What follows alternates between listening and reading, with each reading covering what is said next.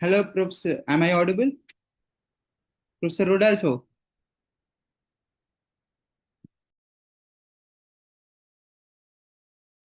Can you hear me? Oh, yes. Yeah, Professor. Perfect. Yes.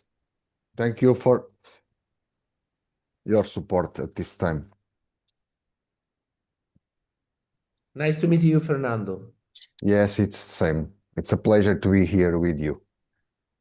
The same for me. Yes. When you can start? Kiran?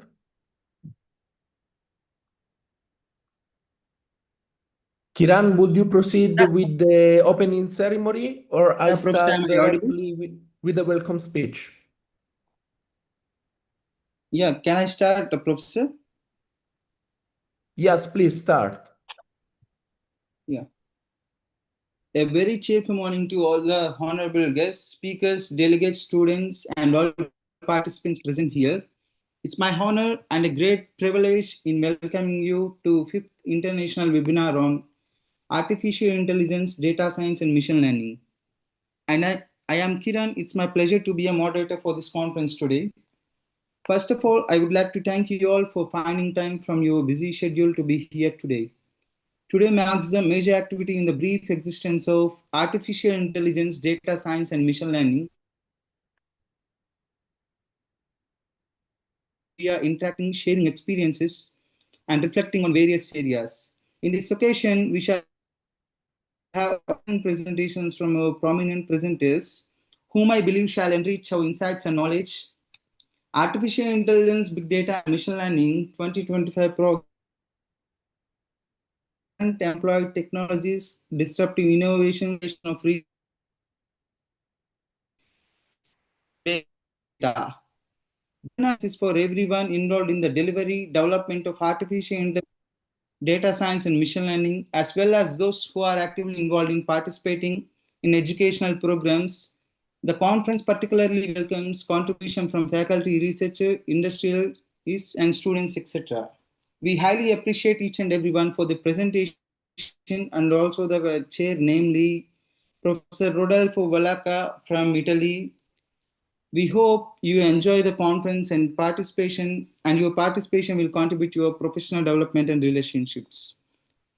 Professor Rodolfo, before starting the presentations, I would like to ask Professor Rodolfo Valaca to speak some important points regarding the conference. Thank you very much, Kiran, for the kind introduction. Good morning, good afternoon, and good evening to our distinguished speakers, estimate delegates, researchers, students, and friends joining from all across the globe. On behalf of the organizing committee, it is my great honor and privilege to welcome you all at the 5th International Webinar on Artificial Intelligence, Data Science, and Machine Learning held on 7th and 8th of September 2025. This year theme exploring recent advances in artificial intelligence, AI agents, avatars, and digital twin in the new era reflects not only the pace of innovation, but also the profound transformation AI is driving across every aspect of society, business, and academia. When this webinar series began, the questions surrounding AI revolved around possibility and potential. Today, as we gather for the 5th edition, the conversation has moved to responsibility, implementation, and impact. AI agents are now collaborating with humans in workplaces. Avatars are becoming essential in digital communication, and digital twins are shaping industries, from healthcare and education to manufacturing and urban planning. These are no longer distant concepts, they are realities influences our daily lives. We are privileged to bring together a diverse set of perspectives with participants joining from university, research centers, startups, multinational companies, and policy organizations. This diverse of backgrounds ensures that our discussion will be rich, balanced, and globally relevant. Over the next 2 days, we will hear from thought leaders and innovators who are at the forefront of this transformation. Today's session that follow will cover a wide spectrum of application and insights, from natural language processing for virtual assistants to AI in marine science, to multi-agent architectures for drug discovery and even neuromarketing application for small businesses. Later today, we will engage in a panel discussion that promises to stimulate debate and how AI can be harnessed responsibly and inclusively. I would also like to take a moment to recognize the tireless efforts of our organizing team, particularly Mr. Kiran Kumar Jwala of HK Conferences, whose dedication has made these global events possible. To our speaker and panelists, thank you for sharing your expertise and insights. To our delegates and students, your participation and curiosity are what make this community vibrant and forward-looking. As we embark on this intellectual journey, let's keep in mind that the purpose of this webinar go beyond exchanging knowledge. It is about building bridges, fostering collaboration, and shaping a collection vision for the role of AI in our future.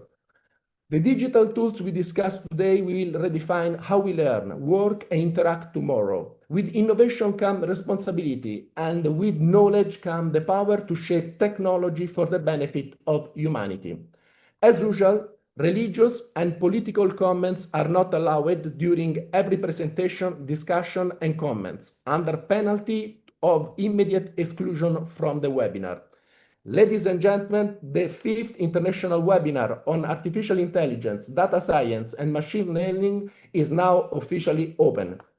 I invite you to engage fully, ask questions, share ideas, and let curiosity be your guide.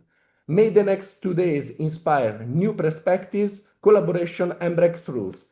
Thank you, and let us begin this journey together. Thank you, Professor. Can I start with Please, the... Kiran, would you introduce our first speaker?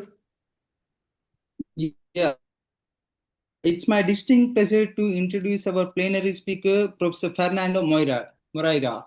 Professor Fernando is a professor of Porto Calense University.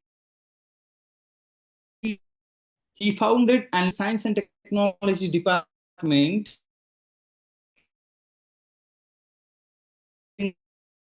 programs with a PhD in electronic engineering from the University of Porto. He has published over 300 peer-reviewed papers and co-edited several books.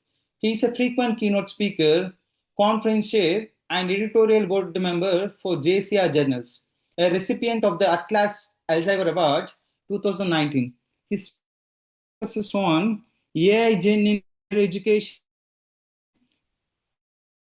mission. Please join me in welcoming our plenary Fernando Moreira. Thank you for your introduction. Thank you, Professor Rodolfo Valaca, for your introduction to this conference. I will to close my camera because my network it's not very good to try to give a good signal.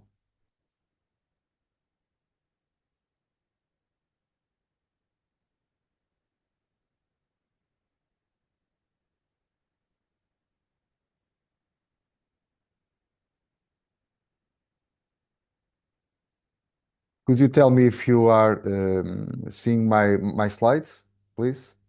Yes, it is visible. Okay, thank you very much.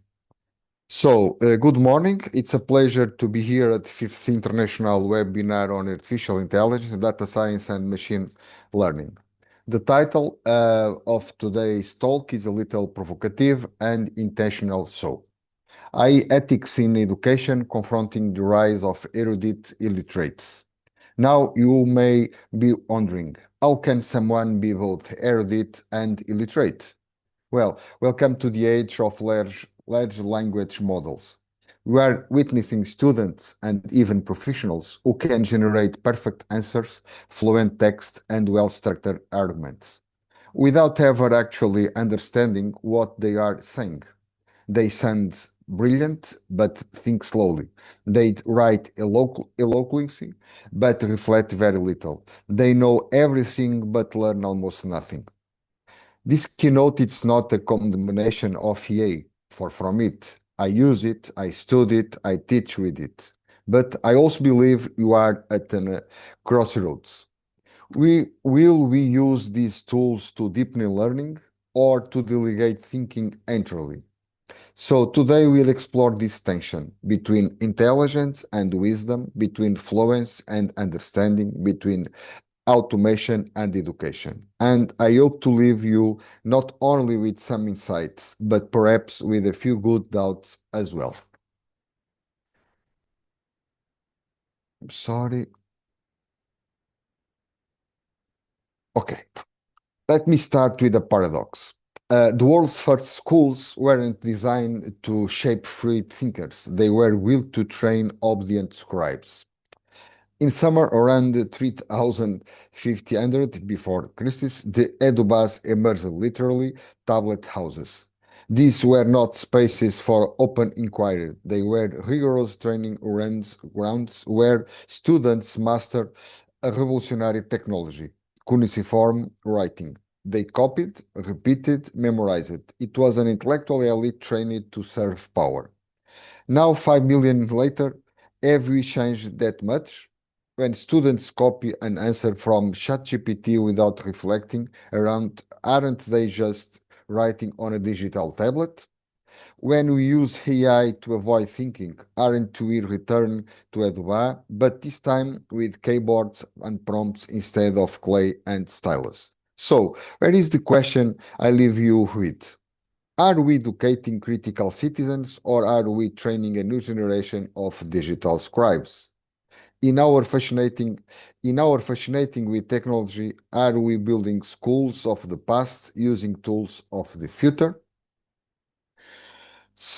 When we invoked Socrates, we must recall that he never wrote a single line. He feared that fixed words on papyrus would paralyze living thought. When they says that writing always repeat the same, he warned us about the risk of passively accepting present. Today, we have replaced Greek tablets with backlit screens and LLMs that appears to speak, but like painted status of Socrates, they do not truly dialogue unless we ask them genuine questions. Therefore, the educational college is not to reject technology, but to restore the Socratic method, to form students who interrogate, cross perspectives, and distrust ready main answer. Ethics centers here. AI should become a tool for dialogue, not final oracle. How often, in recent months have we taught our students to ask before we taught them to answer? Descartes go one step beyond Socrates. First he doubts, then he thinks, and only then does he affirm his existence. They double cognitive click in critical in the age of predictive machines. If AI offers us instant explanations, our role is to introduce methodological doubt to what is the wrong and what assumption remain hidden. This means volume argumentation and reason process in classroom, not just final answer. The kind of digital literacy I propose begins with doubt, critical thinking blooms in cognitive and ethical autonomy confirm itself in some. Are we training students who truly think or merely those who satisfy the logic of automated grading systems? Neuroscience students show us that becoming literate reshapes neural pathways. We shift from holistic perception to analytical reading on the world. So, between October 2023 and February 2024, AI algorithm removed more than 11,000 English vocabulary, English nouns from our usable vocabulary. They are surgeons without on out, reprogramming our capacity for nuance. Educational ethics, therefore, means cultivating a rich vocabulary, protecting words like integrity or threshold, because each word lost is lends to the word closed. In classroom, I suggest lexical archaeology exercises, rescuing rare terms, giving them context, and forcing students to name ideas with precision. This is how we inoculate the brain against toxic simplification.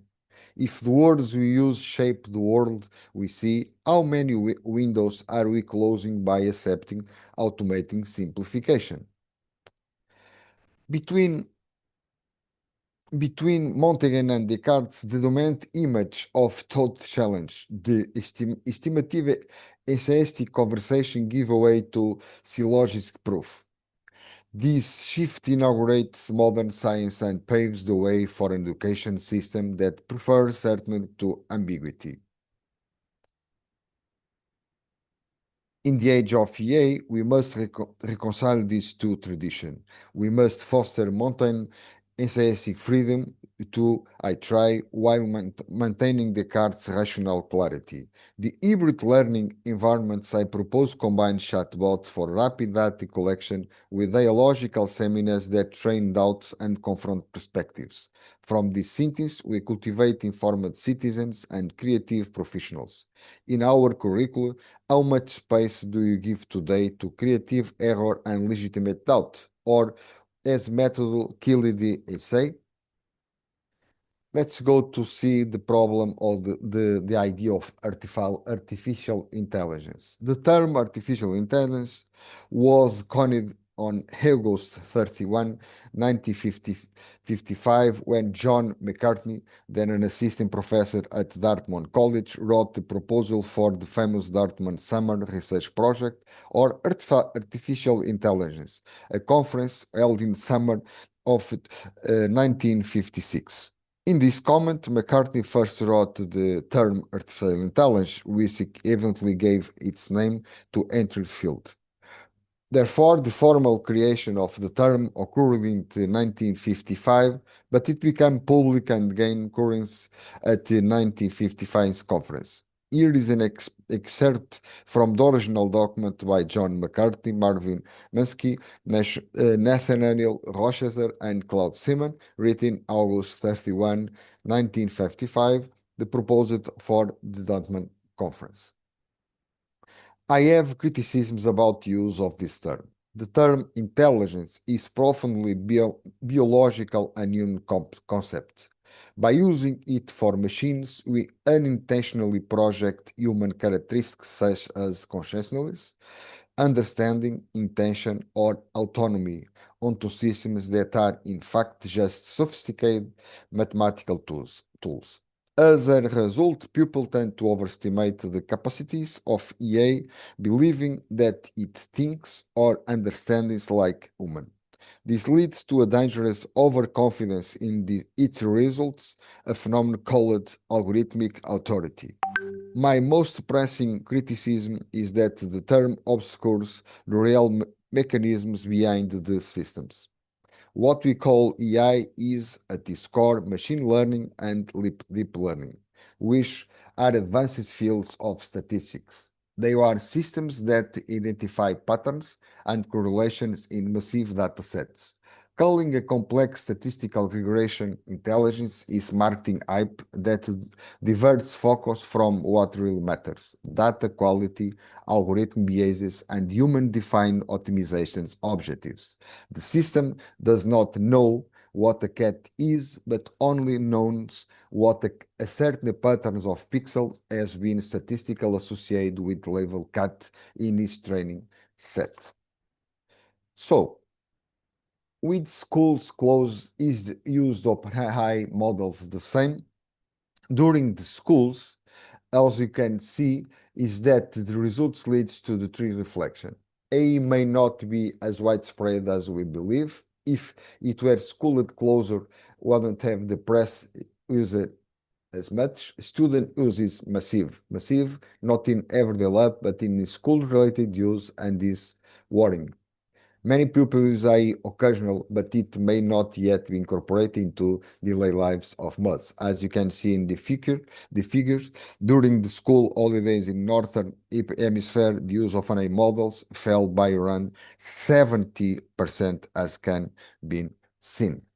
So, The problem is the emergence of AI natives. Let me introduce you a new species of educational ecosystems. Not Homo sapiens, not Auto sapiens, not digital natives, but AI natives, EA natives. These are students who won't just grow up with AI. They will grow up within it. Their intuition is being shaped not by textbook or lectors, but by reasoning engines like ChatGPT. From them, asking an AI for help, it's not cheating. It's just like today. And it raises some urgent question for us educators. Are we designing learning experience that makes sense for this new generation? Or are we still teaching them as if we were preparing scripts for Mesopotamia? The AI natives will collaborate with AI, not fear it. They will test ideas with it, build things with it, and maybe even argue with it. Which means our job is no longer to protect students from AI, but to teach them how to think critical alongside it. And yes, they will must complete their homework faster than we can find our reading glass. But speed isn't understanding. Fluency with AI tools isn't the same as depth of insight. So if we are truly preparing them for the future, we must go beyond how to use ChatGPT or another chatbot and focus on how to challenge it. Because AI natives do not need information delivered. They need intellectual training, ethical grounding, and above all, human mentorship. So I will show you a simple data evaluation.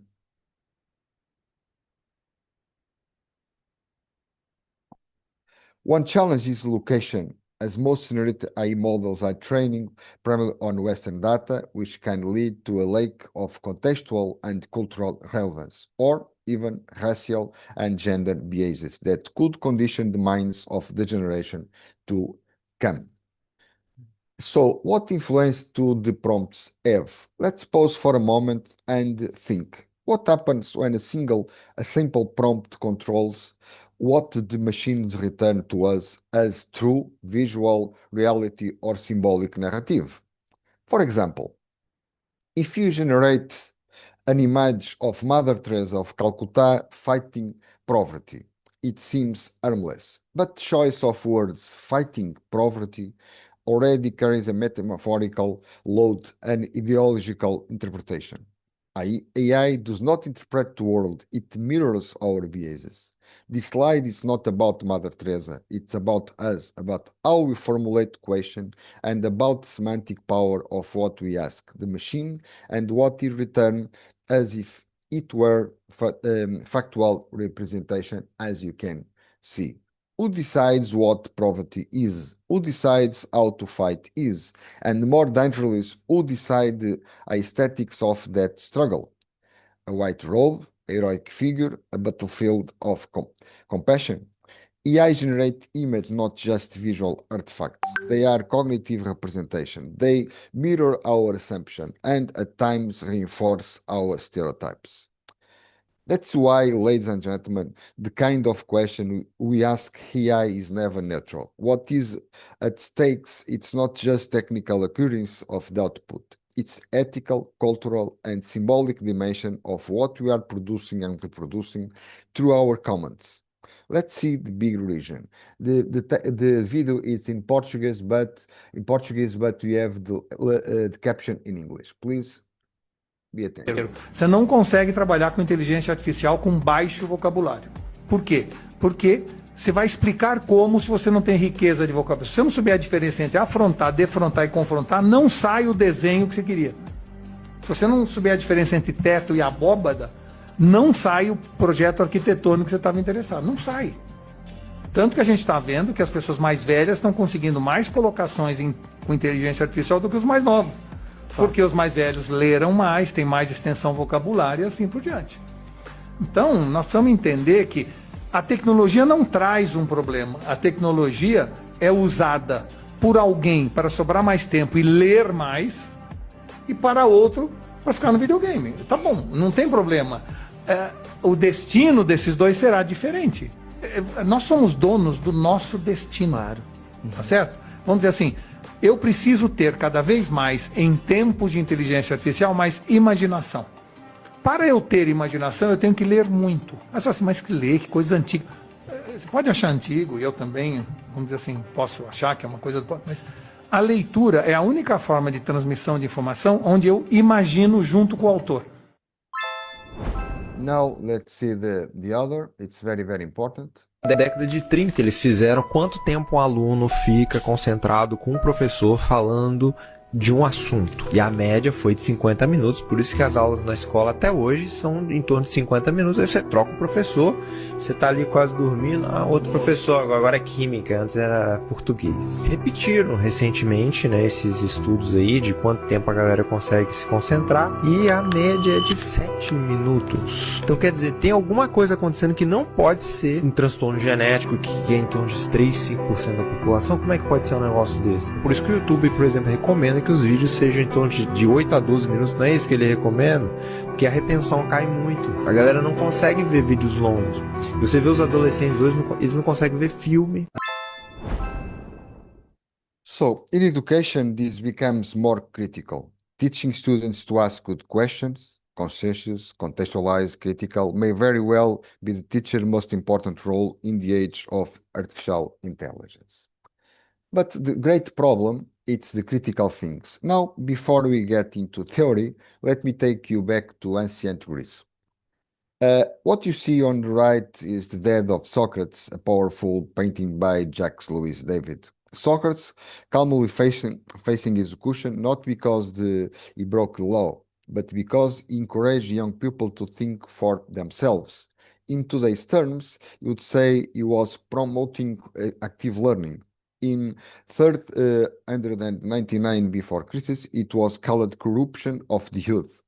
Let's look closer at critical thinking really means and why it's more important than ever in the age of intelligent machines. Now, let's talk about something that no AI model can fake, at least not convincing critical things. Everyone wants it. Employers demand it, schools try to teach it, and students, well, some still believe it's an optional upgrade. In fact, critical thinking is so essential that's been listed by World Economic Forum as the top skills for 21st century. Ironically, it was also by the reason why Socrates was sentenced to death. Yes, in 3099 before Christ, encouraging people to question everything was considered corruption. Today, we call it learning outcome. But here is the important part. Critical thinking isn't about just having opinions. It's about having the tools to test them. It's built on a deep reservoir of domain-specific knowledge. Experts don't just spot error quickly. They can tell you why something is wrong and how fix to it. That's what separates genuine expertise from the confident hallucinations of a large language model. So when we say we want students to be critical thinkers, we are not just asking them to be skeptical. We are asking them to engage, to understand, to challenge with clarity, logic, and evidence. And so the problem, it's about metacognitive laziness. What we can understand by metacognitive laziness? Decrease internal engagement, skill atrophy, short-term versus long-term gains, cognitive offloading. To mitigate metacognitive laziness, it's essential to encourage learners to actively engage in their cognitive process by setting clear goals, monitoring progress, and evaluating outcomes independently rather than over-relying on AI tools. Educators can provide structured guidance such as rubrics or reflective prompts to help students critical access and supplement AI-generated content. Design tasks that challenge learners to apply critical thinking and solve problems without complete AI reliance foster deeper engagement. Additionally, teaching self-regulated learning strategies equips learners with the skills to plan, reflect, and adjust their approach effectively. Finally, promoting ethical and balanced use of AI positioning it as a tool to enhance learning, not replace effort. Ensure that learners develop critical skills while leveraging the benefits of technology. So this question is the most important to try explain the future of humanity. Why? It's very worrying when you observe it's very warning to observe the negative evolution that these tools have brought since the emergence of ChatGPT in November 2022. The idea of delegating thinking to third parties, cognitive offloading, in this case of AI application, lead to things like this happening. For example, this post on 17 December 2024 show this concern. But the biggest problem is shown, as you can see here. We can see what concern underline the use of these tools and what practical implications we have. These four researcher studies, as you can see in blue, it's the positive effects, in the red, it's negative effects, has three great implications. Limit use of generic AI in the foundation learning. During the early stage of learning, focus on manual problem solving and hands-on practice to build strong conceptual knowledge and foundational skills before incorporating AI tools. Second, treat generic AI tools as learning activity, not a teacher. Use tools like ChatGPT, Cloud, Copilot, and Gemini for practice, problem sets, and exploration. Encourage learners to engage with AI-generated outputs by solving problem, analyzing solution, and critiquing its response to develop deeper understanding and critical thinking skills. And last one, advocate for pedagogy first AI models and tools. Be wary of risk of using generic AI tools for learning. Seek our pedagogy first AI systems that are designed by both engineers and educators with evidence-based learning principle at their core. The problem today is that college should, however, you cannot refuse what is inevitable and unfortunate. In the August 31, an article is published with the title "College Should Go Medieval on Students to Beat High Cheating," New York official says.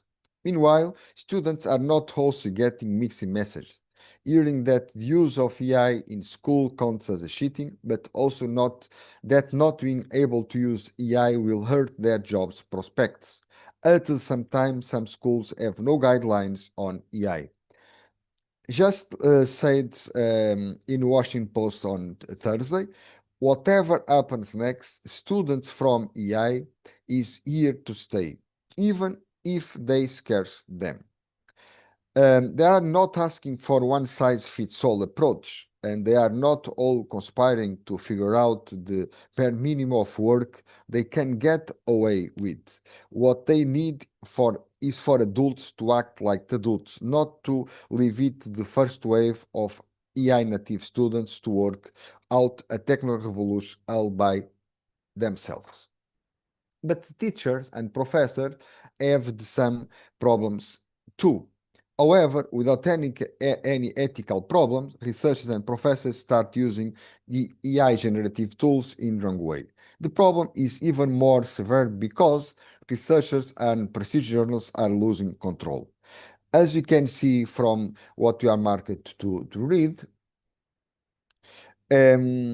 it's immediately apparent that ChatGPT wrote this text. The most serious problem aspect is that author creates this situation without refreshing the parts of the text that was generated. The reviewers, the edit, etc. did not detect it. A situation like this is obviously directly related to the issues of researchers' evaluations to progress in their careers or get more funds or win projects, etc. It's necessary to create a new order in this situation.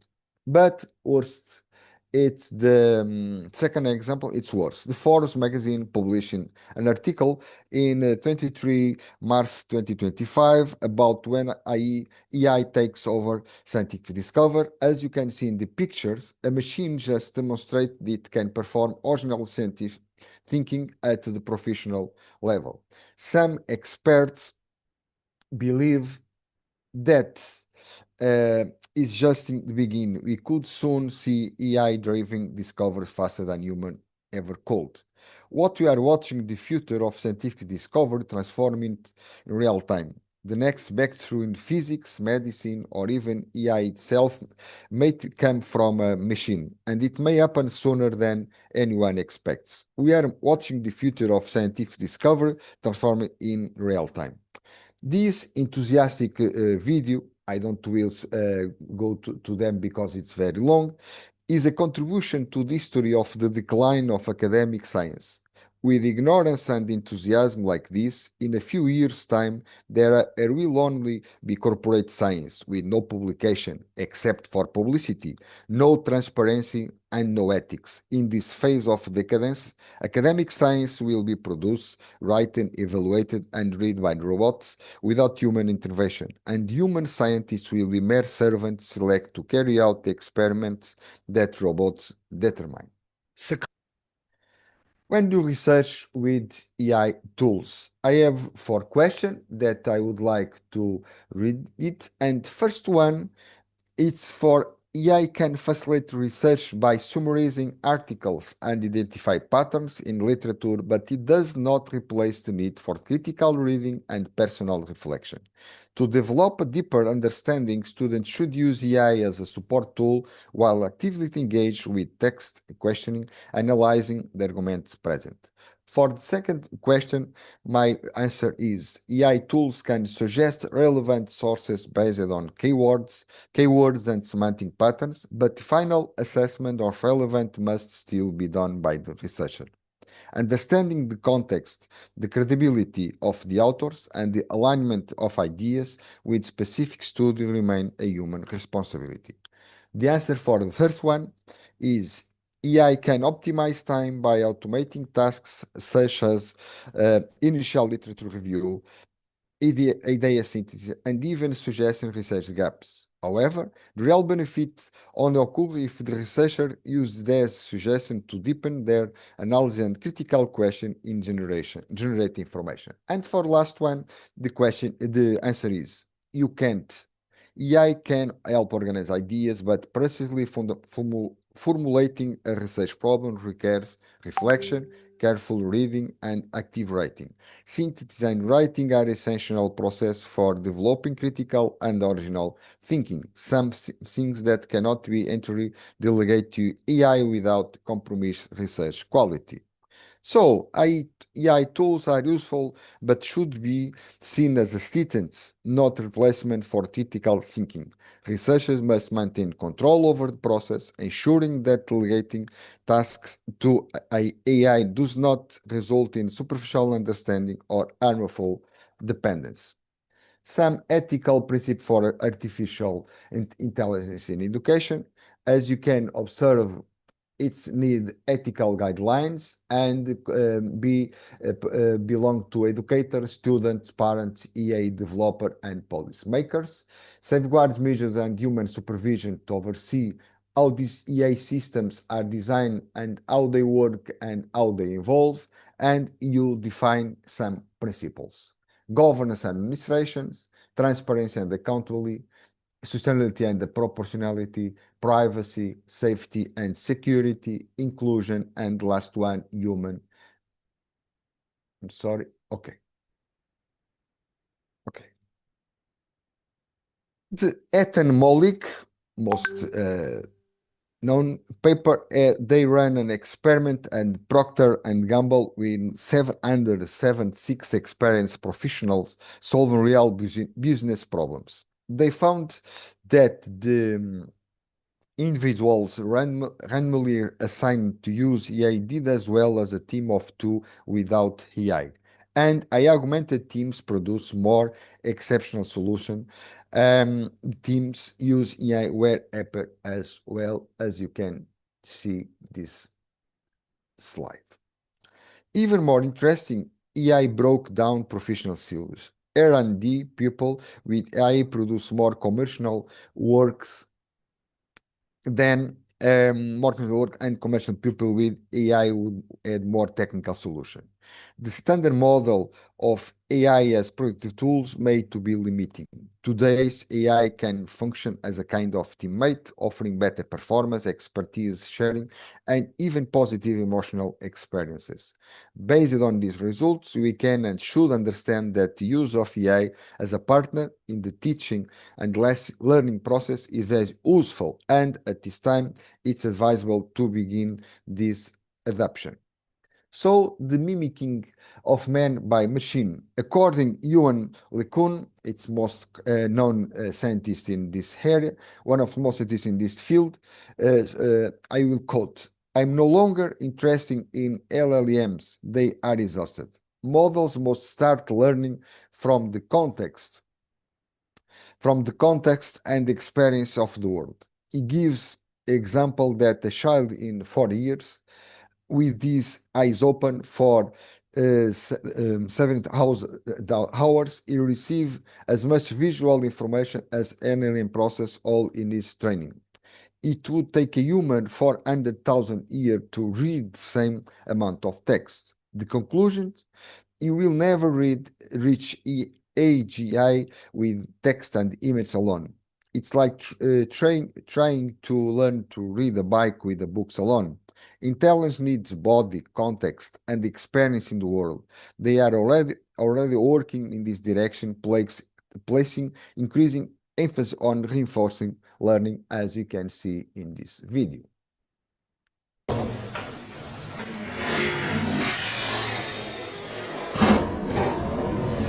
Yes, it's Cristiano Ronaldo. I'm a Portuguese guy, so I have a lot of proud in this guy. But the problems it's happen too.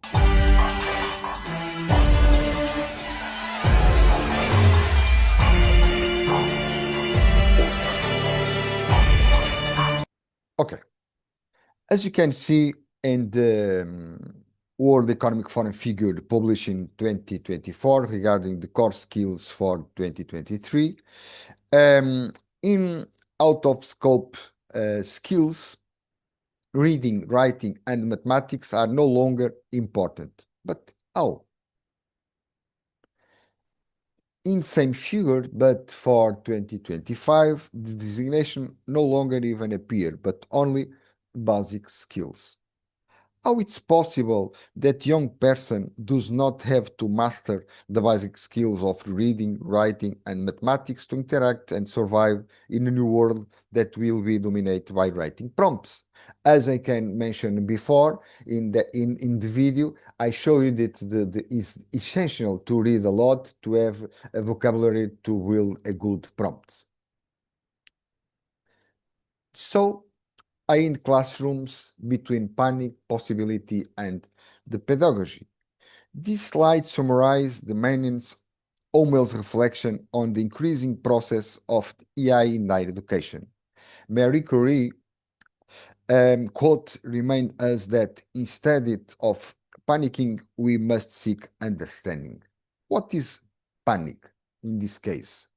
Many faculty have reacted with fear. They worry about surveillance, privacy, the environmental impact of training models, or the risk of undermining creativity and the integrity of learning. On the other hand, ignoring AI is not a natural stance. It also communicates this engagement.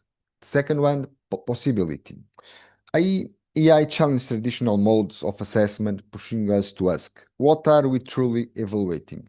Memorizing or critical thinking? It can act as a catalyst for innovation, allowing us to explore more authentic forms of learning, demonstration, oral exams, multimodal portfolios, audio reflection, collaborative project, all of which can restore purpose and depth to assessment. And last one, active pedagogy. The real value lies in finding a pedagogy that incorporates AI with intention and clarity. This means setting transparent policy on when AI is permitted and why, or design tasks that make sample copying irrelevant. It's not just about technical adoption, but about reaffirming what we want to teach and how we want students to grow. In conclusion, in short, you cannot run from AI, nor embrace it blindly. What we need is to pedagogy and propose, to show that deep human reflective learning still need a place, even in the world increasingly shaped by algorithms. And to finish, I will conclude with a quote from a renowned Portuguese writer. Although the original is in Portuguese, I have provided a translation, my responsibility, to point where we are. Because here is the point. If education becomes nothing more than data delivery, we may as well replace teacher with vending machines. Insert prompt and voila, diploma. But real education, the kind that lingers in your mind long after degree, is not about feeding students PDFs and watching them regurgitate bullet points. It's about cultivating judgments, doubt, nuance, all these lovely, messy human bugs that AI still finds inconvenient. If you only teach students how to operate tools, but not how to question them, we are producing what I like to call highly skilled fool. Yes, they will polite, efficient, and completely unprepared for ethical dilemmas. So yes, we do need data. We need AI, but we also need some things a bit harder to quantify: wisdom. The kind that those always come from large language models, but often comes from long conversation. And if you take just one thing from today, let it be this. The goal is not to teach students to compete with machines. It's to help them say magnificent human in a world of them. Thank you very much. Thank you, Fernando, for the very interesting presentation. If anyone has a question, please write in the chat. I have a first question for you.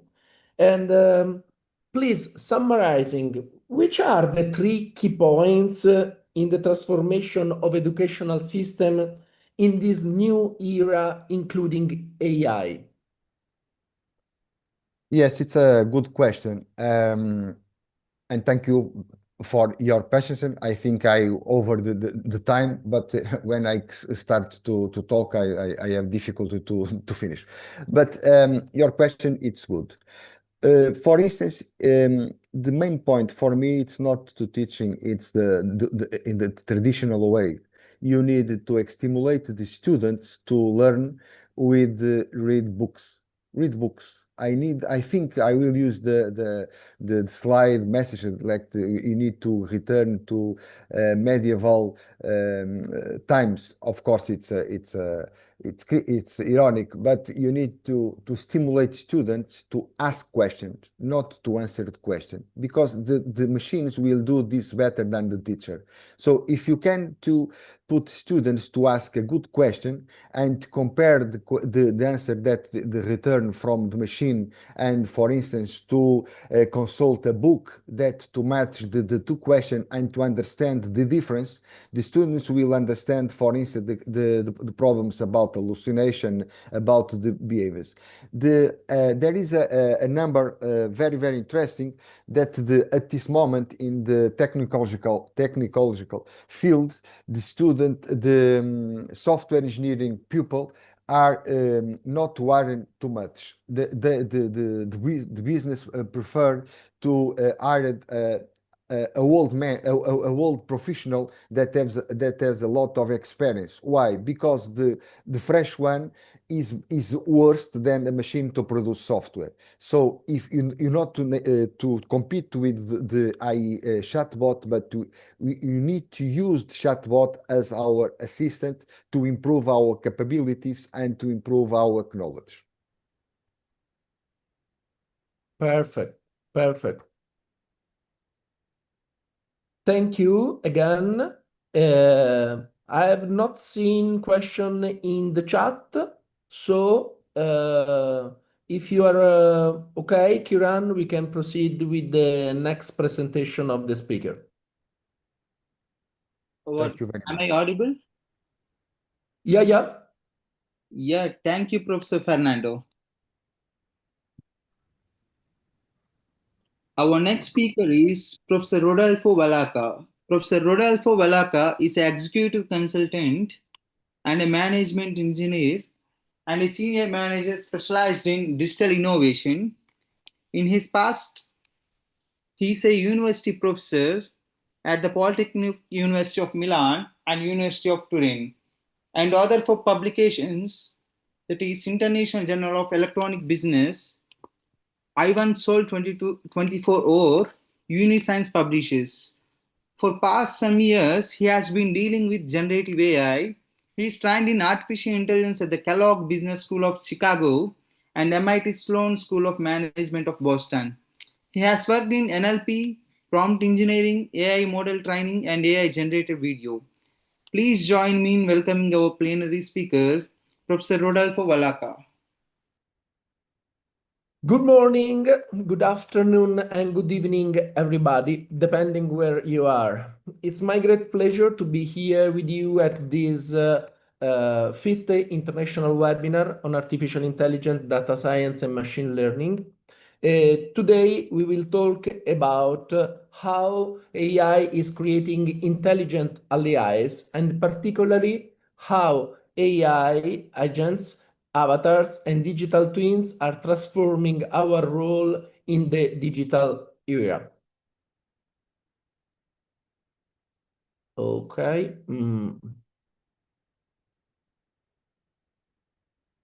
Can you see my slides? Yes, Professor. Perfect. Thank you. So, we start with the first point. We are moving from tools to teammates, and we are building the human AI partnership.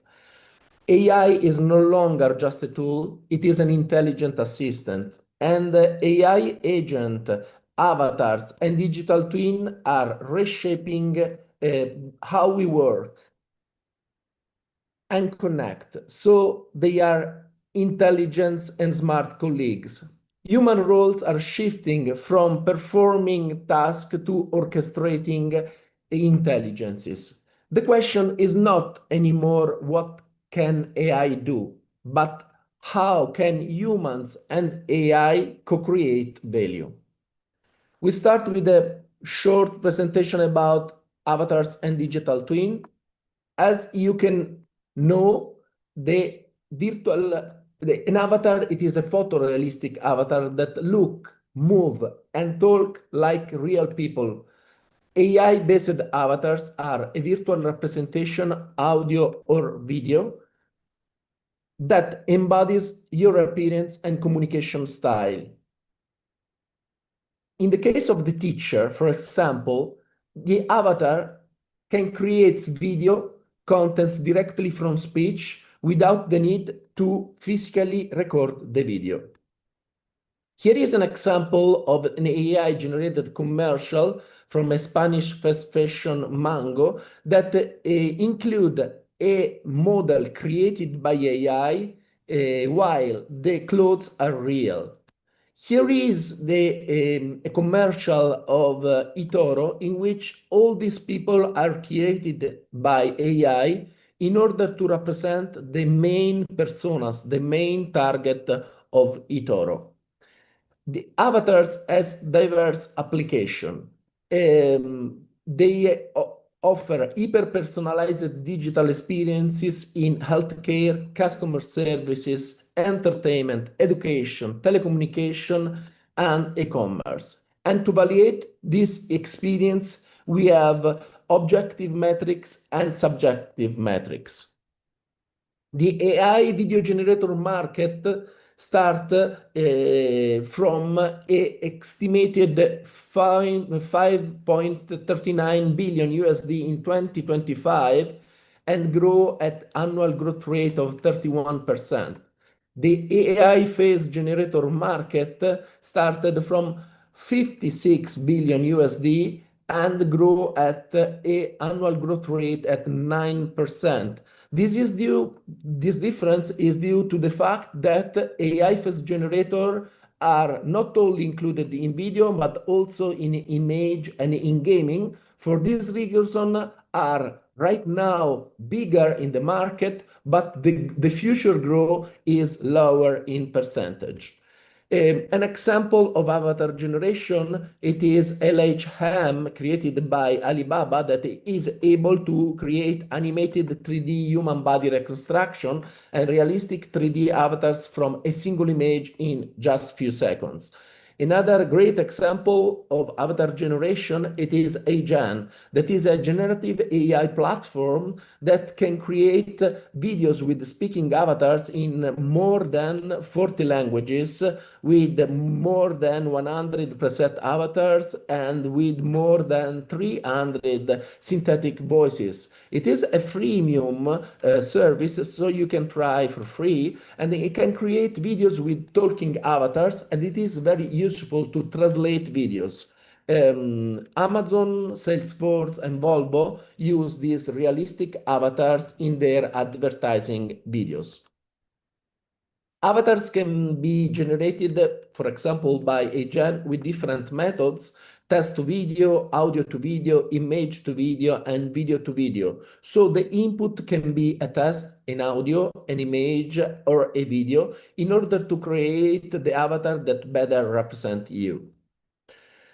It is also possible to create an instant avatar. The instant avatar, it is a digital twin practically, because we create an instant avatar in choosing a ready-made characters, uploading the preferred character, or creating a character. Then we can select the voice, the text, and the language selection. Practically, a digital twin are dynamic virtual representation of people that processes or products services in the real world that enable a two-way communication. The definition can be a virtual model that replicates an individual's behaviors and knowledge using data from their real life's content and expertise. A digital twin can interact in real time with the audience. In the example of a teacher, a digital twin of a teacher can simulate responsive by offering insight basing on the human teacher knowledge. They are two main essential parts: the digital twin model and the digital twin capability. And the global market of digital twin, it is estimated 24.5 billion USD in 2025 with an annual growth rate of 40%. Practically, digital twins are revolutionizing several sectors from medicine, health, industrial production, smart cities, energy sector, autonomous vehicle, and advertising.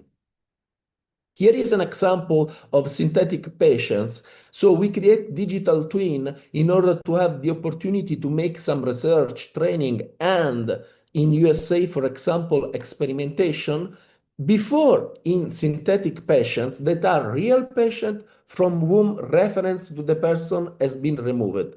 And after this test on synthetic patient, if everything go well, we can then at the point make a proper test on real patients. We have also digital twin of simulated products. For example, we can recreate an aircraft, and in order to evaluate some critical issue on the aircraft, and then after that, if everything go well, we can make a proper test on a real aircraft. We can also use digital twin to have under control a production plan. In 2023, there was created a first steel plant without workers and was inaugurated thanks to cameras and smart system. This creates notable advantages like cost, for example, oven temperature optimization, always under control, quality, limitation of impurities, and time. Time to market is reduced. For example, you can certify the material before it is physically produced. A company called Clearbox AI has also created a replica Italia that is a 60 million synthetic profile that simulate the purchasing behavior. So a digital twin of Italy answer all the surveys without bombarding fewer people with calls and without violating GDPR and other law or privacy. Then here is the moment of start talking of AI agents. Satya Nadella, the CEO of Microsoft, said that AI agents will replace all software, from software as a service to agent as a service. The step-by-step evolution brings us from the LLM to the AI agent. Practically, an LLM learns from existing content to generate new original content. A user makes a request, the model responds. There is no possible to access to external tools, and LLM is not allowed to do autonomous reasoning. So there are some limitations when we ask, when is my next appointment? Because the system, it is passive, has a reactive nature, and we have a lack of access to private user data. A first step in the evolution towards the AI agents, it is the AI workflows. So when the user makes the request, define the steps to the AI workflow and habilitate to use some tools. For example, when I ask you for a personal event, look in my calendar before answering. So the model follows the step-by-step instruction that we give to the model and then provide an answer. In this case, external tools and external data can be accessed, for example, in retrieval augmented generation, and then the user make all decisions. Then we arrive at the third step that are the AI agent. If the user provide a goal to AI agent, for example, create and publish a post on LinkedIn every day, the model starts choosing the tools. Which AI agent is best suited for more professional experience? Then proceed thinking. What is the best way to collect relevant articles? Then start acting. Which AI model write best for LinkedIn? And then every time plan the next logical step. What is the optimal number of LinkedIn posts to publish per week? Additionally, on which days and at what times should posts ideally be scheduled? Executing it autonomously. How can I improve this post campaign? So all these questions are made by the AI agent in order to reach the goal. So the AI agent becomes the decision maker. And several LLMs, for example, OpenAI, now offer the possibility of using them in AI agent mode. For example, with ChatGPT agent. Also, Gemini, according to Demis Hassabis, that is the CEO of Google DeepMind, will become an autonomous agent, a real proactive assistant in users' daily activities, for example, booking tickets or making online purchases independently. So, going to a definition, AI agent is an AI system designed to operate in specific environment and to achieve goals by interacting with the surrounding environment, making decisions and taking action autonomously or semi-autonomously to execute specific tasks. In the example of the teacher, an AI agent for a teacher is able to make a diverse range of potential applications, from assisting in academy research as a colleague to scheduling meetings as a smart assistant. The characteristic of an AI agent, the main characteristics are perceive its environment, reason and make decision, plan a sequence of action to achieve a goal, exhibit a degree of autonomy, learn and adapt over time, and interact with other agents or systems.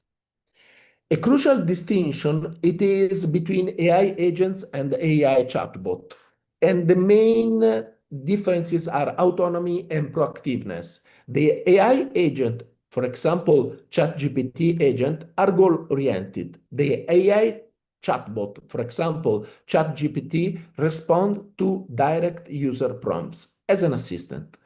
Gartner say that by 2028, at least 50% of daily work decision will be made autonomously by AI agent, up from 0% in 2024. This necessitating a radical rethinking of organization and cybersecurity strategies.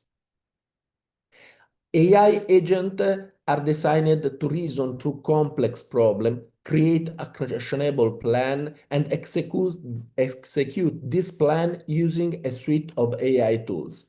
The main capabilities are advanced reasoning, memory retention, and task execution. Practically, AI agents are digital assistants that act together with humans. Proper smart assistant. AI agents also coordinate with each other to achieve specific result in the case of multi-agent AI assistant, better known as agentic AI. The AI agents have different kind of system architectures, single agents in which the AI agent perform tasks independently, multi-agent in which the AI agent collaborate with other AI agents, and human agent in which the AI agent work alongside people.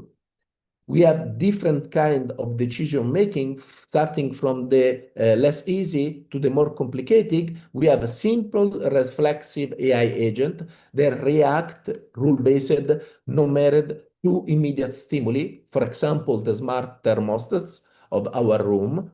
Then the model-based AI agent that decide and act guided by a model, for example, a mail classification and response system, spam, no spam, for example. And then we have a third category, the goal-based AI agent that decide and act guided by a specific goal. For example, a robot vacuum cleaner that learn the layout of the room and make decision to clean it efficiently.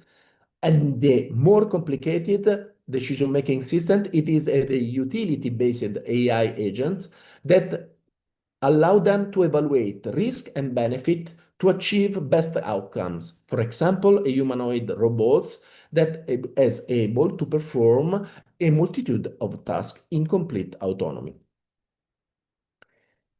We have three main types of AI agents in terms of development and deployment. Predefined AI agent, ready to use, horizontal, for example, general purpose AI agent like Manus AI or ChatGPT agent, vertical that are focused on specific purpose, for example, specific target or specific business function, or specific target and specific business function. Then we have a second category that is a customized AI agent that can be created with low-code tools, for example, Microsoft Copilot Studio, or no-code tools, for example, Zapier or Make. And then we have a third category that are a custom-built AI agent that are created with tools, specified tools like Microsoft Azure AI Foundry, IBM Watson's, or Lindy. How to design an AI agent?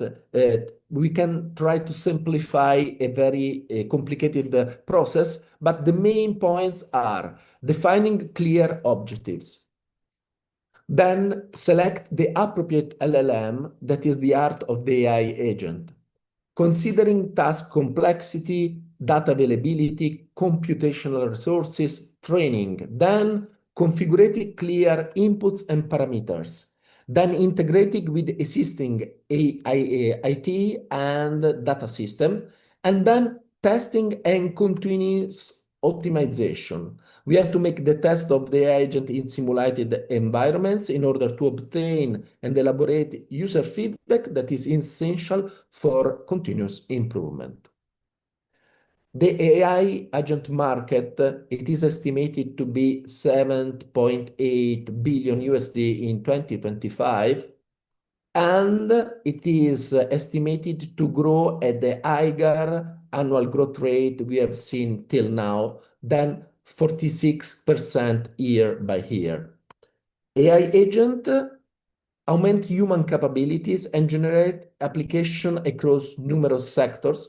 For example, business automation, has made eBay deploying AI agent in automate marketing services and personalize customer interaction to create dynamic and personalized offers. This habilitate a increased conversion rate in the advertising campaign by 25%.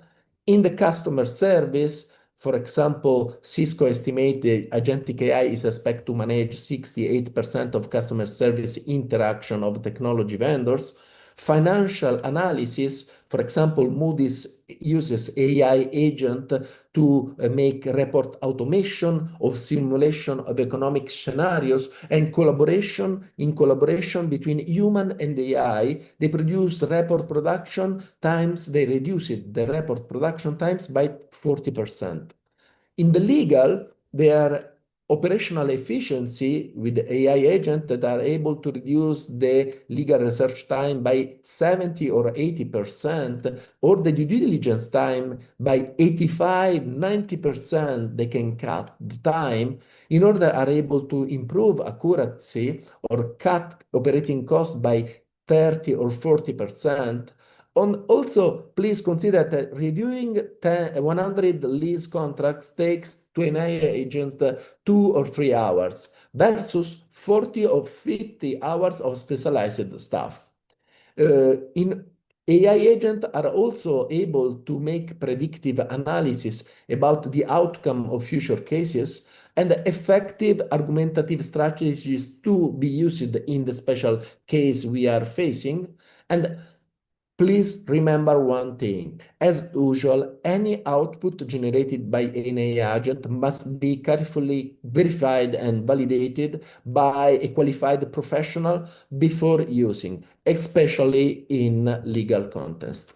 But we can also use AI agent in learning, in adaptive learning, in optimization of logistics, in predictive maintenance, in predictive supply chain, as for example, Bayer make an AI agent called Miracle that predicts the flu outbreaks and prepares supply chain and marketing before the symptoms hit.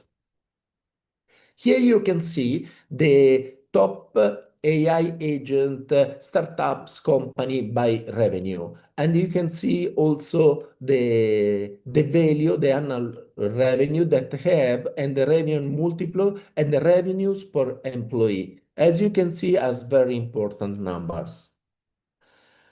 We have also the opportunity to create interoperability between AI agents. At the moment, there are 3 main protocols that can be used. Model Context Protocol, launched by Anthropic, that secure two-way communication between AI chatbot and agent, and diverse data sources, application, and tools. Example of MCP servers are Microsoft GitHub, Google Maps, Notion, Stripe, Perplexity.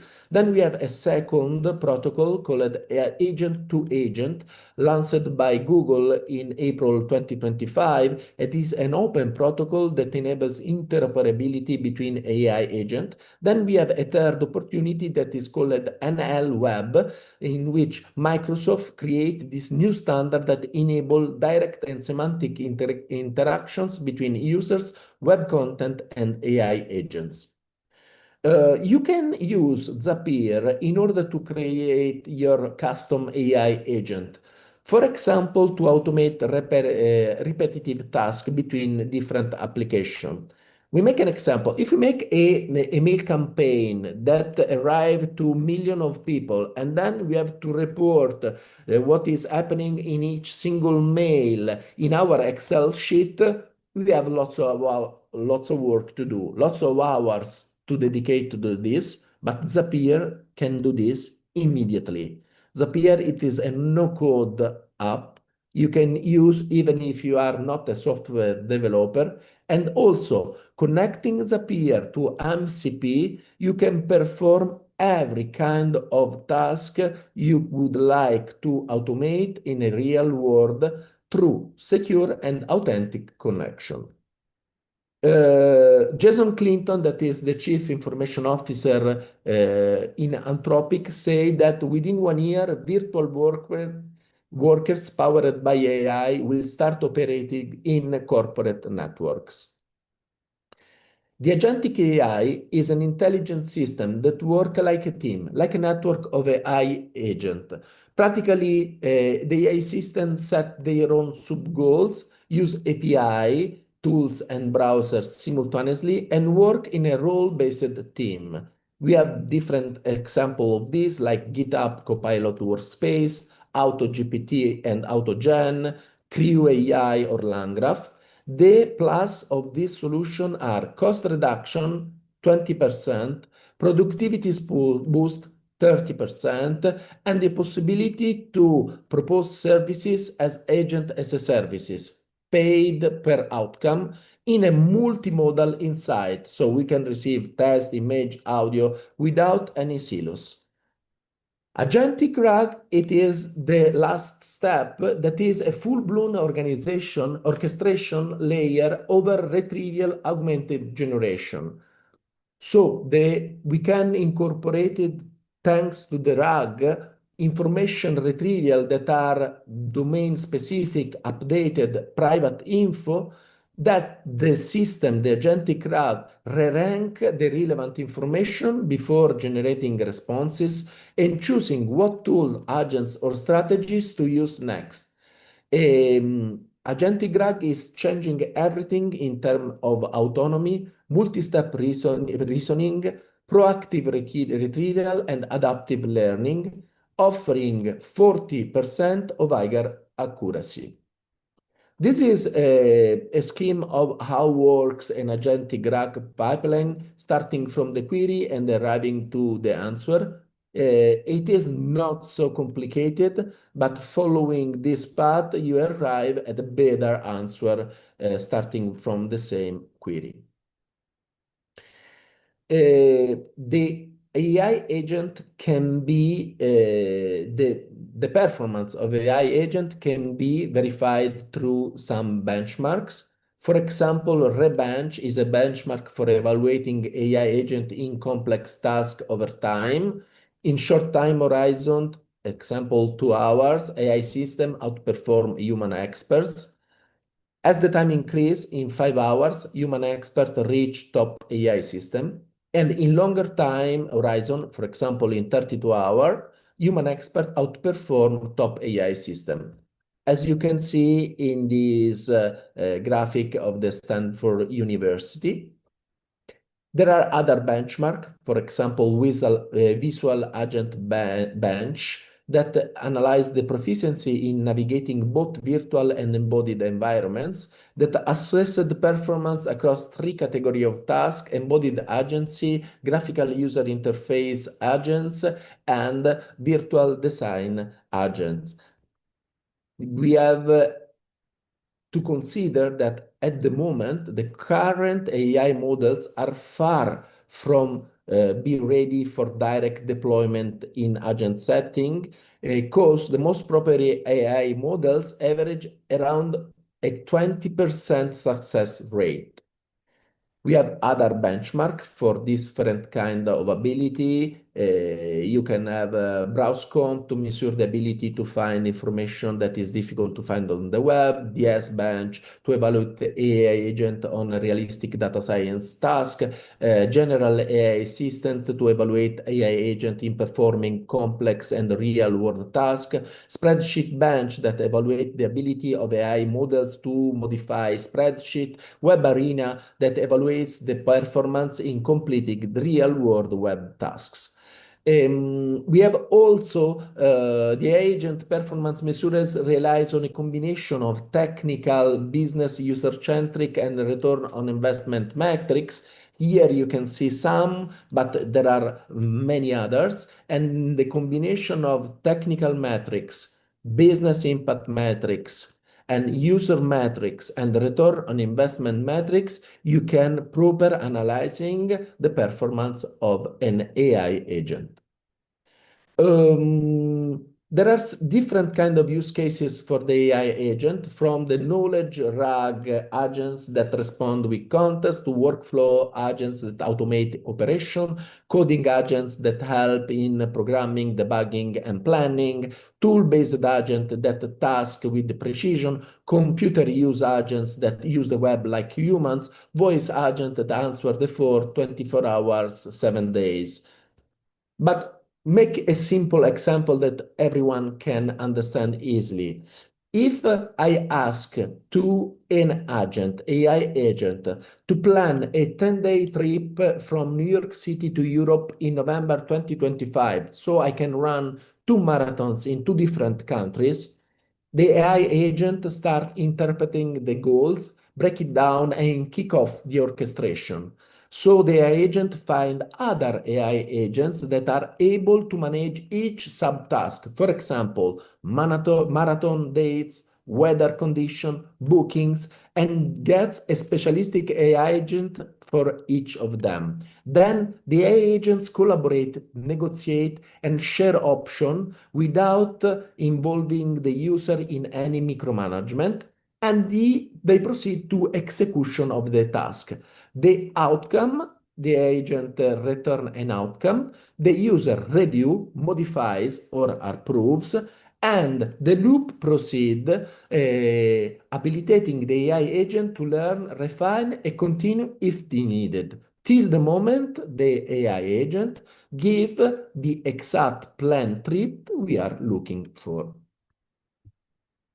Here is the list of AI agents that has been created in the last, let me say, 15 months.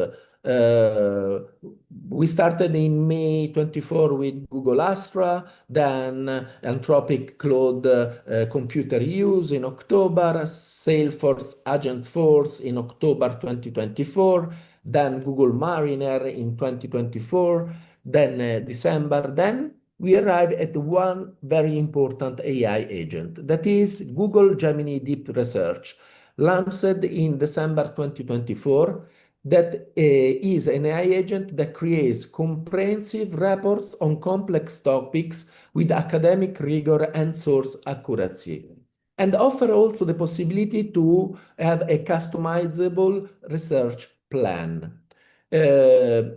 Few months later, also the other main company operating in AI, Perplexity with Perplexity Deep Research, Microsoft with Copilot Think Deeper, and OpenAI with ChatGPT Deep Research, create something similar to the Gemini one. So in February 2025, they arrived on the market with a similar solution. Then another important date is in March 2025, when Manus AI was launched by the Butterfly Effect, and this is the first general purpose AI agent.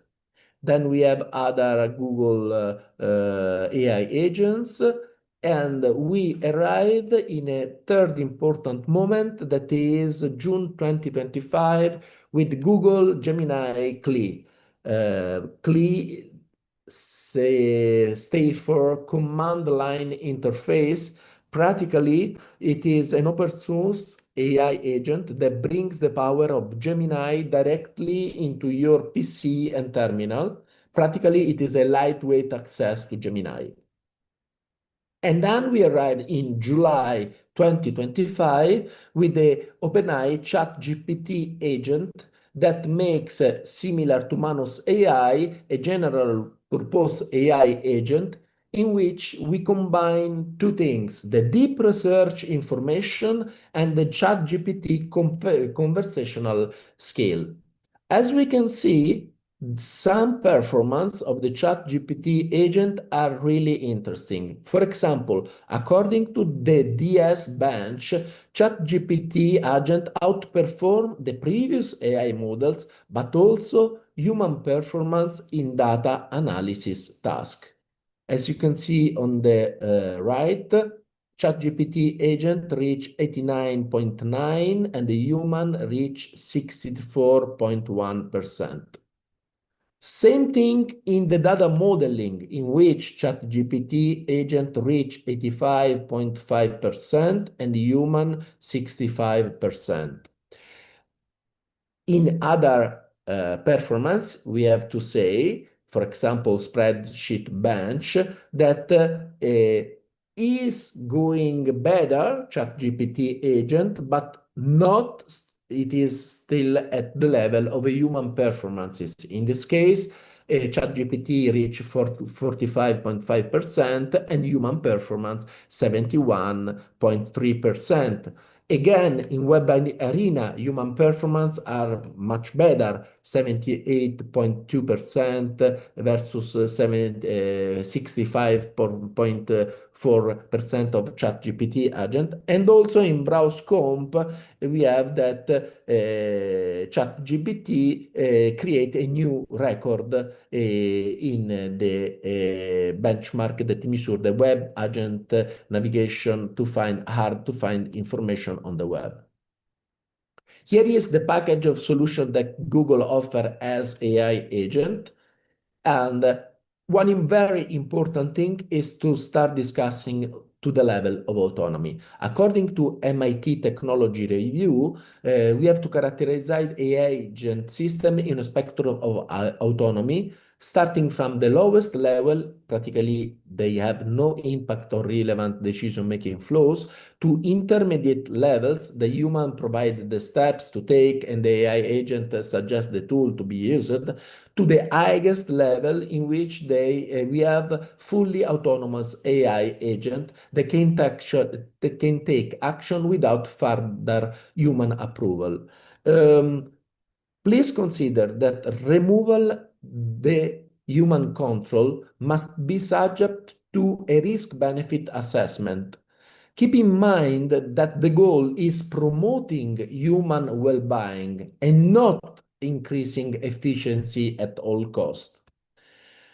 So practically, according to Hugging Face, we need to keep humans in the loop while using AI agents, giving up control bit by bit. Practically, when the LLM generates error in a chatbot, that errors stay inside the conversation. But when an AI agent performs errors, the situation is much more complicated because accessing both private information and public platform, it could share personal information on the web. Then the spread of that information, true or untrue, could be amplified by further sharing, for example, in the social media, and is able to create reputational damage.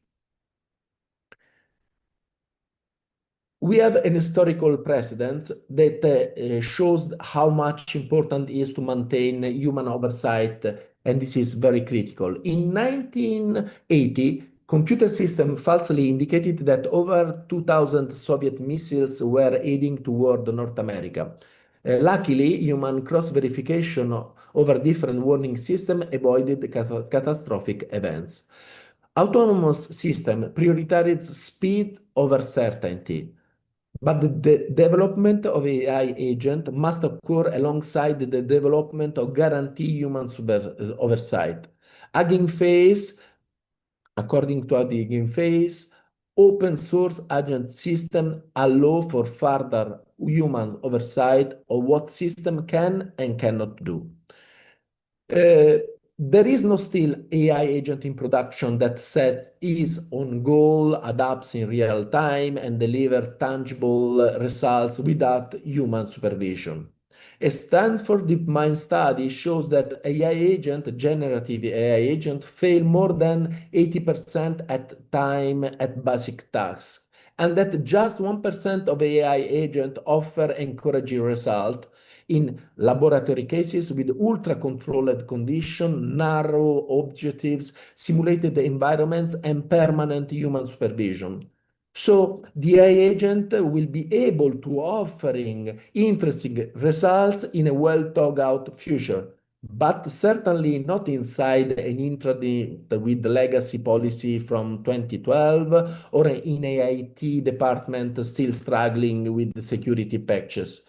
It will take time, serious research, realistic experiment, and healthy development. As you can see in the hype cycle of Gartner, AI agent entering in the phase where media hype, visibility, expectation is starting to decrease.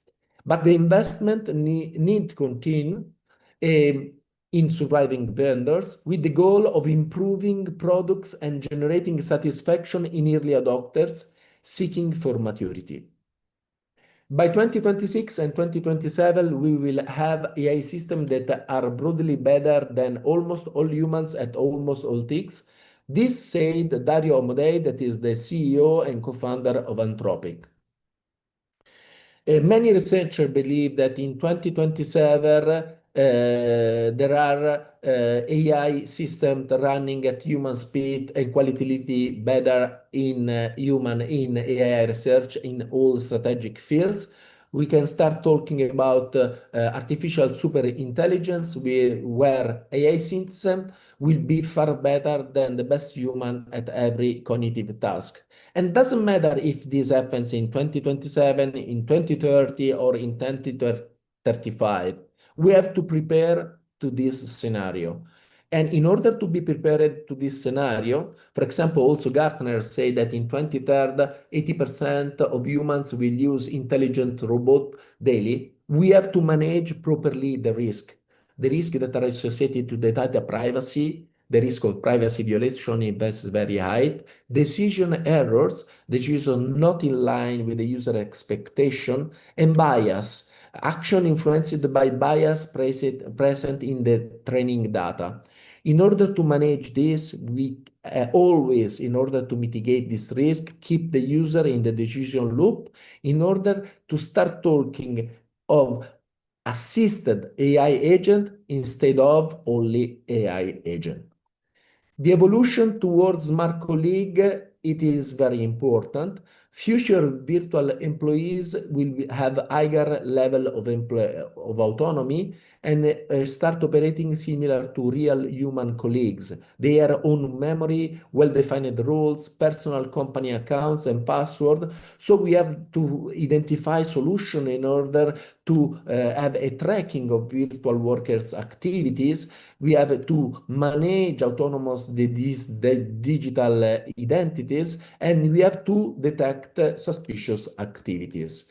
The future of AI is agentic. Also, Armand Ruiz, Vice President of AI Platform at IBM, say this, and they are still in the very experimental stage. We will soon start collaborating with AI agent instead of humans for some specific task. So Gartner say that AI agent will dramatically upskill workers and team, enabling them to manage complicated processes, projects, and initiatives through natural languages. AI agents specialized in some field. We have in cybersecurity, like dark trace antigen agent, in robotic and software engineering coding, and some platform are also useful to focus on creating AI workforce. For example, Relevance AI, building teams of AI agents that deliver human quality work. Asha Sharm, Corporate Vice President and Head of Product Microsoft AI Platform, say that with the AI agent, artificial intelligence become a workforce. Just assign a task to an agent and then review it. Artificial intelligence and these tools, including AI agent, are gradually replacing the new generation of graduates. The Big Four accounting consulting firm recently announced significant cuts in hiring of new graduates. AI tools perform the repetitive procedural work that once trained the junior, and AI has become the new entry-level position. The job posting for new accounting graduates have dropped 44% year by year. Companies that have understood the potential of AI are growing faster with lean teams, but business-to-business customer will begin to demand a faster delivery, higher output at lower cost, and the differentiation will come from looking behind the data and grasping emotional relevance. Value shift from speed to depth, from automation to understanding. So the role of junior manager, and we need to train them to think. The focus is on empathy, psychology, strategic and semantic thinking. And these are the new foundation. The real value, it is the ability to think critically, connecting dots and see behind the obvious. So the future is AI and humans together. AI can collect, distill, and visualize vast amount of data, and human interpretation make the difference. AI can quickly identify the what, but humans are still needed to understand the why. Human ability to ask better question assumption, and think creatively alongside machine. Synthesis, intuition will remain profoundly human. The integration of AI in a workplace is redefining who does what, and relevant human skills are evolving. The so-called information skills are in decline. Interpersonal, organization, and decision-making skill increasing in importance. The demand for human resourcing is shifting toward those who can orchestrate processes, people, and conflict. We need to rethink the educational system from primary school to university. We need to reskill current workers, especially managers and executives. The notional model, which worked since the Industrial Revolution until yesterday, is no longer profitable and effective. The structural risk induced by AI agent and generally speaking by the artificial general intelligence is that it's difficult to predict and prevent. The main danger, it is the possibility that AI agent create false information so convincing that has to be perfectly credible. And also another risk is that many AI agents can undermine public trust, take control of economic and political mechanisms. In this scenario, there is a risk of finding humans with machine in command. We need a new governance paradigm that can evolve with AI technology. Useful tools are already here to have a responsible deployments of AI agent. For example, AI human agency. As we can see in green, the new important skills for the humans are organizing, planning, prioritizing work, training, and teaching the others. The human agency scale creates practically a scale that assesses the degree of human involvement desired or necessary in the presence of an AI agent.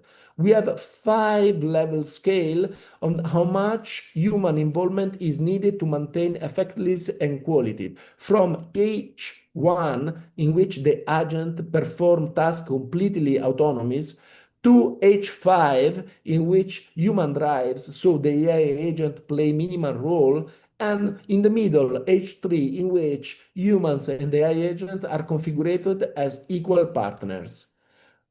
If we put in a matrix worker automation desire and technological automation capabilities, we obtain 4 quadrants in which we can see in the green light zone, high desirability and high technical feasibility are find tasks that are ready to be automated in a socially acceptable manner.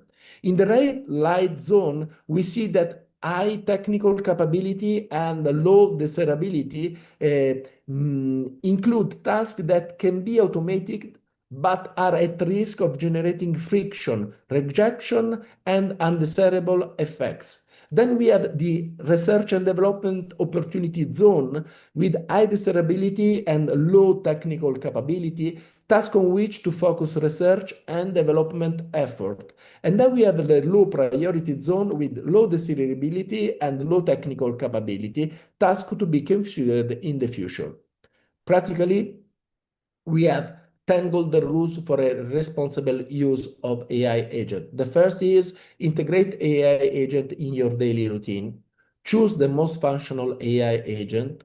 Have clear goals and desired outputs in your mind. Write an initial prompt query. check and prove the agent's plan. Don't be discouraged by initial misunderstanding. Modify the prompt of the plan or add example, then reiterate and refine the prompt, the plan. Accept the final output of the AI agent as a good draft. Identify and mitigate potential hallucination in the final output of the AI agent, and check and improve the final output, always keeping humans in the loop.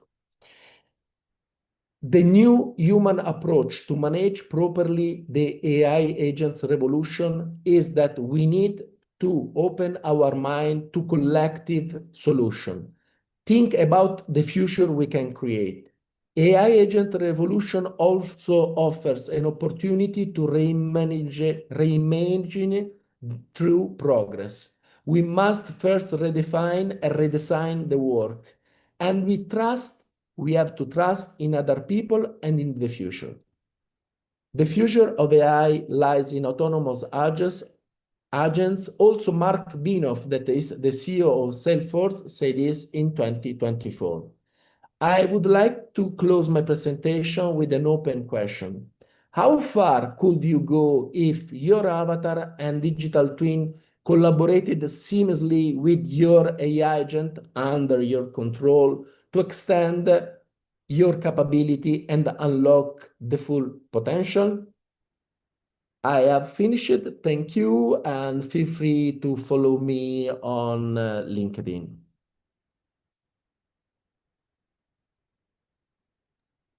Are there any questions?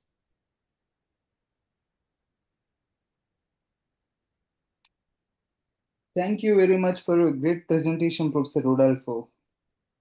Thank you, Kiran. Thank you, everybody, for your attention. Professor, you have a question in the chat. Yeah. Okay. Hi, Rodolfo. Should decide what is socially acceptable in your opinion? Oh, this is a very good question. I respond in two different ways. The first, it is a democratic approach. So, socially acceptable, it is what the majority of people retain acceptable. This is democratic approach. But it is a little bit theoretically this.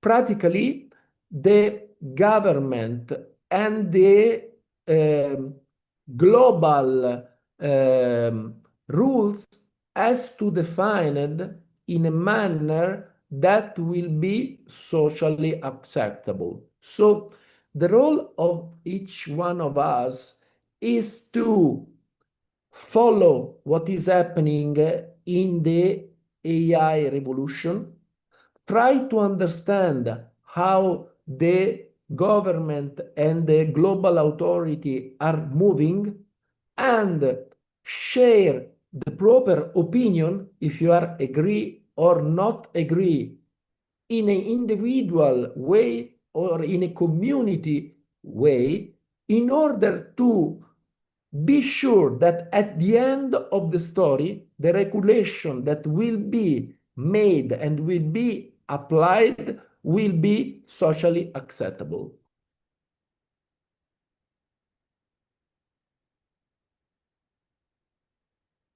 There is no global authority. At the moment, there is no global authority, but practically there are some authority at the government level. For example, here in Italy, we have a local government authority that has some rules in terms of privacy and in terms also of AI. And we have also an AI Act that is a law that regulated AI in Italy that was received from the European Union. And the Europe proposed this approach. Then the US has another approach, China has another approach, and practically every country has the proper approach. At the end of the story, it is important that in a global way, we find common rules. Because if you have some rules and in other countries there are other rules, That means that the AI generated in Italy can do something in Italy, but not the same thing in China, in US, and other country. And the AI company that operating in China can operating in China in one way, but not in the same way in Europe. And the company that operates in US can do something in US, but different things in Europe. So it is difficult for the AI companies and for the people, for the user, and for the enterprise. It is very useful to reach a final common global rule for the people, the enterprise, the market, and for a democratic approach to the AI. That it is a great revolution in our daily life.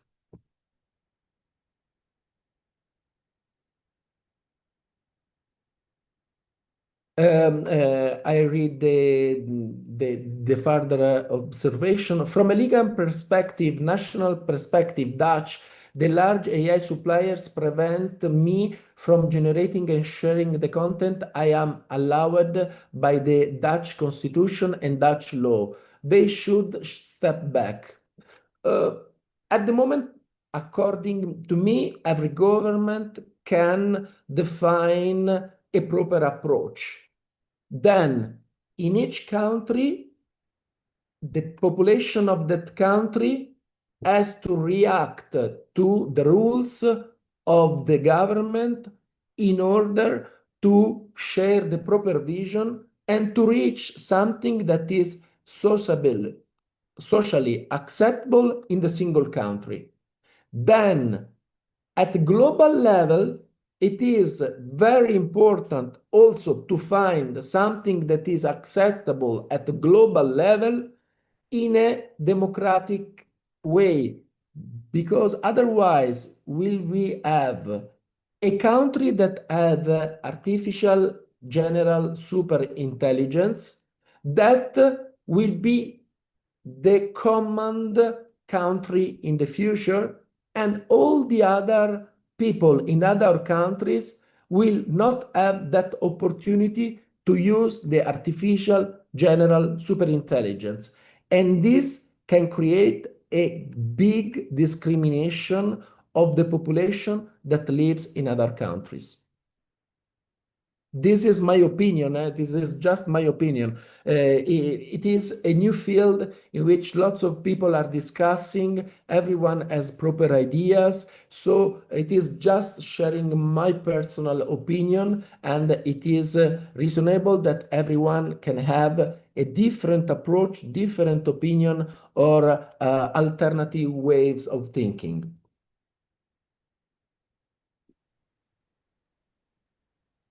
I respect that. Technically, national governments and regulation nor national companies can change the rules in the AI model, nor the banned words list included in an SFW. Okay, I understand your point. Probably it is a little deeper in our conversation, this step, and I ask to Kiran to consider your observation in order to include in our future events, in order to manage and face this very important argument in a proper way, in a full webinar. Thank you, everybody, for your attention. Yeah, we can include him in the panel discussion, Professor, okay? Yes. Yeah. Yeah, can I proceed with next speaker, Professor? Yes, please. Yeah, okay. Our next speaker is Mr. Daniel Haywood. Mr. Daniel is a seasoned technology leader and entrepreneur with over 2 decades of experience driving in innovation across startups, enterprises, and semi-government organizations. As a co-founder of Zenaldi, a business and technology consulting firm, Daniel helps organizations harness the power of emerging technologies, particularly AI, to solve real-world problems and unlock new value. With a hands-on background in product development, software engineering, cloud architecture, and AI implementation, he brings a practical and results-driven perspective to every engagement. He is especially passionate about human-centric AI, including AI agents and conversational interfaces, which he believes represent the next frontier in customer experience. Please join me in welcoming our speaker, Mr. Daniel Haywood.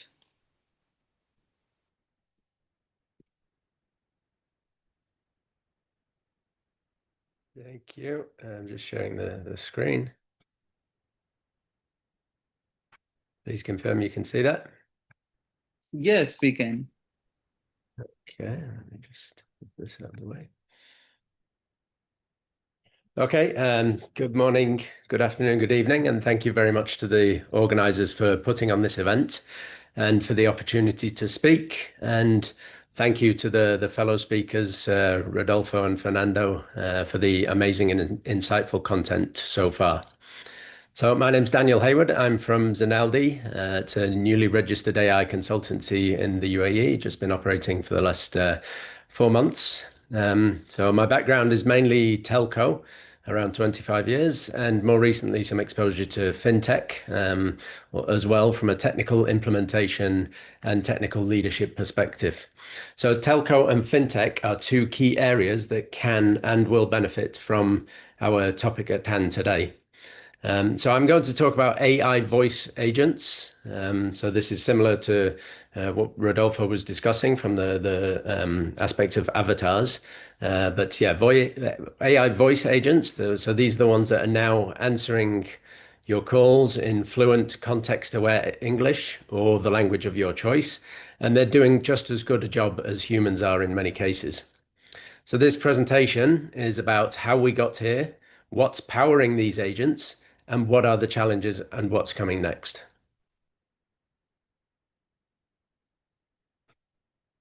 Okay, so AI voice agents have evolved from simple monotone menu systems to sophisticated interactive tools.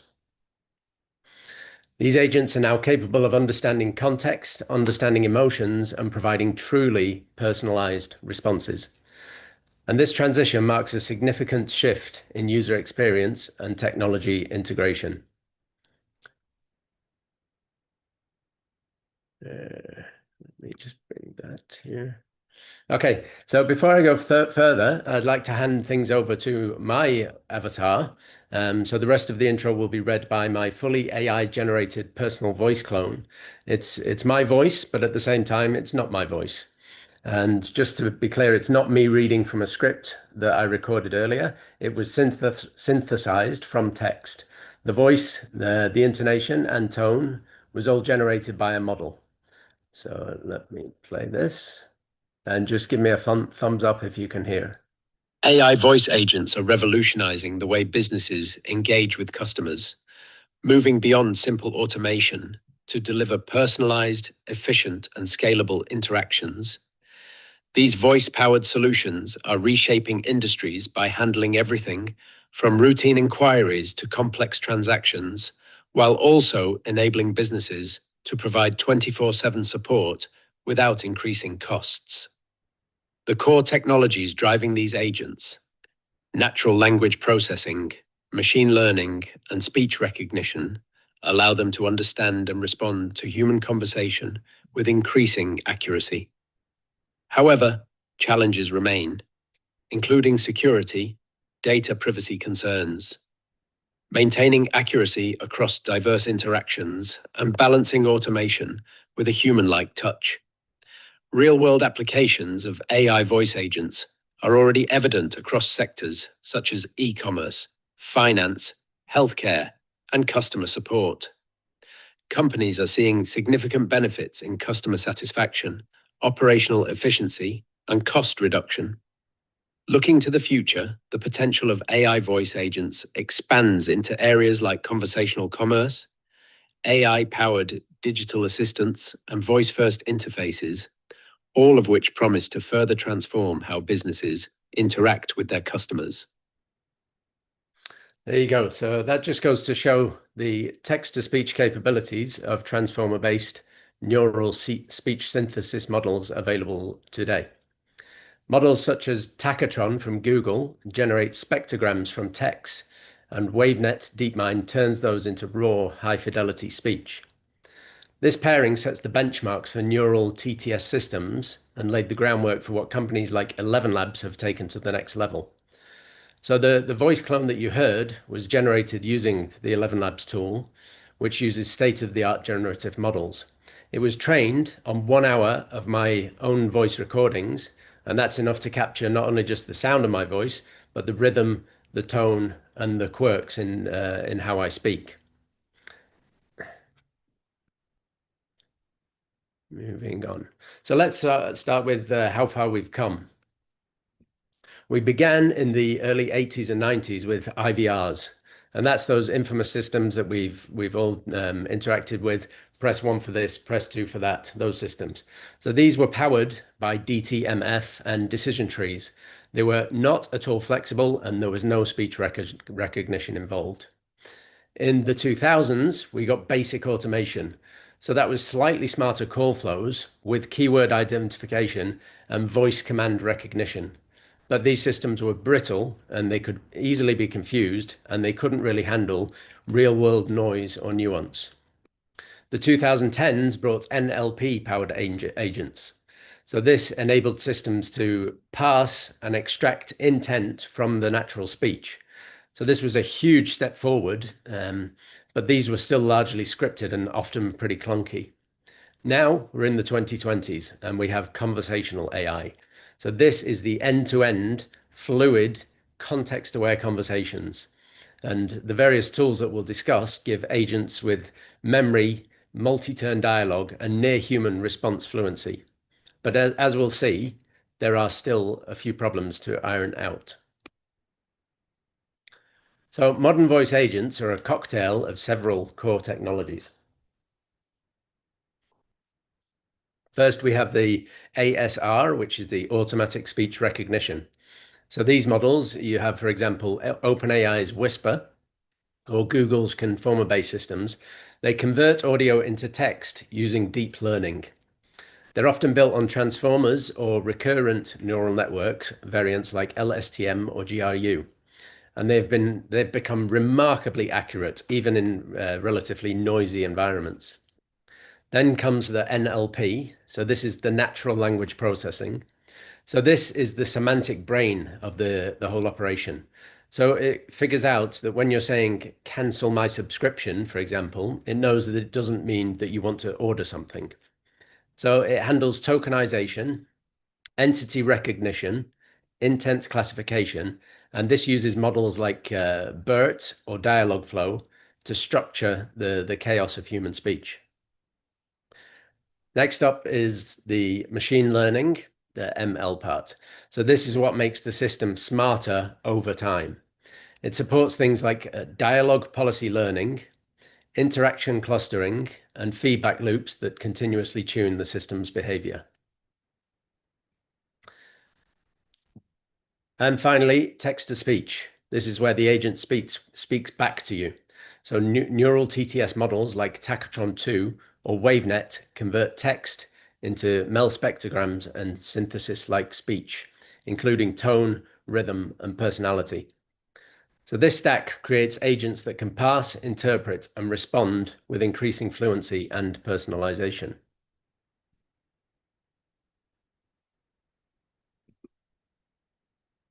So let's have a look at how all this fits together end to end. So each component here is part of a pipeline that transforms speech into intelligent action and then back into speech in real time. We start with the microphone input. So it all begins with the raw audio from the user, and this is usually captured from a microphone. It can be on a mobile device, a web browser, or for example, on some call center software. So the user says something like, I would like to change my delivery address. The ASR, which is, we mentioned could be Whisper or Google ASR. So this is the first component in the automatic speech recognition. This converts the speech waveform into text using models like the OpenAI Whisper or Google speech-to-text APIs. And these systems rely heavily on transformer-based architectures trained on massive multilingual data sets. And at this stage, we're converting what you said, I would like to change my delivery address, that's getting converted into raw text. The next part is the NLP, the NLP engine, and this is where the semantic understanding happens. So frameworks like RASA or Dialogflow take the text, which was converted in the previous step, and extract the structured meaning. So this includes the intent direction, so I want to change address, and the entity recognition. For example, it might be the new address that I'm telling to the system. Next up is the dialogue manager. So this is the rules, the logic, and the memory. So this is the brain that decides what to do next. So it incorporates business rules, context from prior exchanges. Perhaps I've called the call center before and I've given some previous context, so it understands that. User profile data and session memory. So if this were a customer service flow, it might validate whether the user is logged in, it might check permissions, or it might pull up previous information or previous orders. The LLM, so once we know what the system should do, we use a response engine to formulate how to say it. So this could be the large language model like GPT-4 or GPT-5, and this can be fine-tuned on the company's tone of voice or domain-specific tasks. So this layer might generate something like, sure, I've updated your delivery address to 123 Palm Jumeirah Street. And next comes the text-to-speech engine, or TTS. So this is where the model takes that generated text and converts it back into natural human-like speech. Sorry. And then we have the audio output. And that's sent back to the user, either over the phone or through a smart speaker or inside an app. And then that completes the cycle. And if this is done right, the user will never realize all these different moving parts have just collaborated, and that happens in under 1 second. On the side, we have the fallback logic. So that's a parallel system. So every interaction gets logged with timestamps, confidence scores, sentiment, and user feedback. And this feeds analytics dashboards and future model training. And of course, there's a fallback system. So there's the logging and fallback system. And if the confidence drops too low, the system can escalate to a human agent or request clarification. So if the end user is having the conversation and getting frustrated, or it's not going as the system intends, then it can be passed over to a human. So this architecture is modular and fully scalable, and each layer can be improved independently. So you could have better ASR accuracy, feeding into a richer NLP understanding, and then even having smarter dialogue policies. So what are some of the real-world applications? Where are the voice agents, the AI voice agents actually being used? So let's start with e-commerce. So voice agents here guide customers. They help them make smart product recommendations and help reduce cart abandonment on e-commerce websites. So they don't just say, can I help you? They actually remember specific details like your size, your style, and even the product you clicked on 4 times previously before navigating away. So Domino's Pizza has implemented an AI voice ordering system for about 80% of its North American phone orders, and that's enhancing customer experience with regionally relatable voices and reducing the need for human intervention.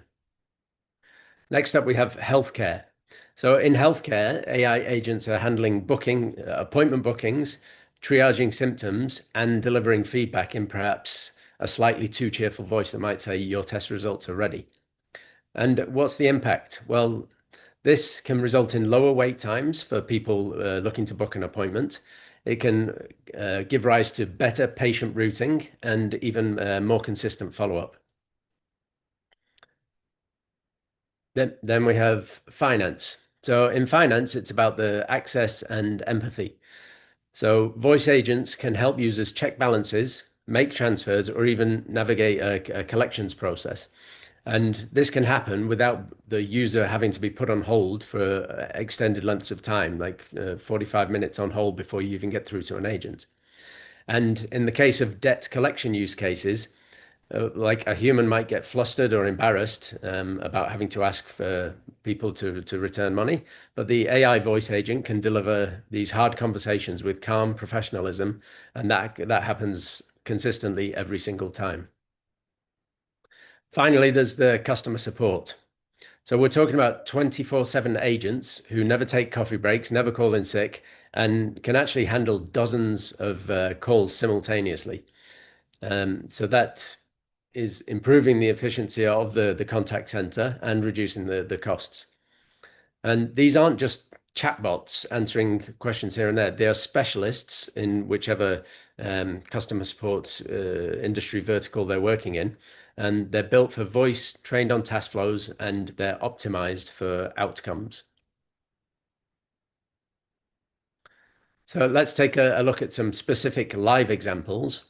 So voice agents are already at work in telecoms, in finance, and in hospitality. And they're quietly transforming how these businesses are being able to operate at scale. So in the telco world, we have Vodafone. So Vodafone integrated generative AI across its customer service operations. And as a result, they actually experienced a 20% drop in call volume due to faster resolutions and first call resolutions, and a 50% increase in customer satisfaction in key regions. And this was integrated with existing CRM systems and the existing agent handoff workflows. So this is about the hybrid orchestration where the AI voice agent handles the front end and then knows when to escalate to a human, as we mentioned previously.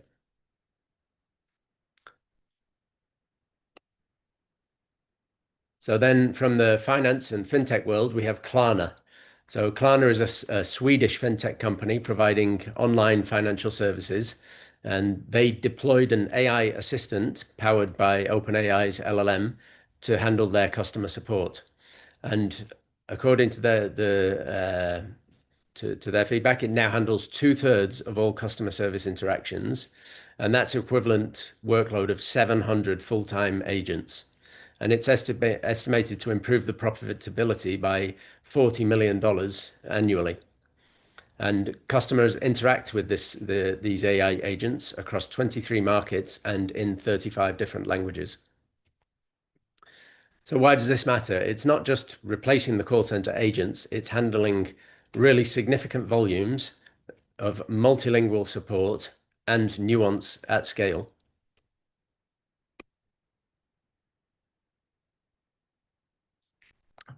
And the third real-world application that we have is in hospitality. So Marriott and Wynn hotels have deployed AI agents. So Wynn Las Vegas equipped all of their 4,700 hotel rooms with Amazon Echo devices. And now guests can control everything within the room, whether it's the lighting, the climate, the curtains, and they can even make concierge requests via the Amazon Echo device. At the same time, Marriott is rolling out voice AI to enable frictionless room service and in-room guest experiences. So this is where the AI becomes invisible, but it's functioning as a service layer inside these physical spaces of the hotels. So voice agents are answering phones, they're solving problems, and they're translating across continents because they can handle, let's say, 50 languages just straight out of the box. But more than that, they're blending into the fabric of everyday interactions. And let's look at another real world example. And this is a different kind of AI voice agent. And it's not one that's just answering questions or routing calls. This one is building relationships. So Bordy, if you haven't met him, is what's referred to as an AI super connector. it or he is designed to facilitate meaningful human-centered interactions for founders, executive, and creators, for example. And he started out on LinkedIn, and now he's interacting over WhatsApp as well. So what he does, so he doesn't ask people to fill out like a long form to provide their information or like tick boxes. He starts with real voice conversations. So you have a conversation with Bordy, that's something natural and personal, and it's a real conversation. He calls you to your phone and he learns about your story, he learns about your goals, and he learns about your challenges. And then based on that, he can intelligently match you with the right kind of high value connections through his LinkedIn network. And that might be mentors, it might be collaborators, investors, or even potential co-founders. And this is based on the nuance of the conversations and not just keywords. So what's the result here? You get warm intros, not just cold contacts. So there might be someone that you want to reach out to on LinkedIn, and you're getting this introduction through Bordy rather than just sending them a cold call email to try and make that introduction.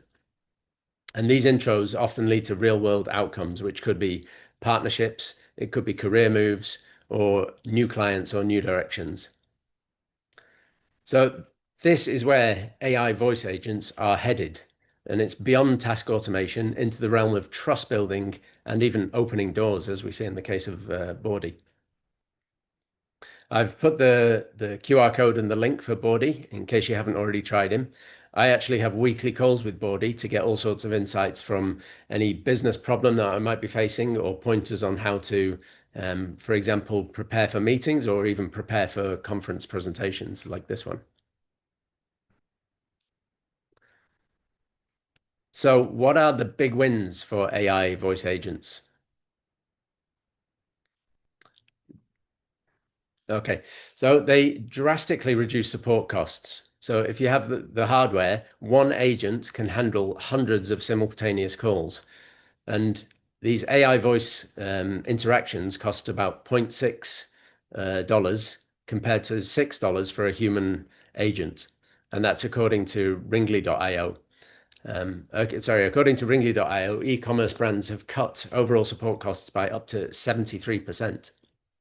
Then there's the higher support customer satisfaction scores. So these agents are available 24/7, and our average handling time is down by 40%. Let's put all these on. And CSAT is up by 50% in some deployments like Vodafone's generative AI implementation, as we spoke about previously. And as we mentioned, these systems can scale instantly during busy periods and peak seasons and speak more than 50 languages. So before we had these agents, we had to build massive teams with complex skills-based routing, not just to connect the right person to the right agent, but now one voice model can do it all in real time without transfers and without waiting on hold.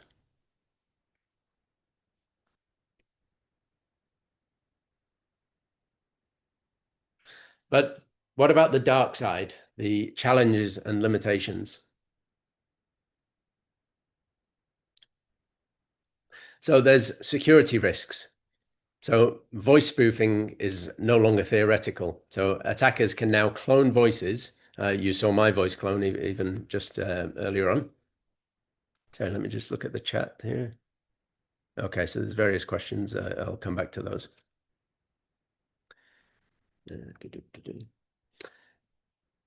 So yeah, you can create voice clones using just a few seconds of audio, and you can use them to bypass authentication systems. You can impersonate executives, or you can launch social engineering attacks. And it's already happening in high-profile fraud cases. So there was a deepfake CEO voice scam where fraudsters used AI-generated voice cloning to impersonate the CEO of a parent company of a UK-based energy firm. And the clone was so convincing, it convinced the UK CEO into transferring $243,000 to a Hungarian supplier. And that was because his boss told him to, because he heard this voice. So the voice had the same tone, pace, and the same German accent as the real CEO. So attackers most likely used commercial voice generation and cloning software and phone spoofing tech. So I mentioned that I'd used 11 Labs. So this is commercial software. It's available. So if your voice is your password, which we've heard before, some of the banks use this. You say, my voice is my password. Then deep fake audio is the skeleton key. Also, we have the privacy concerns. So these agents are constantly listening and often recording. So that's a definite compliance concern. So regulations, it could be GDPR, it could be HIPAA or PCI DSS. These all apply here. And voice is actually considered as personal data. So it's not only about encryption, it's about consent, retention, anonymization, and auditability. And most companies, frankly, right now are underprepared for this. Then we have to consider the accuracy. So voice agents can still struggle with overlapping speech or strong accents or background noise and context shifts. And let's not forget about the model bias. So if the training data used to train these agents, if it lacks the linguistic diversity, the system may understand some people better than it understands others. So voice agents are super powerful, but the great conversational power comes with a lot of responsibility and regulatory paperwork.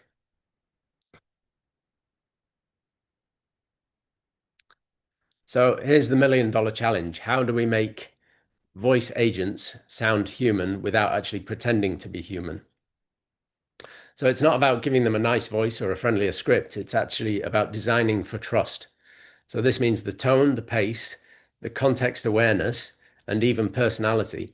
So some companies actually give their agents a name and a bio or a backstory, and maybe even scripted flaws, because it seems that people trust voices that don't sound too perfect, but have those like human imperfections. But let's go deeper than the voice actual design. So real human-centric interaction comes from 4 key layers. So we start with personalization. So modern systems can remember your preferences, remember your past interactions, and even complaints that you may have logged previously. So through the contextual inference and historical modeling, they adapt tone and content to you and not to a generic user model. And then we discuss about the voice agents. So these are no longer just reactive tools. They're multimodal systems that adapt in real time, adjusting tone, timing, language, and even phrasing based on user state. So if you're upset, they will slow down. And if you're in a hurry, they'll understand that and they'll get to the point sooner. Then there's the emotional intelligence. So sentiment analysis isn't just for call transcripts anymore. It happens live during the call. So voice agents can detect frustration, they can detect hesitation, or they can even detect like happiness and joy within a user's voice. And they can dynamically shift their response style using the effective computing techniques. And then user insights. So it goes beyond asking you to set preferences. Systems learn from behavioral signals. So they'll learn from how fast you respond, or where do you pause in a sentence, or what do you rephrase when you're talking. And they'll build continuously evolving models to personalize the future interactions with with each individual. So users don't necessarily want just correct answers. They want to feel understood. And that's what brings the human touch into this machine-driven experience. So what's next? Where are the voice agents headed beyond help desks and order confirmations? We can have a look at 3 key trends that are shaping the next wave of voice tech. So we have the conversational commerce. So this is one of the fastest growing frontiers. So voice-based retail is projected to hit $80 billion by 2026. And it's not just novelty. People actually prefer the speed and ease of the hands-free ordering. So brands like Domino's, Walmart, and Ocado are already deploying voice-enabled ordering at scale. And this is good for simple, repeatable purchases, and voice is becoming the new one-click ordering. So voice-first interfaces.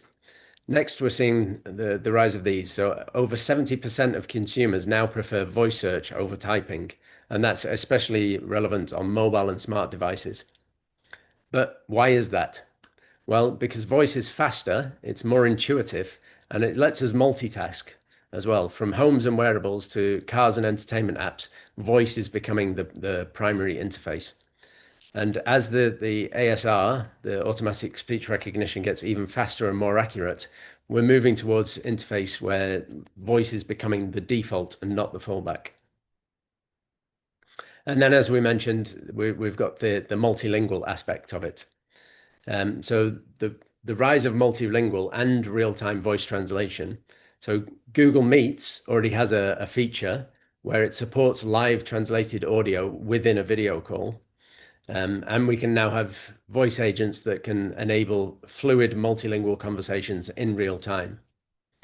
So this changes the game for customer support, for travel, for education, and even for emergency response.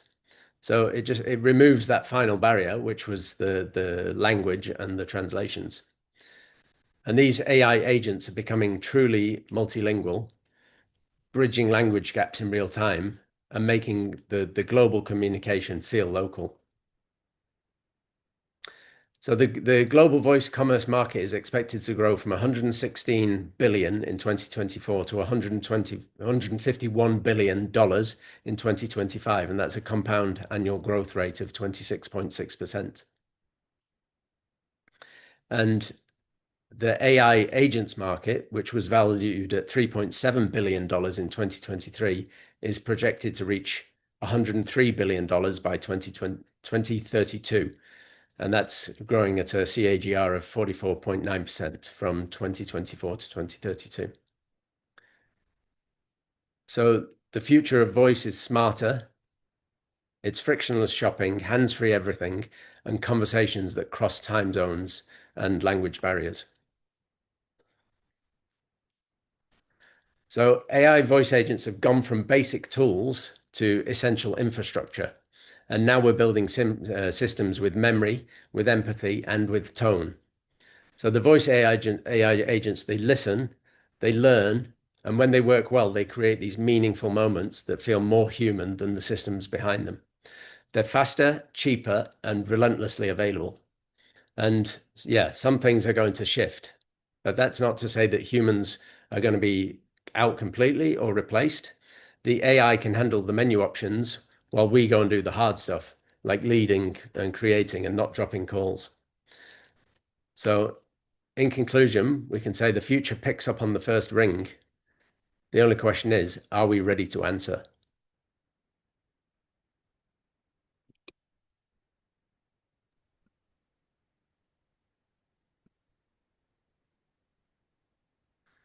Thank you. I understand there were some questions. Let me see if I can get to those. Thank you, Daniel, for your great presentation. Yes, there is a question from Rim that is asking, are you using sentiment analysis in this model? Yes, so sentiment analysis can be used. I mentioned that the agents can understand the sentiment of the user, whether they're angry, they're happy, they're upset, they're frustrated, and then the agent can then alter the way it's responding to the user based on that sentiment. Okay, and we have also a couple of questions from Tony. The first one is, your example are mostly from US. Can you change the rules engine and underlying AI moderation to adapt to local and national cultures and laws? Yes, yeah, for sure. You can give the guidelines to the agent based on your requirements. So if you're focused in a particular country on particular laws, you can feed those in to the agent through into the vector database, and the agent can access those through the retrieval augmented generation. And within the prompt, you can specify to the agent to say, you have to only respond based on these laws or these the cultural norms, and avoid going out and looking at general general laws or cultures. Perfect, thanks. I encourage everyone that would like to make question to the speaker to wait the end of presentation and to make the question at the end of the presentation in order to facilitate the presentation of the speaker. Thank you very much to everyone. And if any other answer is there, I ask Kiran to introduce the next speaker. Thank you very much. Thank you, Daniel, again. Our next speaker is Misreem Alshahumi. Misreem Alshahumi is a senior student at Zayed University, majoring in business intelligence with a strong academic record. She has earned a place on the Dean's list for 6 semesters. Throughout her studies, she actively engaged in academic conferences, presenting her research in Greece. Currently, she is completing an internship at ADNOC, one of the largest companies in the UAE, where she is leading a project focused on AI and machine learning applications. Her experiences reflect a commitment to academic excellence and practical innovation. Please join me in welcoming our speaker, Ms. Reem Alshahumi.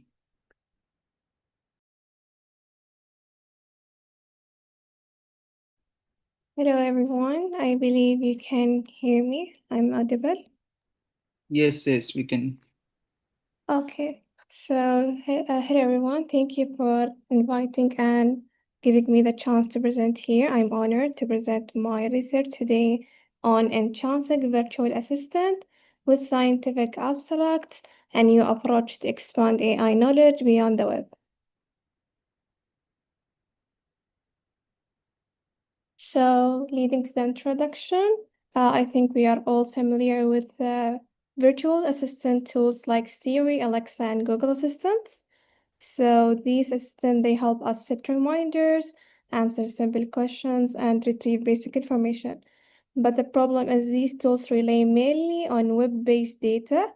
This means they often lack access to scientific knowledge, which is usually hidden inside research papers and not easily available to the public.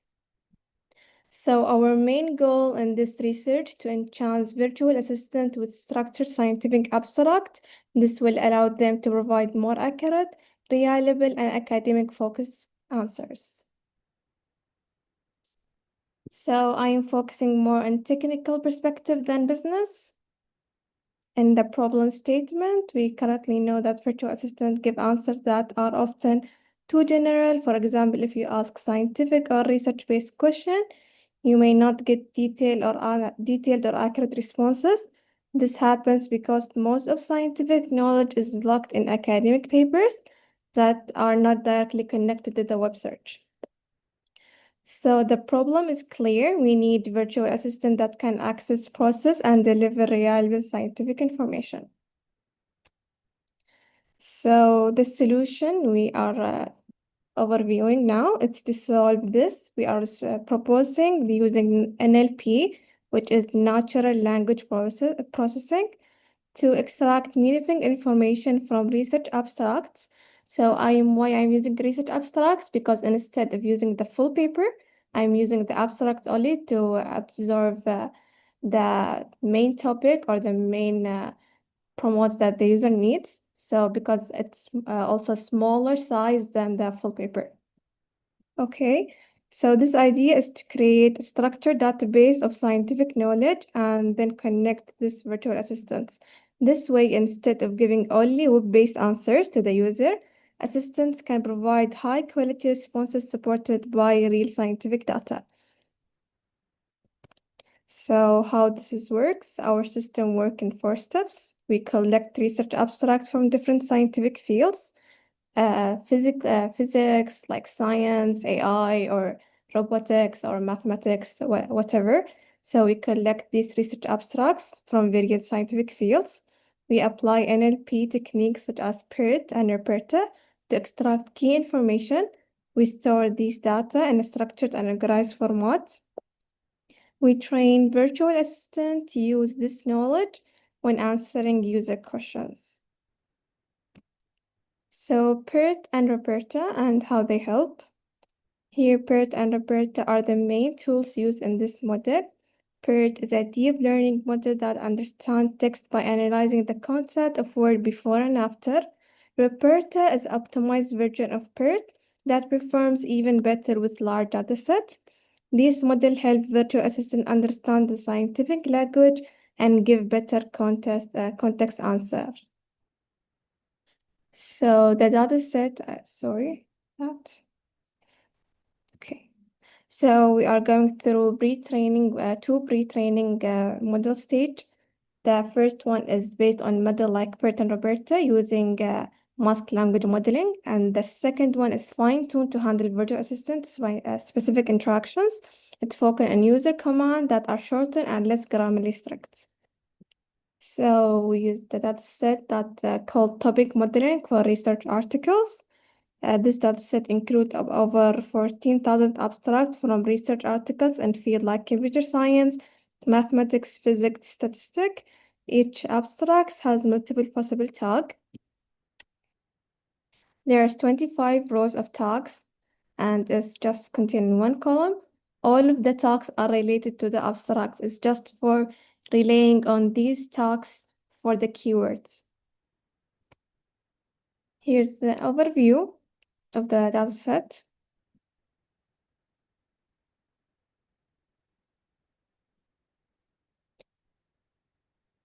So techniques we used, in addition of Bert and Roberta, we also used tokenization. Tokenization is dividing each sentence into small words and each word into small letters to know the specific context of the data.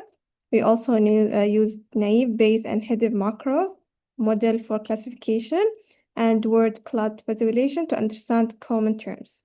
These steps made sure the assistant could process and understand complex scientific terminologies. So word cloud visualization for NLP in this dataset. So the overview of word cloud is a picture that shows the most common word in the topic. It's just for us or for the programmer to see what are the most common words in this data set or in these abstracts. And we use snowball stimmer. Snowball stimmer is to change the word from to their direct basic. For example, if the word is running, it will go to run to avoid repetition of the word, to know the main context and the term that is used in the abstract. And we remove stop words. Stop word, it's words, common words like and, the, and she and he. So the purpose is to find the key topic in the research field, like AI and robotics, and make it easier for virtual assistant to understand scientific terms. So here's an example of a word visualization. This is from a model that we have created, so it's directly an output of the code. So we have the first top word of the given subtopic. We have subtopic and topic. Subtopic is the the later on topic that is coming out in the abstract, and the main topic is in the right side, as you can see. So if as we know, so here, if it's machine learning, we will see more words like deep, neural, and advances, and whatever, and it goes. So here's the classification report from the code. We have an accuracy of 85%, as it's not too high or not too low, but we are mostly focusing on the recall. The recall is above the half, but it's need to be approved. So this is the overall classification report from the model. Here, let me explain it. 0 is knowing that the topic is not related to the abstract, and 1 is knowing that the topic is relating and matching it to the abstract. So we matched correctly 76%, and here we know that it's not related 88%.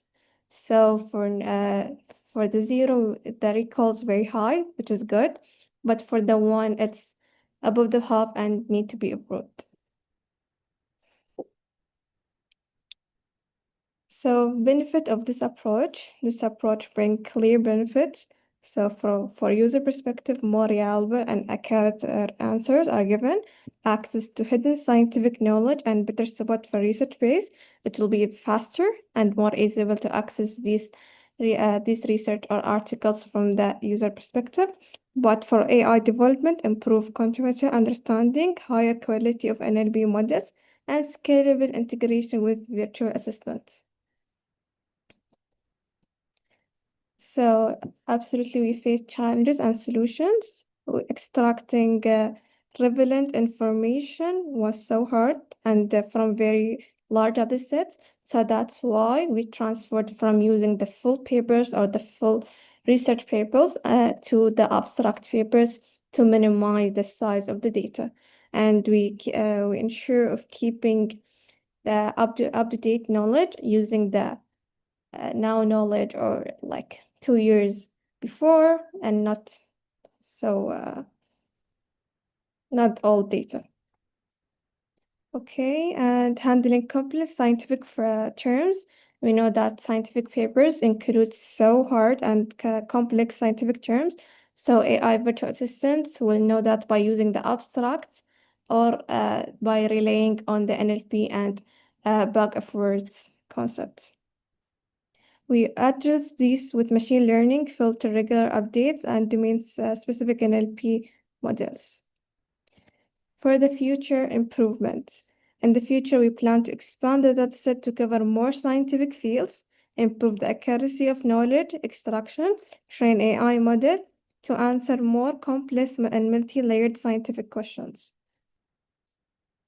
So in conclusion, virtual assistants today are powerful, but they are limited by their dependence on web-based sources. By enhancing them with structured scientific abstract, we can make them smarter, more reliable, and more useful in academic and research setting. This is a step toward AI that not only retrieve information, but truly understand and explain scientific concepts. Thank you, everyone, for your attention. I would be happy to answer any question you might have.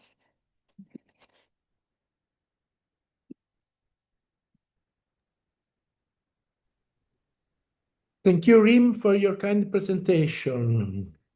There is any answer from our audience?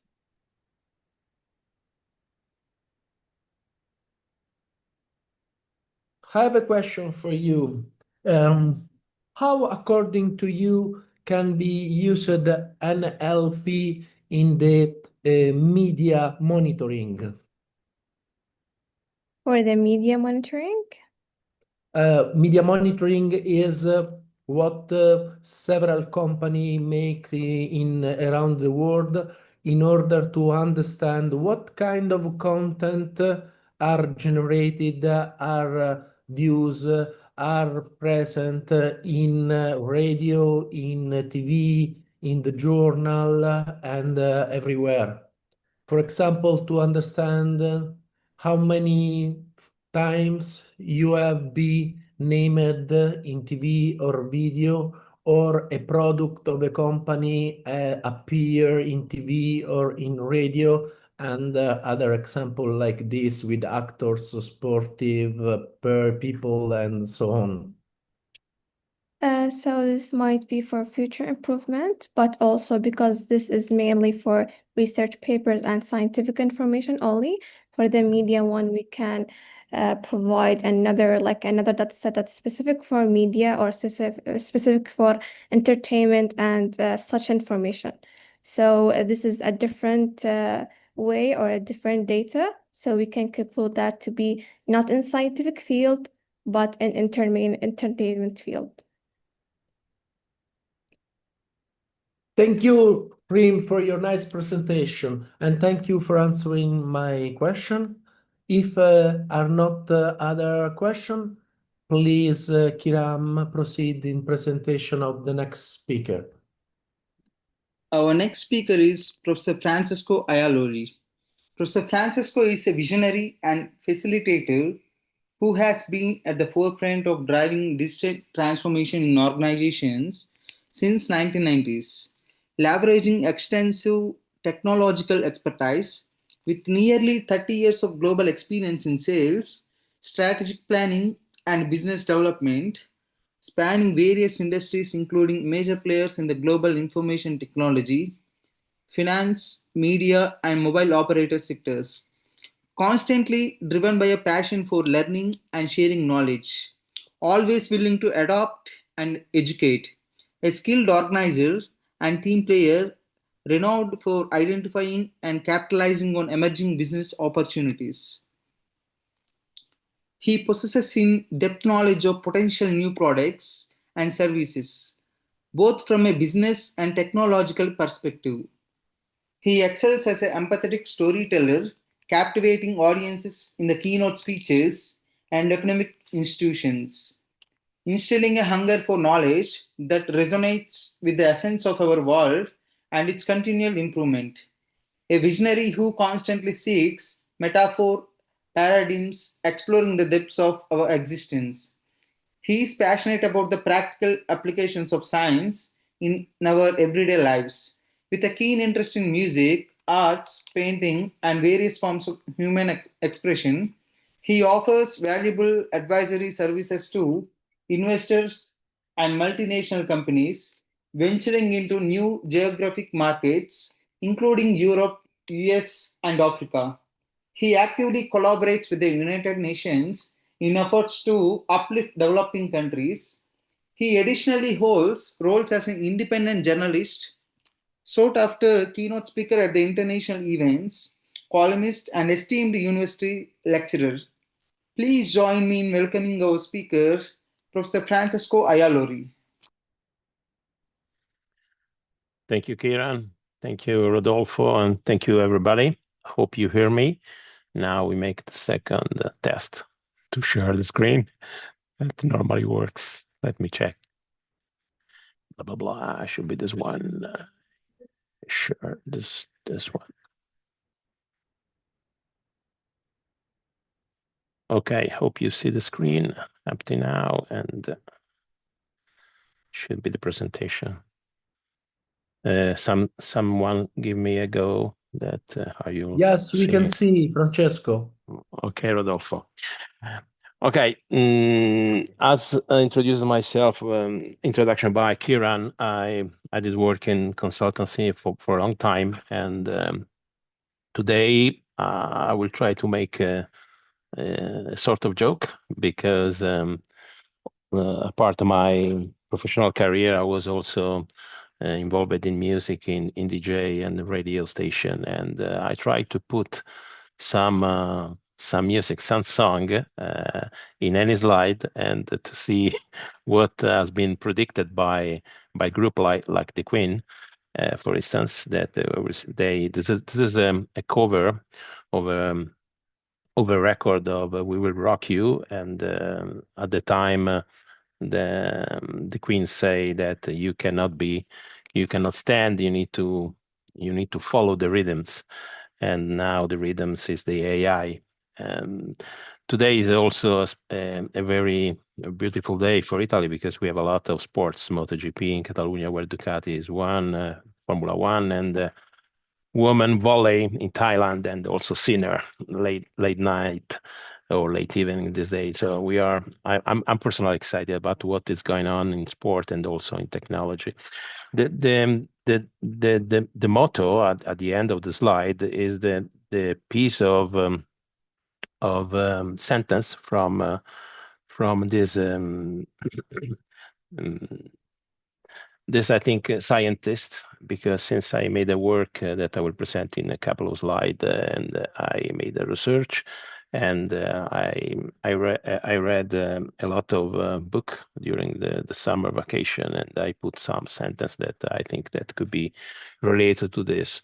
The conference is about, so my speech is about how to harness by the company the AI, and how use this for when I go in a company, I say strategic, but for the world, for the people, such as is sustainable growth, how we can be sustainable using AI. So let's start.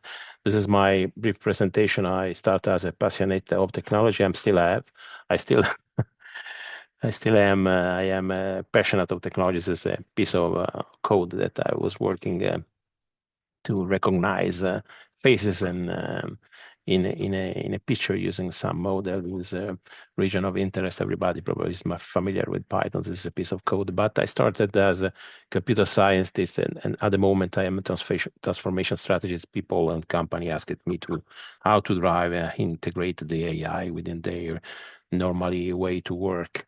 And since I'm interested in the social part of the story, I followed a 2-year course on University of Bicocca. This is my final work, my final thesis that will become a book about this topic. And the presentation is what I have learned, what has been learned by the study, and I will present something that I think it's important to know, that everybody knows. The first thing is how AI could be transformative. Many people, many companies also made a post on LinkedIn to say that everybody is like Dilbert. Companies try to by Scott Adams. It's the cartoonist. It's one of my preferred favorite cartoonist, and they say how AI could be transformative in business and society. Of course, it's technology issue, but it's also a governance and ethics topics, and how can be strategically and ethically developed by AI supporting digital transformation. This is the topic, and everybody can say that we can reimage our future and our favorite future, and I think imagine all the people and so forth fits perfectly when speaking about inclusive ethical AI. So everybody should be included. I think that this slide will be released by the organizer, so you can see also the reference about this book and this ethical framework from Floridi. How AI starts, and everybody knows, of course, that they start from a group of people that in the Dartmouth College, they decided in 1956 to define the term, and there was people that in the year after defined it what was AI. McCartney, McKinsey, Rochester, and Shannon was people coming from a researcher, and I work at the. I saw the Daniel presentation on telecom. It's funny because I work a lot in UK in telecom and finance business. It's also in GSMA, and all the things that described about prompt and robots speaking to answer the question was very funny, because I worked a lot with the Philips voice recognition in Eindhoven that didn't work, and we lost a lot of deal because of that. But now it's a different way. But just to go forward, the AI started from science fiction, and now is driving the industrial revolution, but was not in every time a good time for AI, because we can see the record that we can say, finally, here comes the sun. So it's all right, and how the Beatles say,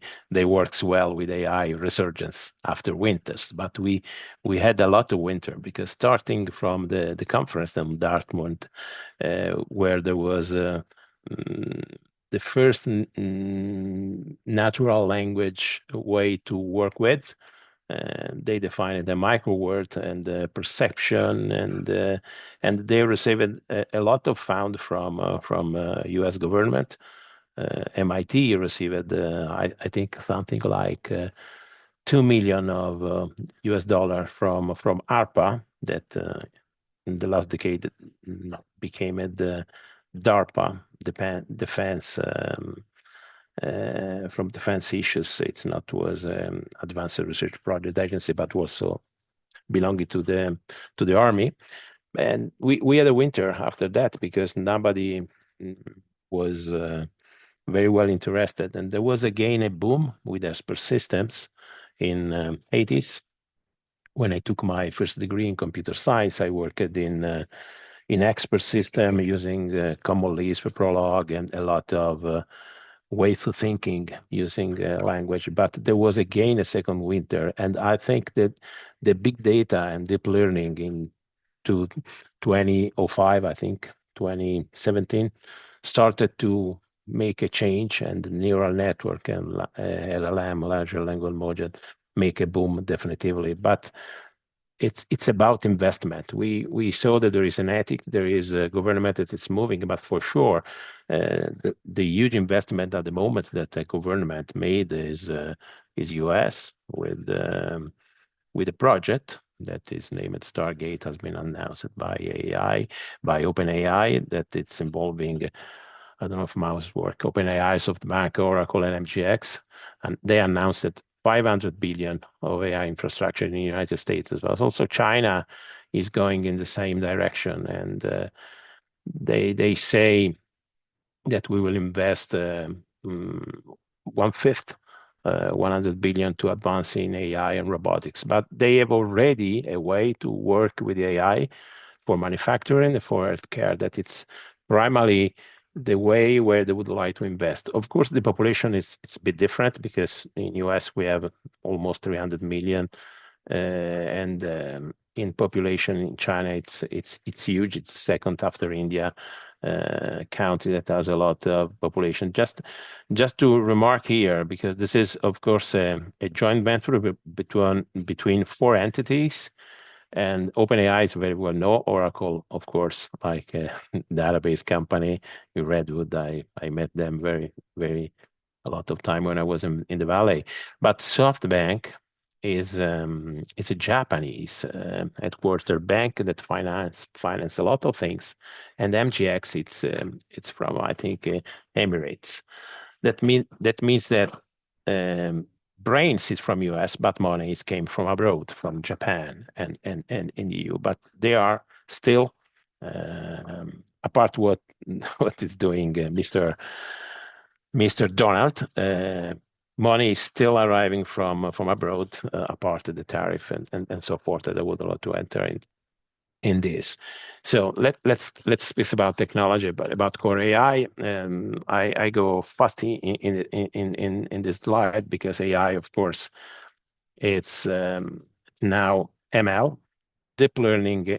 It's a part of ML, and NLP and transformer made the things very, very, very fast, because they can understand the human. As we see in the presentation before, it's able to understand directly the language, and also they can answer on looking also the tone of voice or other things. Why Dylan? Because the times, they are changing, and I think AI paradigm, it's mark a profound shift in how we think and we act. It's specifically true in the company, in the organization. The way when you hire new people, the transfer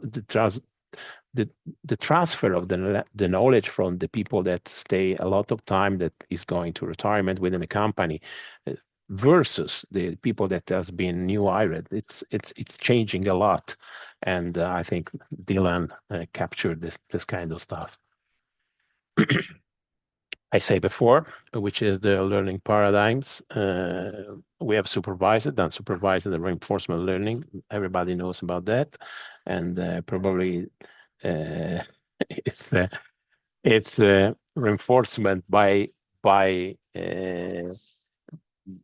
suggestion, and also looking at proper mistake. It's how the synapses say in my way. So they reinforce the learning by trial, by errors, and persistence. So my hint is try any model, any new algorithms, any way to work with technology, and you can learn more.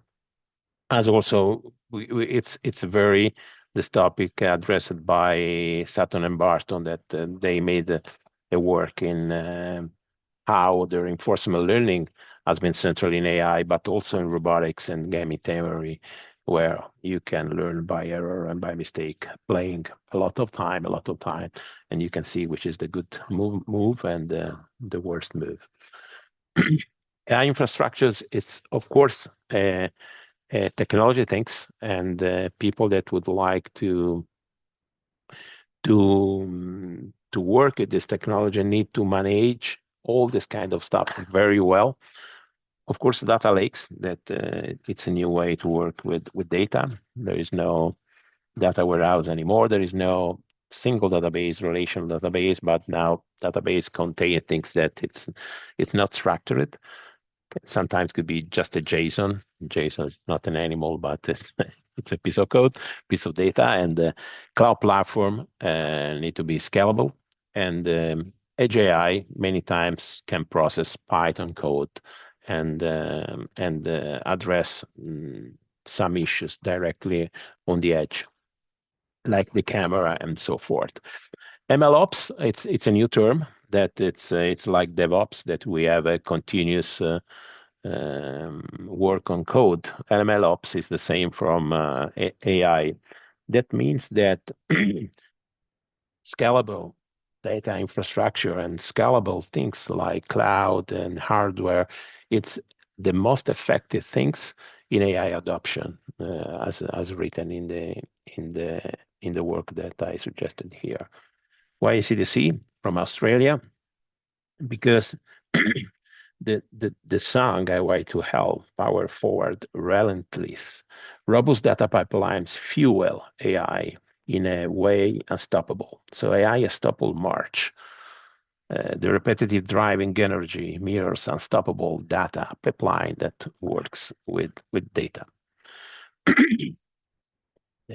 Ethical government challenge, it's the most important part. We see that many models start and was born with a bias, but also from overseas, since I'm in Europe, so they start from the west coast of US mostly, from San Diego to Seattle, or let me see, jumping in Portland and the other way. But of course, there is a black box capacity, and it's important within a company organization to understand which the model does and which is the data that the model has been trained. So explainability, it's important.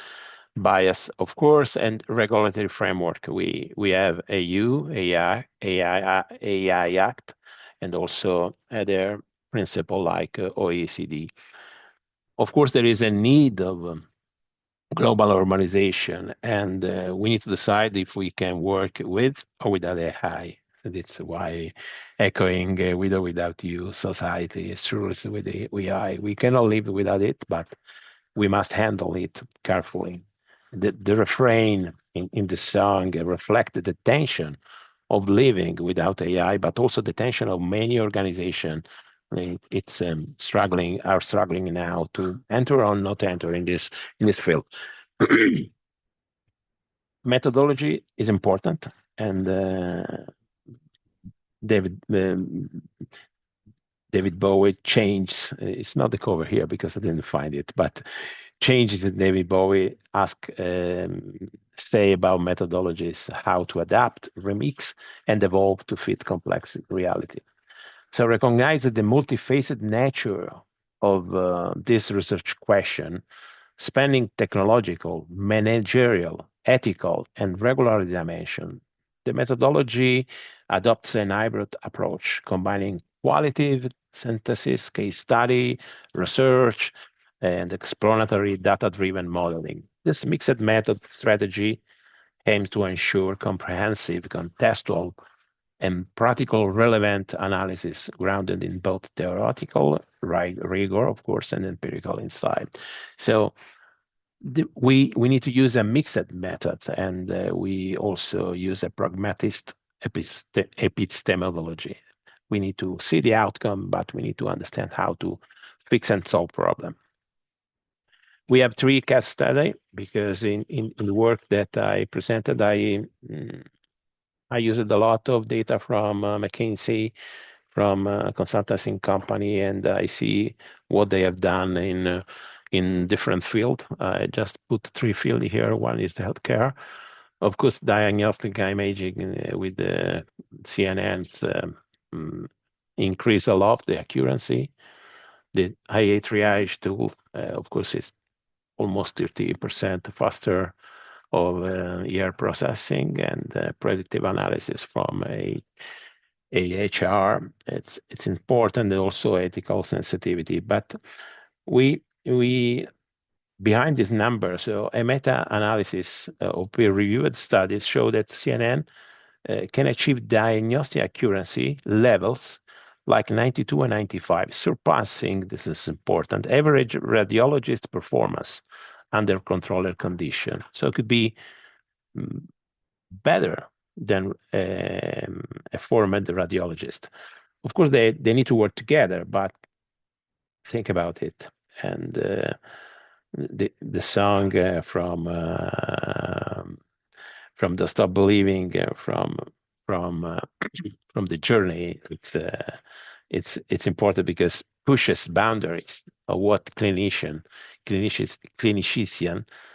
once tough impossible now they are able to do, and perseverance, open, pushing boundaries all around the time.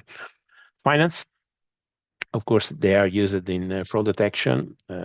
I worked some times ago with American Express in US that they are very far ahead respect of Visa or MasterCard.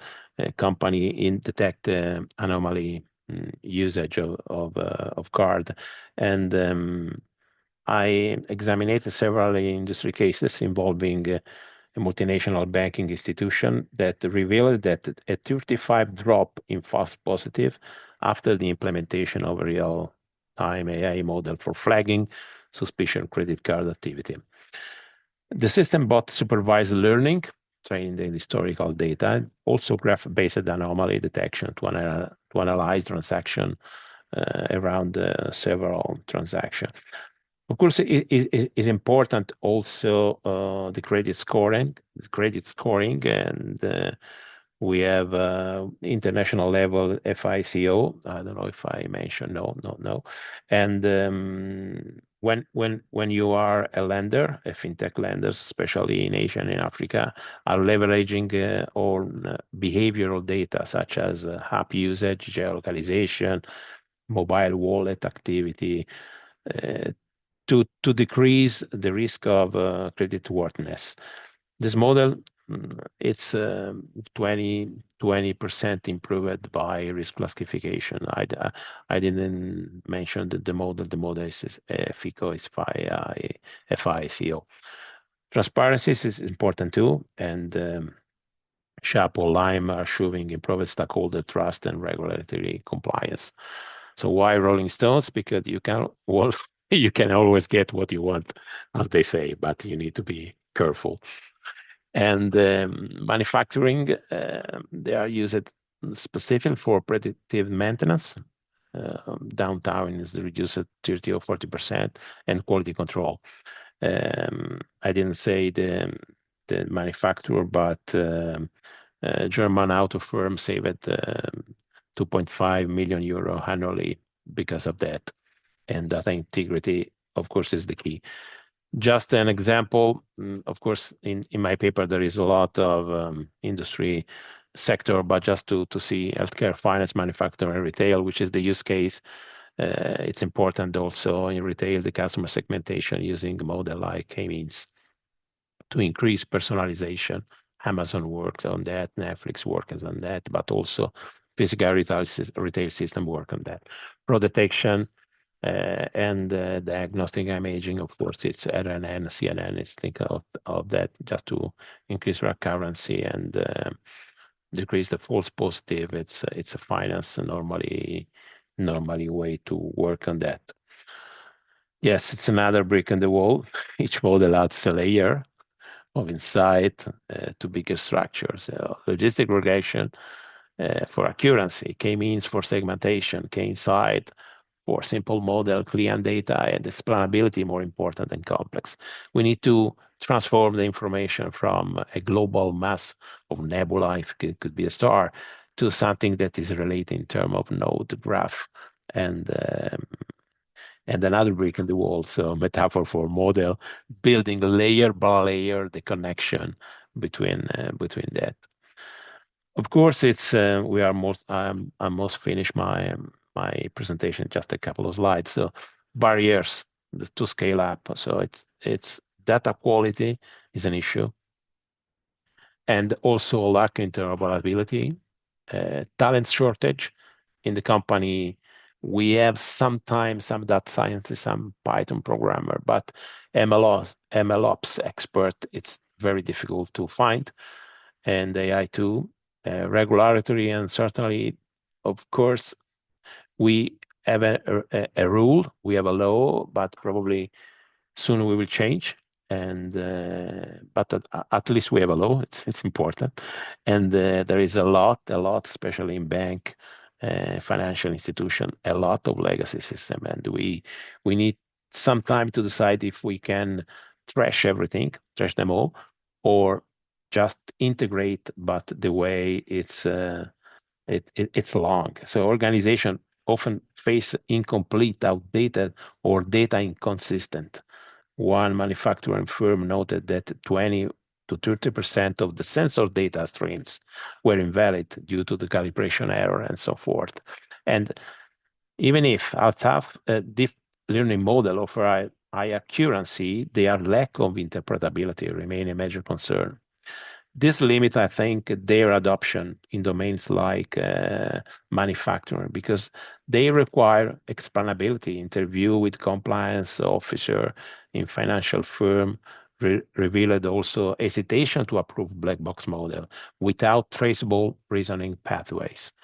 Why Clash? Clash is it's the name of the band that they started. It's a punk back that was a punk back in British punk back band that the name is, it's a sort of clash between them and the society, but also now we have a clash within the organization. And should I stay or should I go? Should I trash or should I leave, or should I integrate? It's I think the common word. So recommendation and discussion as a consultant, as advisor, it's important to give some advice. I think AI is effective, but when integrated into digital transformation strategy, cannot be just a tool or a toy. And the success is driven by data governance, leadership, buy-in, and cross-functional teams.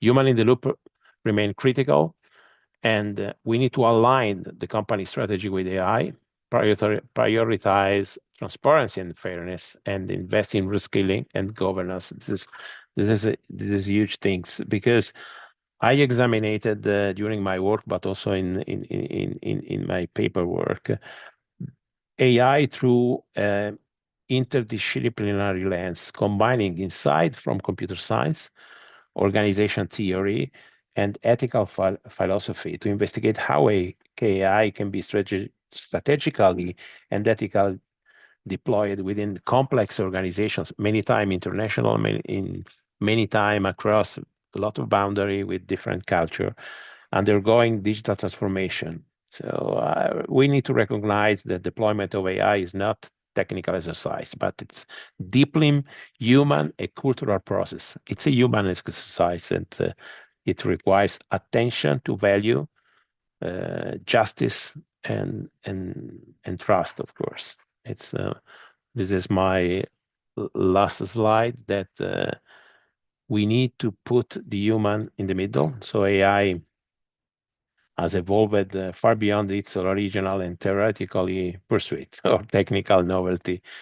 It's now a strategic, operational, and cultural force reshaping the fabric of modern society. It's not only organization. It's no longer confined in the realm of engineering or computation or DARPA system or Dormant College. AI today represent a socio-technological phenomena.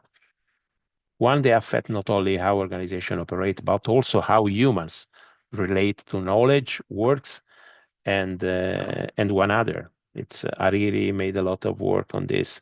It's a philosopher from Israel. The results reveal that AI can drive substantial organizational value when deployed thoughtfully, but lack of transparency, bias, organization silos, regulatory uncertainty, social anxiety. It's important. Can be a break, and we need to pay a lot of attention on this. This is the end of my presentation, and if someone is interested in my work, so I can send it, or also reference that I have in my presentation at the end, at the bottom of my slide. So that's it for me. Let me close the show and stop sharing. Okay, that's all. Rolfo. Thank you, Francesco, for your very interesting AI and music presentation. Oh yeah. Should I stay or should I go? If anyone has some answer to Francesco, please write in the chat. Meantime, I have a question. What is, according to you, the most important factor in ensuring sustainable growth of the AI agents? I think the human aspect, because I visit a lot of organization, and there is a lot, especially in Italy and South Europe, there is a lot of people that is going to retirement, that they are old, they don't understand well how they can manage this kind of tool. I don't want to say computer, I don't want to say technology, but AI, it's think a lot of different, because you cannot say, come on, it's 10 years that I make the same, I can teach you how to do, because people, they they have already the notion, because they go from ChatGPT. I think sustainability is make the human sustainable. So make the relation within a company sustainable. I think it is important in the developer world. Developing work, like in Africa, could be something different, because you need to make AI for agricultural, to make food, to make harvesting very well where there is no food. So this is another story. But in developer world, sustainability is human sustainability. It's how to work well with the human. So it's my point. Thank you very much. There is a question from Tony. Hi, Francesco. I liked your presentation. What about cultural bias in the current and ethical moderation in most used AI models globally? Italians like art and woman, you And can cars. generate them now. It's nice. I work a lot also in Netherlands, Tony, as you know, in Hilversum and close to Schiphol, also in Atrium. So it's quite different, because I make a joke when I go to presentation, because when an American guy from US arrives to Colosseum or to any beauty that we have in Europe, they are not interested to the beauty itself. Who made this? Who is the painter? Who is the manufacturer? Who is the artist? But they are just interested to make a photo, to publish the photo in Instagram or in Facebook. It's most important, because also the cultural and ethical moderation is made by people that has not this in the heritage. This is the main question, and that's the reason why I think that you need to make some sort of founding, some sort of specific project for maintain our heritage and our way to look at the things. Women, of course, but also cars, and also tennis, and also volley, because now there is a volley that is running. And I think it's most important to maintain the culture. And in Europe, we have a lot of culture, a lot of nation, but few money, Tony. That's the point. Nudity, political freedom, yes. We are naked. Okay. Thank you, Tony. Thank you, Francesco. Please, Kiran, introduce the next speaker. Ciao a tutti. Ciao. Ciao. Our next speaker is Hakel Ada Al-Ghifari. Mr. Hakel is a research coordinator at Asatu Research and Insights and runs an independent consultancy focused on making artificial intelligence accessible for the public without a Technical background: a former part-time lecturer and researcher at the International Islamic University, Malaysia.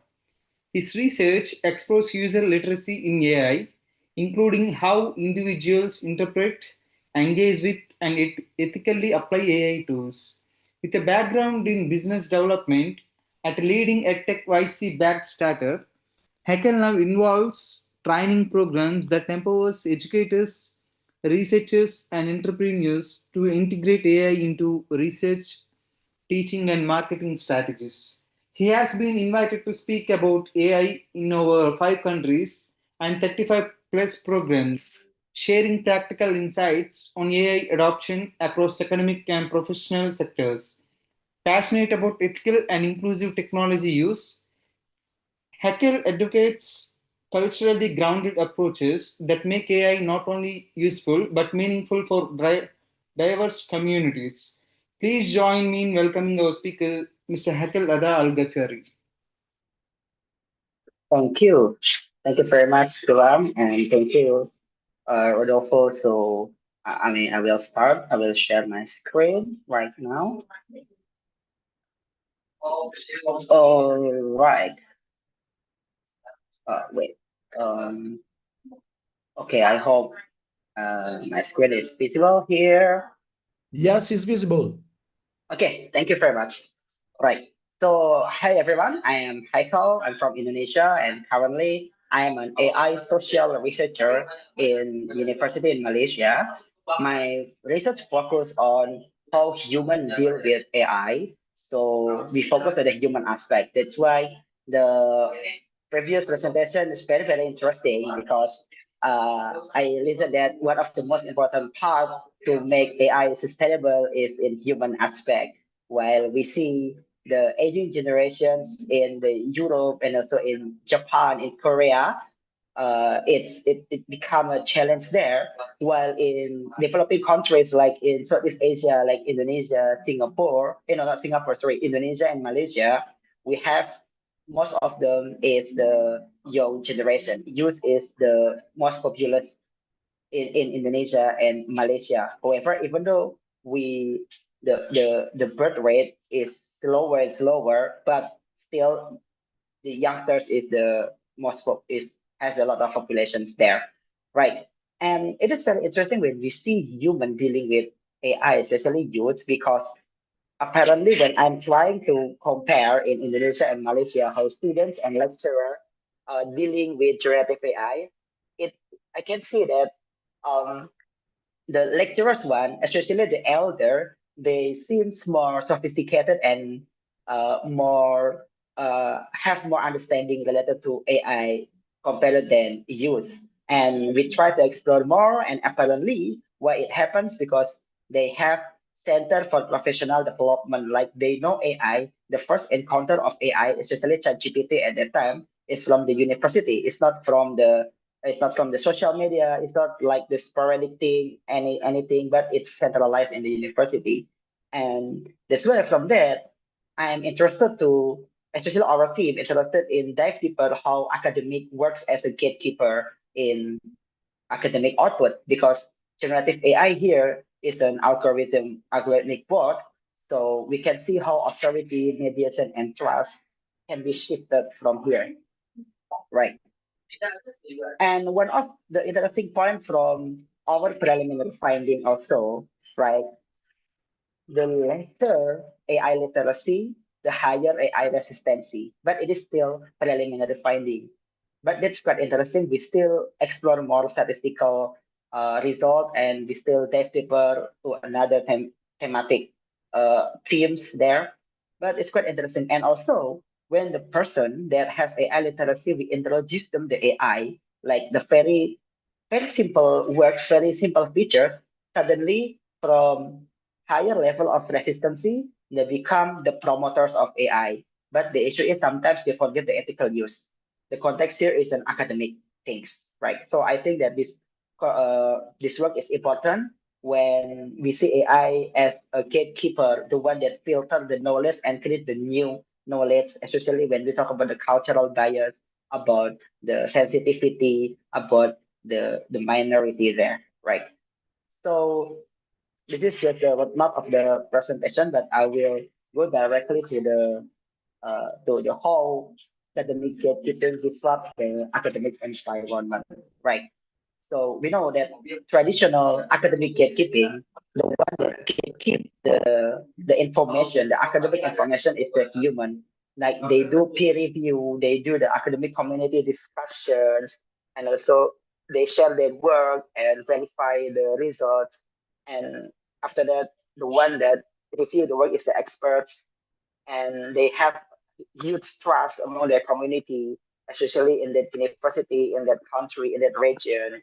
And oh, if generative AI comes and suddenly generative AI comes as a non-human actor or non-human author, when it can generate something new, even when we try to put into Turnitin, it doesn't show any huge similarities. But when we put in the AI detector, it has, but still AI detector has some reliability issues, as it can be a false positive or false negative. And yes, so this is the point that I want to explore here. And also there's a shift to share gatekeeping assemblage.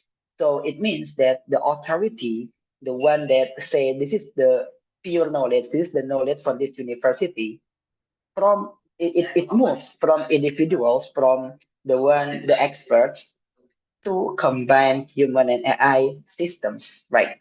So the issue is sometimes it is so tempting that that human, when they see the AI answer, especially in academic things, it's so authoritative. It's so it means it's so related to them, and sometimes they just take it for granted without further critical evaluation. So this is that we want to explore the human aspect, like how we try to handle that. And then coming to number 4, questions on mediation and trust. There's a new challenge about how academic knowledge is mediated and trusted, because there is the dilemma here in academic, especially among the scholars, especially in Indonesia and Malaysia. Like when we disclose our work using AI, even though we mentioned that we do it ethically, like step by step, we do critical things and we evaluate the AI works. But once we mention that our work is AI assisted, the credibility of our works is perceived as not it's not good. It's like, oh, it's just AI. Like there is the phrase like that, oh, it's just AI. So it's like it shows that even though we do critically, there is a stereotypes that people using AI in academic works is not academic, regardless of they do it ethically, with critical evaluation, with a comparison, also with peer review, even with peer review sometimes. So that's the thing that we want to further explore, like why it happens, right? And it's quite interesting also that I saw the data, I think from, if I'm not mistaken, is from Harvard or MIT, if I'm not mistaken, that the use of ChatGPT is reduced, decrease during the summer. So it means most of people, they use AI for academic works, because summer the university and the school is not, yeah, they don't enter the school and university during the summer, right?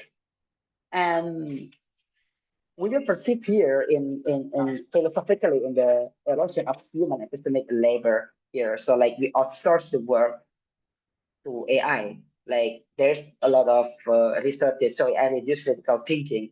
However, when there is a research related to that, I see the issue is not from the AI itself, but it's about how human have a self-control when they use AI.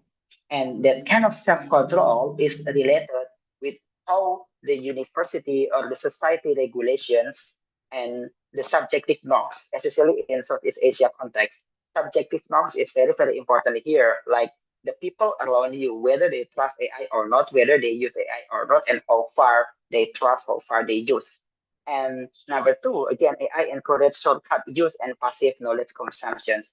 Actually, it happens for a lot of happens a lot with students, especially when they want to study, like just take for granted, just focus on the result, and sometimes they just copy paste, and the prompt, sometimes they just submit the prompt they submit also, like they just copy paste without reading, without verification. I think I really agree with the with previous presentation that human aspect is still very important here, and that's why I focus on how human can deal with all these things. How we are not really tempted to breach ethical guidelines, especially that already established within our society or community, right? And number three, AI outputs contains error, which need further check, and convenience displays growth through struggle. I think the point number four here for educator, if we are educator, we need to focus on whether what we teach is focusing on the growth, because growth is what which make the students feel convenient. Okay, so the convenience is not the use of AI, but the convenience when they feel growth. We need to frame that things, because that's the point to make students or academics can handle themselves and use AI as best as they can. And again, it's essential academic skills and rigor are at risk due to over reliance on AI cultivation or epistemic rigor of that. So that's the issue that we want to highlight here. So this is the question, how AI, especially generative AI, transforms knowledge gatekeeping in academic and media context, especially in academic environment. And we use gatekeeping theory, which focus from the traditional curation to AI-driven curation of knowledge. The issue is not the AI results, but how people perceive AI results. It's number one. Number two, how AI perceive the disclosure of AI assisted academic works, because especially in the cultural sense, in a culture that has a high level of power, right? If we try to approach with the squats value framework. And also we use critical media theory to highlight data colonialism when we try to be critical in addressing the AI, and the philosophy of technology, which is related with the work of Heidegger, the concept of inframing, which relates to the technological determinism, how it changed the way we perceive the work with AI, and the model. As we know that AI, generative AI provides relativity, legitimacy, and visibility as everyone can approach them. Right. And you can see the transition in gatekeeping theory here. Number one, focus on filtering, collecting knowledge. And number two, they rely on trust and expertise of human scholars. And number three, when generative AI occurs their shift in gatekeeping content creation from the human to AI and human. But we never know whether this is AI and human or only AI, right? But at the end of the day, when the result of AI is wrong or mislead and human just copy paste, in the context of Southeast Asia and Indonesia and Malaysia, we cannot sue the AI, but we can sue the people, the persons, as the person purely responsible with the answer. And it necessitates rethinking authority, like who is the authority, how the step by step or the regulations to what we say to gatekeep the academic output via generative AI, and how to validate. Because I ever interviewed several engineering professors, and they say that in the current works currently, okay, the academics work is not writing but verifying and validating. So AI write everyone, but we verify and we restructure, we make it more deliverable, more interesting to to read and to be understood. And when we use critical media and philosophy of technology, it shows that there is a dominant narrative here. This is that I want to emphasize, because sometimes the view from the minorities is marginalized, like AI. Because when we ask generative AI, the answer from 1 to 3, they make a structure. The high structure is the most mainstream views, and sometimes they don't show the minorities answer, because yeah, it's based on their data. So that's why our work here, we try to create, we try to train the AI based on our own data with the culture and with the understanding of our culture and country. Because in Indonesia alone, we have 300 ethnics and we have more than 300 languages also. So we try to develop that in Indonesia, all right? And then post-human model of gatekeeping here, it shows that post-human, human, and AI augmentation, it is strongly related with the concept of AI fluency that launched by Anthropic, by Cloud Anthropic, right? That human and AI works together, but we need to ensure which works that we want to delegate and how do we responsible, and also how do we evaluate or the discernment point, and also how do we describe when we talk to AI, like prompt engineering or context engineering in terms of that things.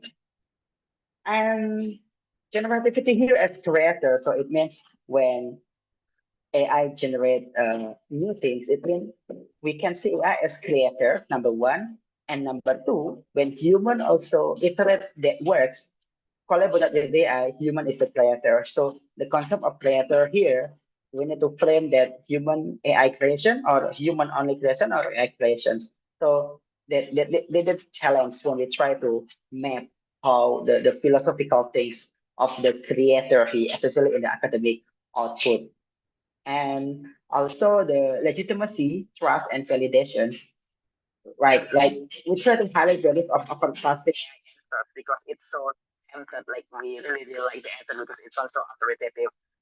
And also the authorship, ownership, and misuse concerns always happen in academic. Some people really they don't like when we try to relate with AI and academics. Sometimes in some universities also, but it's just minority. In Indonesia, they say that AI and academic thing is taboo. So that's why the development of AI is quite difficult to penetrate to the university, but it's just minorities. However, it still happens. So we try to give more education and literacy step by step with suitable for the cultural context because universities in Indonesia especially sometimes we are segregated. No, we are classified by the culture like Islamic university, Christian university, like university based on several ethnics, but it's not, it doesn't mean exclusive, but it's just the name and the foundation of the knowledge that they promote that. So that's why the importance of emphasize context, dependency, and human oversight is very crucial. And the detailed step-by-step regulation is also uh, need to be promoted also. And visibility, it means that everyone can access generative AI as long as they have internet access. Even in Indonesia, like we have 17,000 island, and thanks to we have the Starlink access, right, from the US, so we can access internet even from the very remote areas without the electricity, just from the satellite directly. It's really helpful. However, in the academic context here, so it means that every person they can control over academic discourse. When AI control which argument and citation appear influenced course, like AI try to frame what is the what to show and what to not show. It's like the news. It's like the agenda setting in the news when we try to look at critically. So that's why the assemblage of the expert in several in specific courses, specific subject is very important to critically evaluate the result of AI and justify it, right? And also the bias, like what I have said before, and simplistic framing. Sometimes the nuances is simplified, and also the transparency of regulation, algorithmic choices. As we say that AI, some AI works in a black box, like we don't know basically how it works behind. Especially for those who doesn't have technical background to see the code, to see the source code. Like we need to, in our context, we need to educate more related to that. And bias and loss of epistemic margin, yeah, it's similar point like prior slides and process of labor and institutional displacement. So it means that when the works is automated in AI, right? When more people using AI and they feel convenient, so it has the possibility that humans see everything as a tool. That's number one. number two, in another cases, I saw this result in China. They are more likely to deal with AI to be more relational. So they think that AI is a partner, right, instead of the tool. So they try to establish the relations. They try to use their feelings, right? Even though I believe that some of us in any country in the world they have some relations, but this is quite dominant because in Eastern culture, like Indonesia, Malaysia, China, like we have we try to work collectivism, right? We love that our friend do this. We love to follow. We love to be included in a society and community, and it affects to how we handle AI, how we use AI. So that's quite interesting.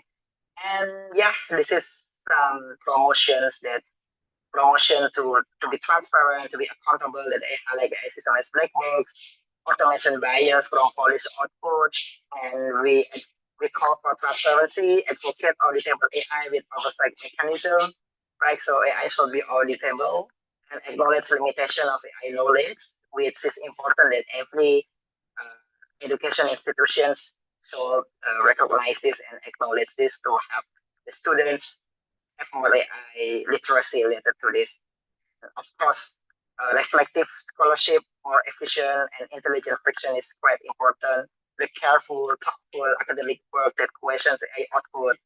That's why in some of my class, I allow students to use generative AI. However, I require them to do presentation and to document their work when they use AI. Like I want to ask them, okay, how do you use AI to do this assignment? So they will say step by step how they work, like which prompt, how they evaluate the prompt, which prompt they take, which prompt they discard, they don't use it. So everything is clear and it needs to be presented well with public speaking skill, also presentation skill. So it's really, really interesting class, right?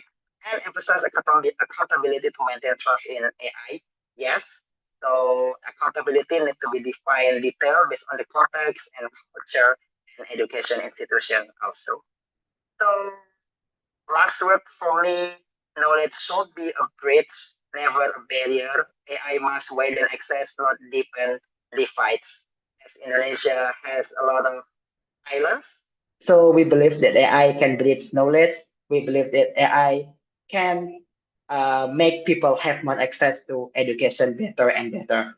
This is my LinkedIn. Let's say if you're interested to contact with me or connect with me, I'm really, really happy. Right. Thank you very much. Thank you, Hakal, for your great presentation from your wonderful country. Thank you. Has someone some question to Akal? I started with one of mine. Which is, according to you, the country that has made the best in modifying the higher education in line with the AI revolution, and why? Okay. So like how education modify their system, right? In addressing the AI revolutions, right? Okay, it is very important because if it is not conducted, the knowledge and the divide among people, it becomes wider and wider. That's number one. And number two, as a developing countries, when we are not catch up with the AI revolution, we'll be left behind and we cannot connect to the world. That's number two, the issue. And number three, I believe that most of the students is in the younger generations. They love to embrace the culture of AI. AI has culture also, which they love to embrace it. And also when the university cannot catch up with the AI revolution, there is the intergenerational communication gaps, right? So between lecturers and students, their phrases of academic words is different sometimes. It's quite happening in our university right now. So that's why we're pushing AI literacy for every generations, but we customize the curriculum for elderly, for Gen Z, for Gen Alpha. We try to customize the curriculum. Yeah, thank you. I have the answers. Perfect. Thank you, Akal. Thank you. Thank you. All right.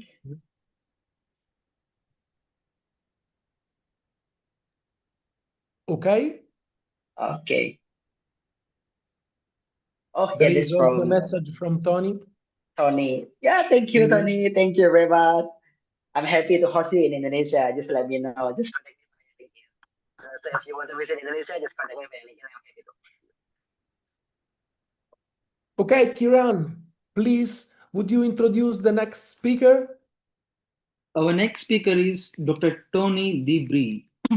Dr. Tony holds a PhD in Business Administration and Knowledge Management and an EEP MBA at business schools like Wharton Business School and in Seed.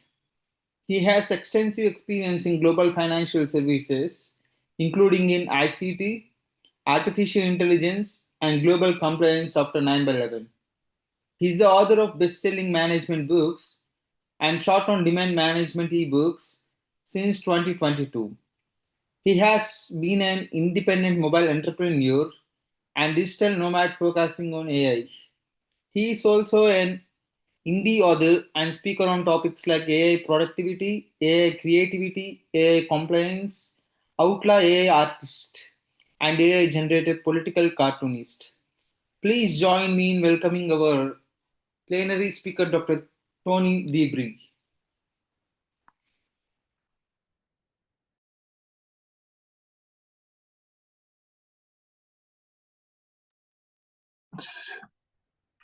Hello, can everybody hear me now? Yes, we can hear you.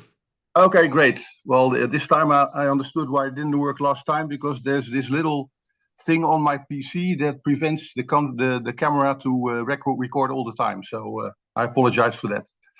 Okay, thank you very much for having me during this presentation.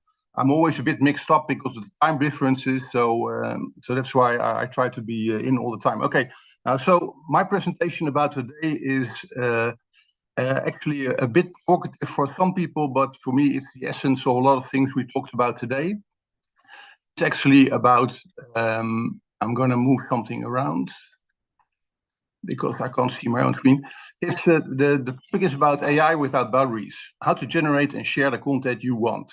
Now, I already asked some questions to some of the previous speakers, because I was very surprised about the fact that a lot of the presentations are actually about IT or about big companies, etc., etc. Whereas for me, it's much more about, okay, you know, what can you use different models for? And so the first topic that I want to, I'm going to try to see if I can put the next one on. Short introduction for me, I'll keep it short. In 2001, I left the corporate world. So I know, if you look at my LinkedIn profile, that I spent a long time in my life in the corporate world. I call it the large dinosaur world. Many different kind of functions. At 2011, I actually left the corporate rat race. But from 2001 onwards, while I was working for corporate IT strategy of the former global bank ABN AMRO, I discovered that everything I actually learned and did within the corporate environment was useless if you want to start a successful online business. So then I started to make money with short ebooks, and I actually had about 16,000 customers before I knew it.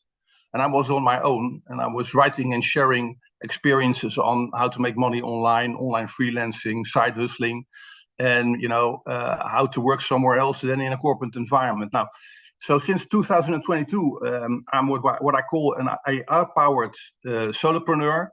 I don't use anything which is generated by AI in general. I just use different AI models to do the things I want and the things my customers in line with my purpose in life.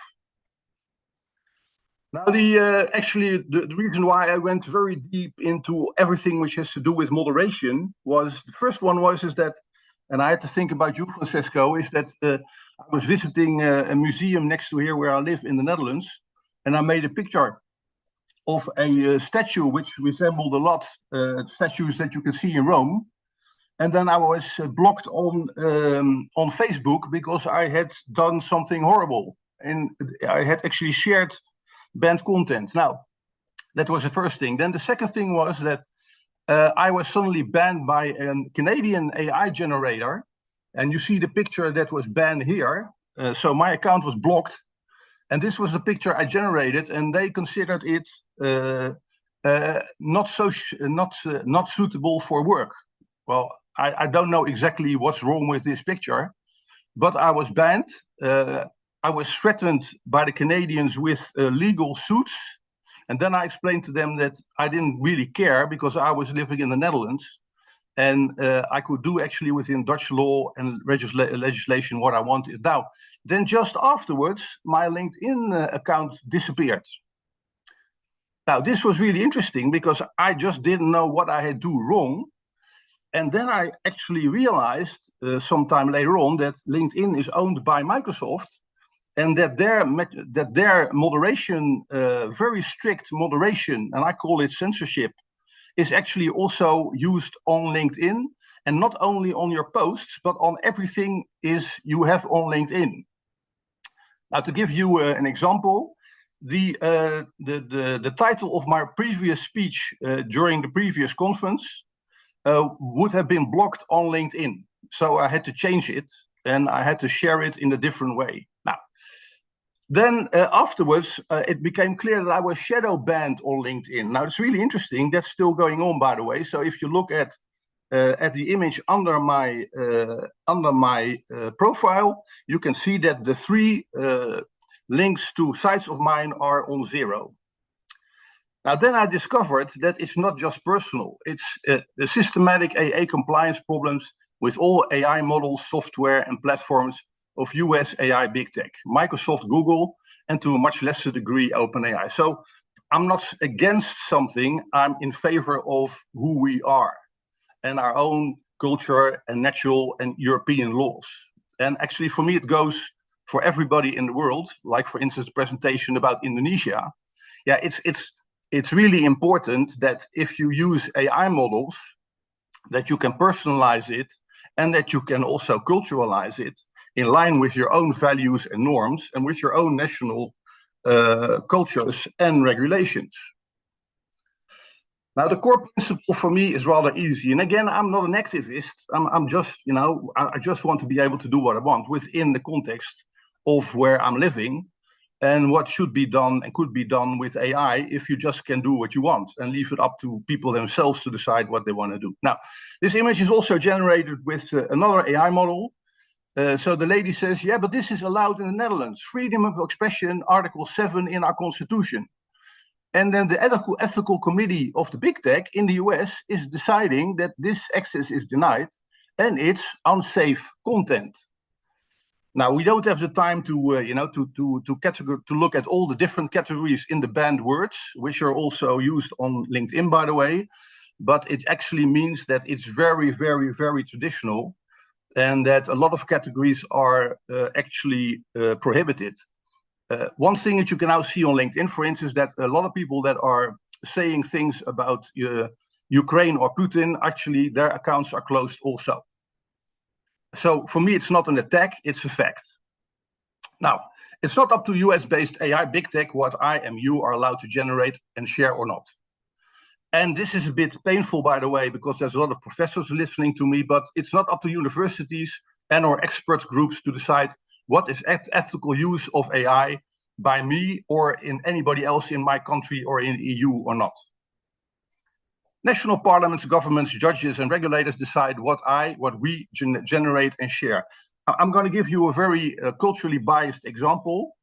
If you take the example of what the Americans call adult content, in the Netherlands, almost every kind of content, nude, semi-nude, is accepted legally, except 1 or 2 specific categories, which includes images of children, pornography with children. So the basic is we are allowed to share any type of nude content except something, yeah?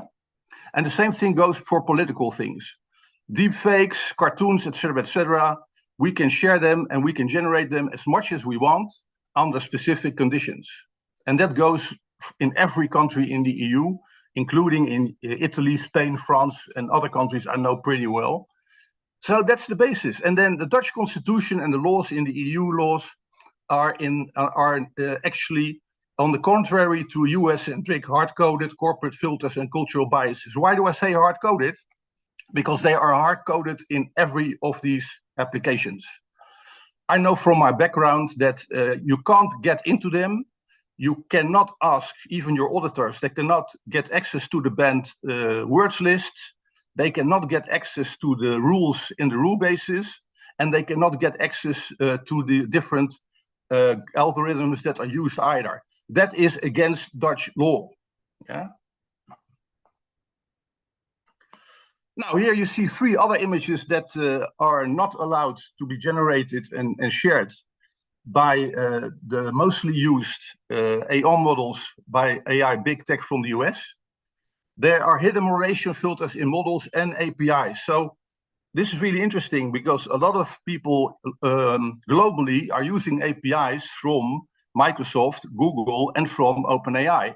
And that means that you automatically get the moderation mechanisms and tools from these people, including the banned words lists. Now, hidden hard-coded banned words list, anything around nude, and things that are saying the same thing. Politics, for instance, it's very much known that if you ask something about Gaza or whatever, or Palestinians, it's blocked.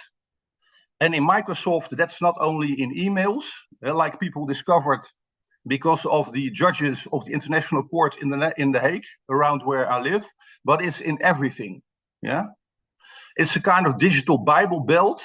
Yeah? NSFW, for instance, there is no difference between what you do on public sources and what you do for yourself, which again is on the contrary to Dutch and EU legislation.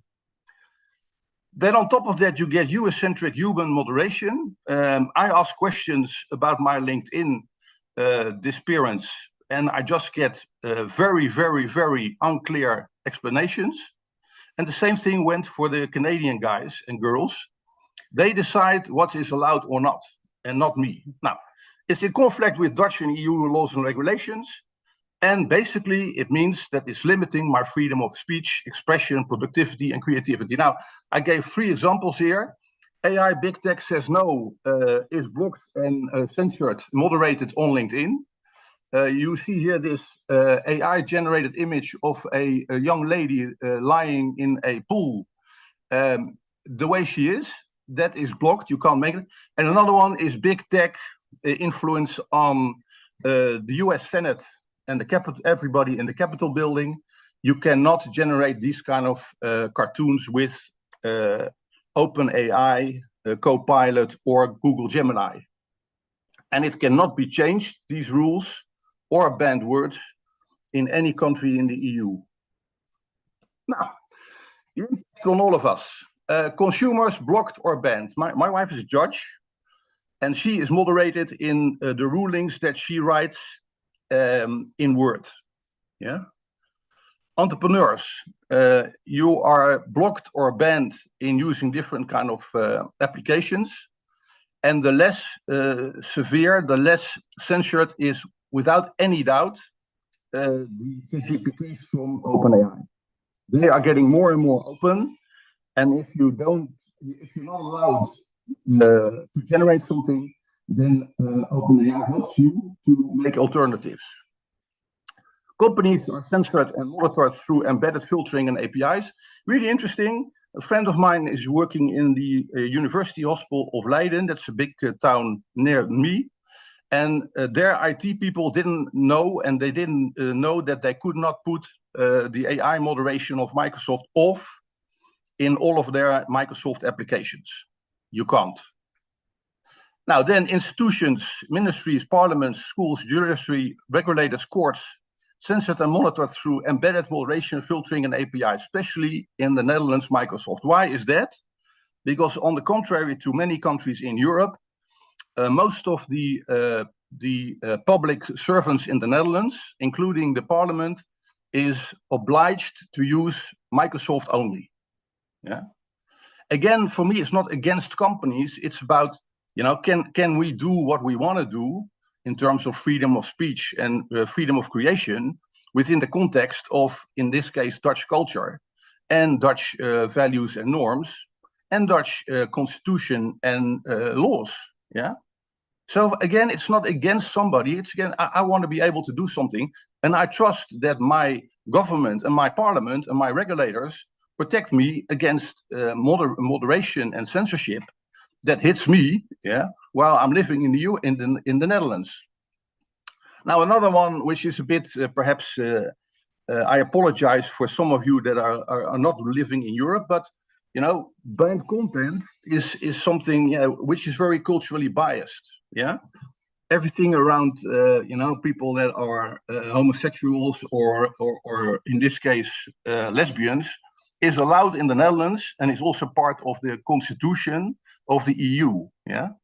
So of course, if you do things and you want to share things on LinkedIn in general or with customers, then you really have to be careful what their culture is. So I don't say that you should, you know, publish everything, but it's really important that you keep your own liberty, yeah, and that you don't do any kind of online censorship and censorship on yourself, yeah. For instance, a little of a joke. One of the most sold Dutch books in the Netherlands is called Turkish Delight. It has very detailed words about what this guy is doing with his girlfriend. You will not be able to write that same book now in Word, which is a bit funny. And the same thing goes for Shades of Grey in the US. Yeah, you could not write that book now using Word if you're not offline. Yeah. Now, so it actually means that you don't have a digital national EU sovereignty and AI sovereignty today. Again, all the images that I use are aimed at being respectful, and they're all AI generated, so they're not real people. Now then, digital sovereignty and AI sovereignty. Now, it's a risk of self-censorship, and actually it's a practice, because if you know that you can't do a lot of things, for instance, if you are working in using Microsoft Office, or if you look at other tools, then you actually risk of avoiding certain things. And in a lot of times, you don't even see that it's not possible because you don't get a message. In my personal opinion, and a lot of people, is that it's a complete loss of productivity and creativity. Yeah, I use a lot of different AI models worldwide, and I'm not limited in any way of what I am allowed to improve my productivity and creativity for by these models. Yeah. So the idea is, I want to be able to make political cartoons about whoever in the world, in Holland or Europe or in the US, and it just means that I use other tools. Yeah. So there's a need to protect every type of sovereignty. There's a need to protect freedom of speech, freedom of expression. And in my opinion, democracy matters and justice matters. Yeah. Now, I'm also a big fan of The Lord of the Rings. I went to see a lot of places again in New Zealand this year. And so here you see the 3 ringwraiths on their horse, watching over the European Parliament. Now, of course, again, this image I generated with another tool. Yeah. Again, not with the most popular ones and the most used ones in the Netherlands and also worldwide. Now, so my personal approach is actually rather simple. I investigate my customers' needs or followers' needs and my personal needs. I use a model for that, which we call the online blue oceans. So I avoid competition, and I'm not really interested in, you know, what people from large companies, etc., are actually wanting to hear. I'm up against Dutch and EU legal frameworks. I used to work in offshore banking and legal and compliance from 2001 until 2011, in practice worldwide. So I have a lot of knowledge about local regulations, national regulations, EU regulations, but in practice. Yeah. Now, select and use AI models and providers that fit. Decide what to generate and share using AI models within national EU laws. And what's really interesting, and I forgot to put that in the beginning of who I am, is that my father was in the Dutch resistance during the German occupation in the Netherlands. He was one of the only ones that survived the occupation, and most of his other resistance colleagues were actually handed over by the Dutch police to the German occupation, and they were shot in the dunes not very far from here. So I'm inspired by these people and by my father. So people like Maarten Toner, Peter Verrees, and Jan Lavies, you can look them up at one of my sites. And I'm very much influenced by U.S. cartoonists like Ann Telnhuis. She was fired by the Washington Post. Matt Werker from Politico, and Robert Crumb. Now, I made 3 generating images from that. Maarten Toner published this image in a book that I inherited from my father in 1946. Matt Werker is styles. I really like it, so I made this cartoon about Donald Trump and the Statue of Liberty. And in the last one, I really like Robert Crumb. I actually designed myself. Being really frustrated last year, 2 years ago, because I couldn't produce and create the things in any form that I wanted to do. Now, what are actually steps forward? Align tools with relevant national, regional, and legal frameworks. What I expect is that we will actually have users of in the Netherlands starting to sue their employer because they cannot produce the content that they want. It's really interesting. And so it actually also means that if the regulators in the Netherlands understand this principle, then it might be that that companies can be sued for the fact that they implement systems that are not compliant with Dutch and EU law. Now, why that works and how that works, I explained in this ebook that I just wrote 2 months ago. It's just the way it is, yeah? Regulatory compliance is really important. Gen AI compliance is important. And your compliance of your organization is critical. So if you implement systems that can't be audited and that can't be changed, then you have a huge problem. Demand transparency and option to change rule bases, banned words lists, and APIs. Avoid hidden, embedded, hard-coded self-censorship. I discovered that the only way to be able to do whatever I want in Word, PowerPoint, and other software of Microsoft is to actually go offline. Yeah. AI compliance, avoid fines by selecting and implementing the right AI models and systems from the right providers. Providers that are compliant with your national and regional laws. Now, wrap up and some takeaways. And I really liked some of the discussions today, and I'm looking forward to the other ones. You know, just be honest. It doesn't really matter who we are. And the same thing goes for university professors and experts groups. Democratic institutions decide on legality and not you. Yeah. In democracies, we have rules for that, and it's not up to anybody else to define what is allowed or not. US AI, big tech must step back. What do I mean with that? Is that when I was working in global financial services after 9/11, we used a lot of US-based software for anti-money laundering, and in the case of the terrorist financing, we could change the rule bases, we could change the blacklists, which are comparable to kind of banned words list. And so that meant that we actually could comply with Dutch law, EU law, and US law when relevant. So they don't make a very commercially strategic, intelligent decision by limiting what you are able to do. Yeah, they're also limiting a lot of very, very, very important commercially industries. Yeah, that can't use that stuff anymore either. Yeah. So reclaim your personal and professional national EU Gen AI freedom. Focus on always having complete freedom of generating, publishing, and sharing the Gen AI content you want. That goes for me as a small company for clients of mine that are startups, scale-ups, corporates, members of parliament in the Netherlands and Europe, and everywhere. Yeah, AI democracy matters and AI justice matters. So there are 3 other ones that I generated when yesterday, because I was thinking about this presentation. I decide for myself what I generate with AI. If I want to, for instance, generate an image on behalf of one of my clients about alligator Alcatraz, I want to be able to do that. You can also be more, you don't have to be direct immediately. For instance, I published this deep fake 6 months ago about a sign house for sale in front of the US Capitol building. It doesn't really matter if people somewhere like it all or not. It's just a question of, I'm allowed, and we are allowed, to draw the and make the images we want. Now, the call to action, and this goes, and I also write that in my ebook, which is going, like hell and crazy. By the way, excuse me for the words. It's sold pretty well.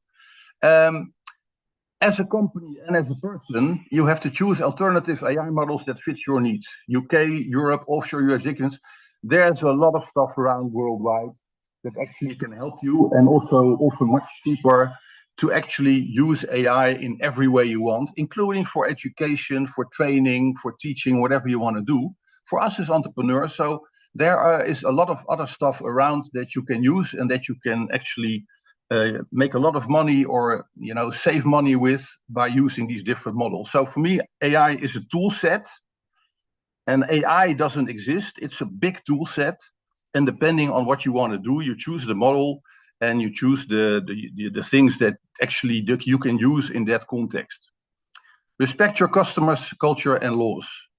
Stay within your national, regional laws and regulations, and not inside US AI, big tech, corporate and cultural biases and technological digital Bible Belt. Now, this is really interesting because I actually visited the south of the US the last 2 weeks with my son. And it's obvious that, a lot of these moderation tools and banned words are actually very similar to what we call in Holland the Bible Belt. Yeah, it's very conservative. It's very much about, a specific role of women, and it's just not the thing that you should put online worldwide on everybody. It's just a question of choice. Now, so Gen AI without boundaries. AI without boundaries means break the AI big chain, be cultural, responsible, legal in your own legal and regulatory context, and free. So now again, I'm not an activist or something. I just am a big fan of our democratic rules, of our separation of powers, and of being able to get the maximum out of IT within that context. Now, that was a bit my presentation for today. One of the things that I did is that a few years ago I stopped writing best-selling management books, physical ones, and I actually started again with writing best-selling short ebooks on demand. And and that really goes pretty well. Yeah, and I'll start again with publishing my own short ebooks shortly from my own sites, because it's about helping people, helping people to do what they want to do within the cultural and national and cultural and democratic context. Thank you for your attention. And if you want to have a copy of the presentation, I'll send it over to a PDF in a PDF if you want. It's just some ideas, and I hope that I've made a modest contribution to the discussion in this webinar. Thank you.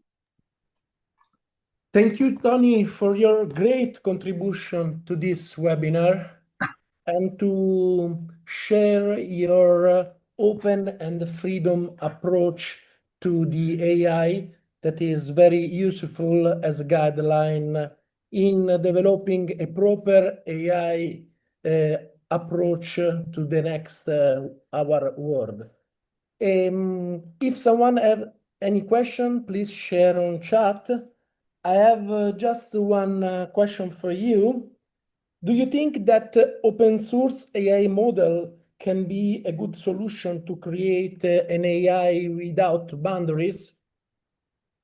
Yeah, I think that's it's a good question, but it's a very generic one, and I think the answer probably is that's why I liked one of the previous presentations, is that the thing is that the moment you use, for instance, through APIs, some of the larger ones, you automatically get the moderation systems embedded and hard-coded in it. And I actually discovered that a lot of people worldwide are accepting these moderation tools because they want to get a big market share in the US. Well, I'm also a historian, but I think that, and that's why I like this blue ocean approach, is that for me it's not about technology. It's about, okay, where's the market? Now the market for people that really want to use AI within their national context and their cultural context, is much larger than the US. Yeah. So that means that for me, it's even a commercial viable AI strategy, which OpenAI is now following. I don't know if you followed it, but there was an article the other day that OpenAI was considering allowing the generation of any type of nude image. Yeah. And why was that? Because they discovered that, for instance, to take an example, the fashion industry worldwide and the chemical industry worldwide and the fitness industry worldwide all use semi-nude or nude images. Yeah. Yeah. The same thing goes for education, not only in art, but any. So OpenAI has understand that their moderation is actually a limitation to their corporate, to their corporate strategy, which I think is okay. So my answer would depend on which kind of open source it is. Yeah. Yeah. But I think it all starts, and that's why I'm really pleased that I was allowed to speak of this topic today, in front of you, because it's just a question of not only democracy, but it's a question of your own culture. Yeah. Yeah. I mean, we have, to give a small example, we have a Bible Belt in the Netherlands. Yeah. I have to go to a funeral on Tuesday because one of them died. Yeah. But their values are norms are not ours. Yeah. So for me, it's much more like, I think companies, but also governments, should be very careful on which kind of systems they select. And the same thing goes for you. And I believe that the professors and the scientific world should be much more on objective kind of looking at AI than all the time repeating, what McKinsey is saying and what the big AI companies are saying. No, investigate, the reality. Yeah. So I don't know which. I just know that I can generate any AI cartoon or deep fake I want. Yeah. And some of them I won't generate because I don't like it, and it's not in Dutch law. Yeah. But and that's a very nice way of looking at AI.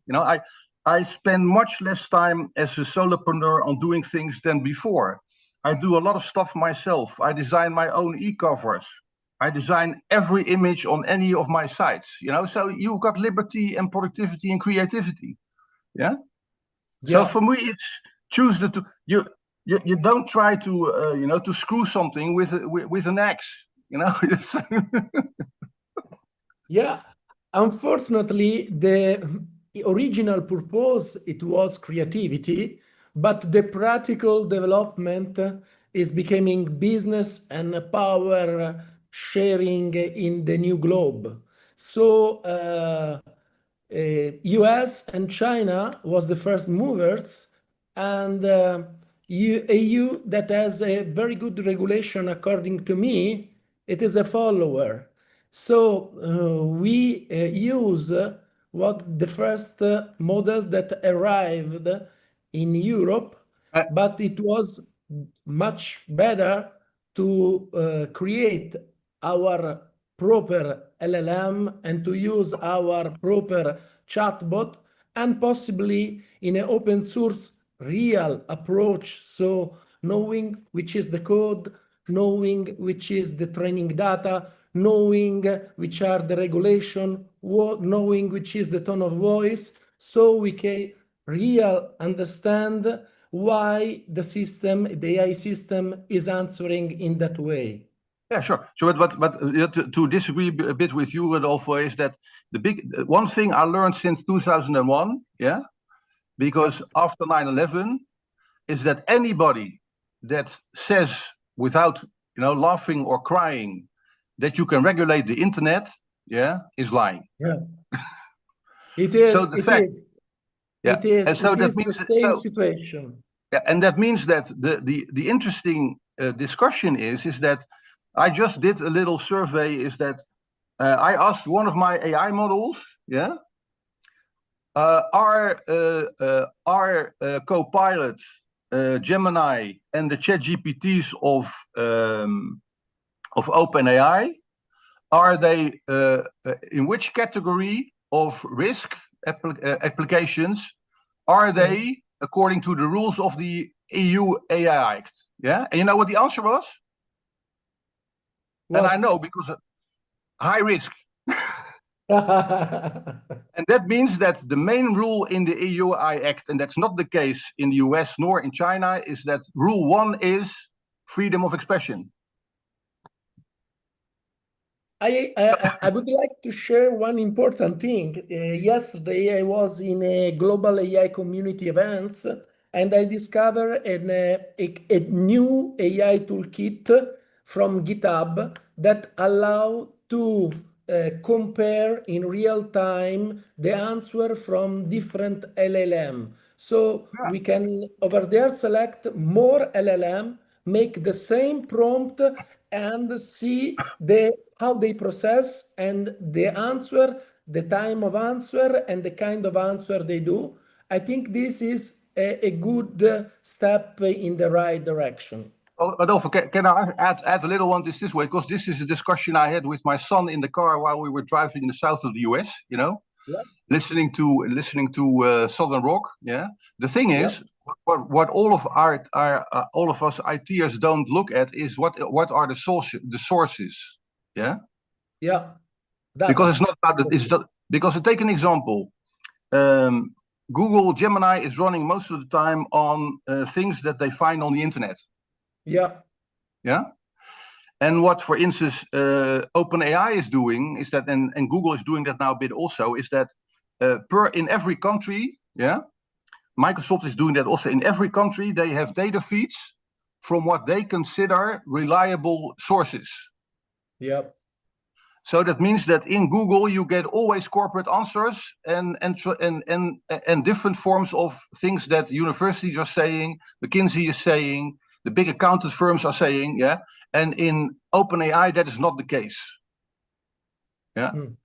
So that means that I can tell OpenAI, okay, now I'm a bit fed up, don't give me all the time, what the legacy media in the US are saying, but I want you to look at this and this and that. So for me, going back to my IT background, we have to look at, where the data is coming from. And the big issue now is, including in Google Gemini, is that a lot of the stuff that they give as an answer, is fake news.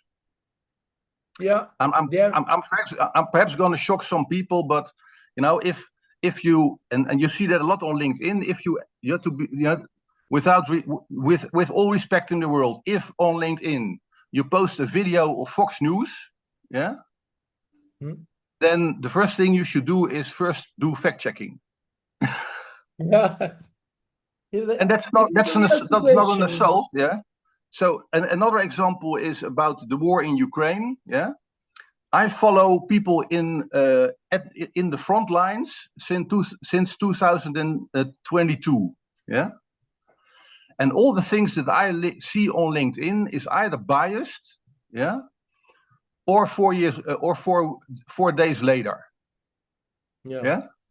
So that means that I think we as scientists, because like I said, I'm also a professor, the first thing we should do is look at our sources and who do we believe. We're talking about trust. Yeah, it is. It is. Yeah, the defense expert on the Dutch television, none of them predicted the invasion of Ukraine.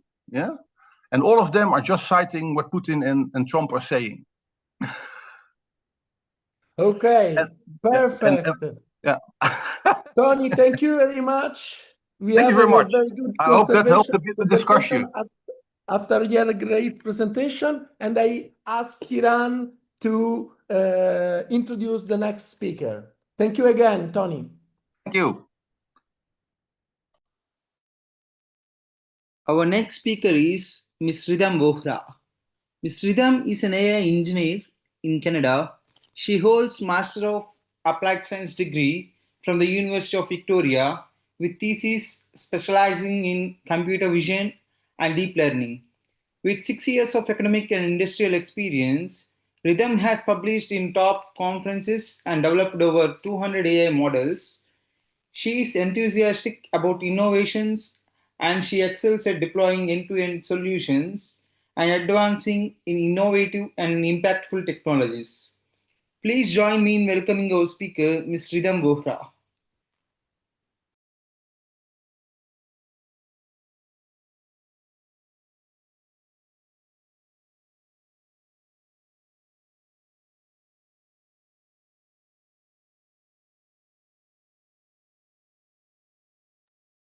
Ridham, the microphone.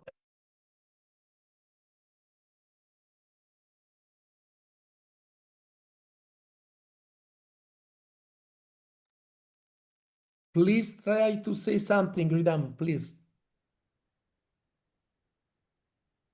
We cannot hear you at the moment.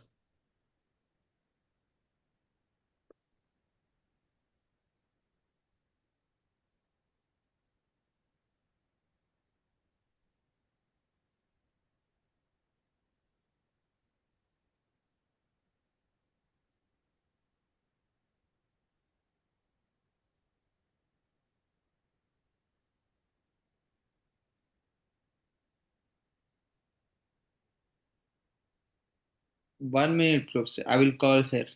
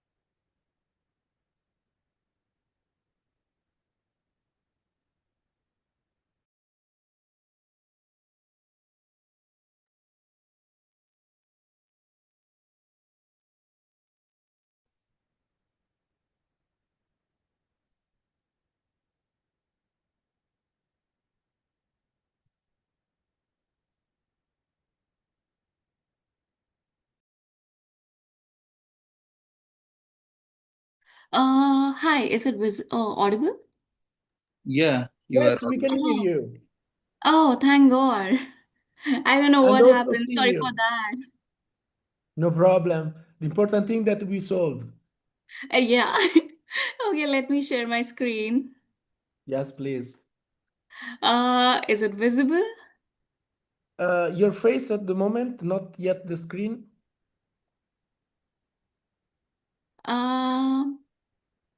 My screen is not visible? Not at the moment. Your face we have in the screen. Oh, okay. Now? Now, yes, perfect. Thank you. Okay. So you're able to see my slides, right? Yes. Okay, cool. Thanks. Okay, let me start.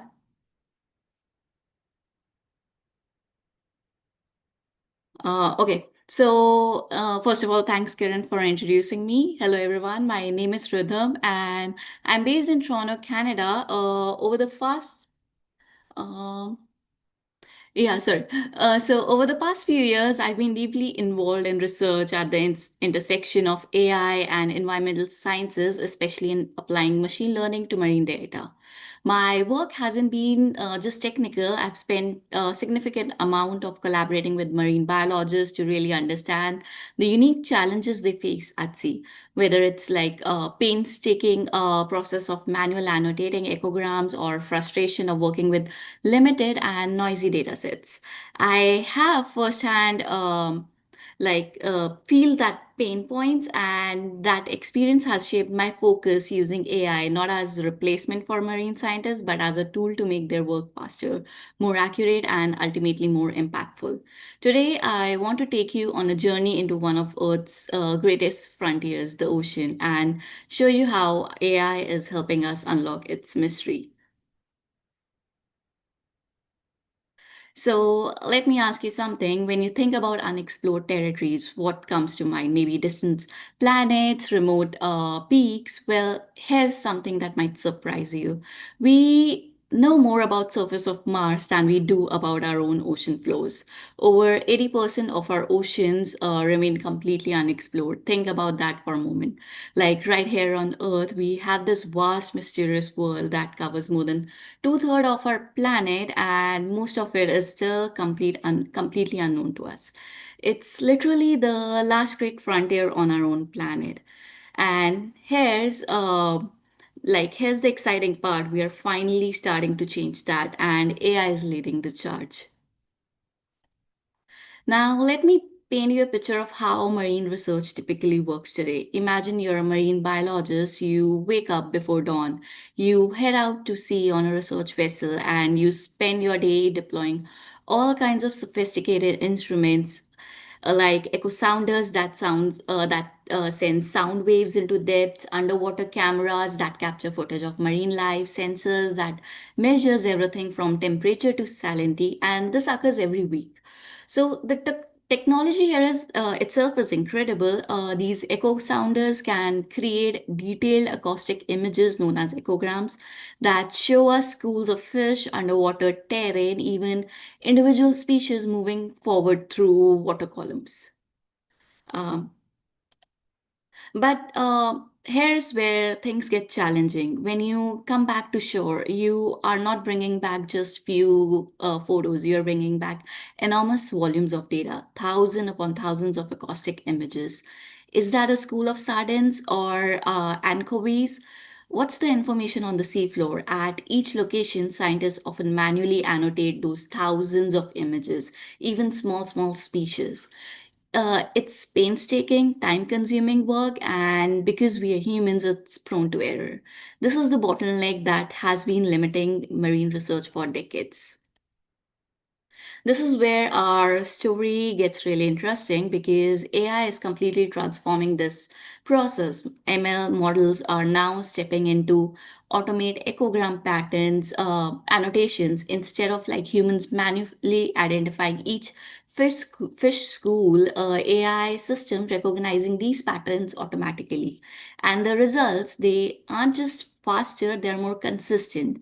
So traditional analysis used to take weeks. However, AI can process data within hours with consistent criteria every time. No fatigue, no subjective differences between researchers, just systematic, reliable analysis.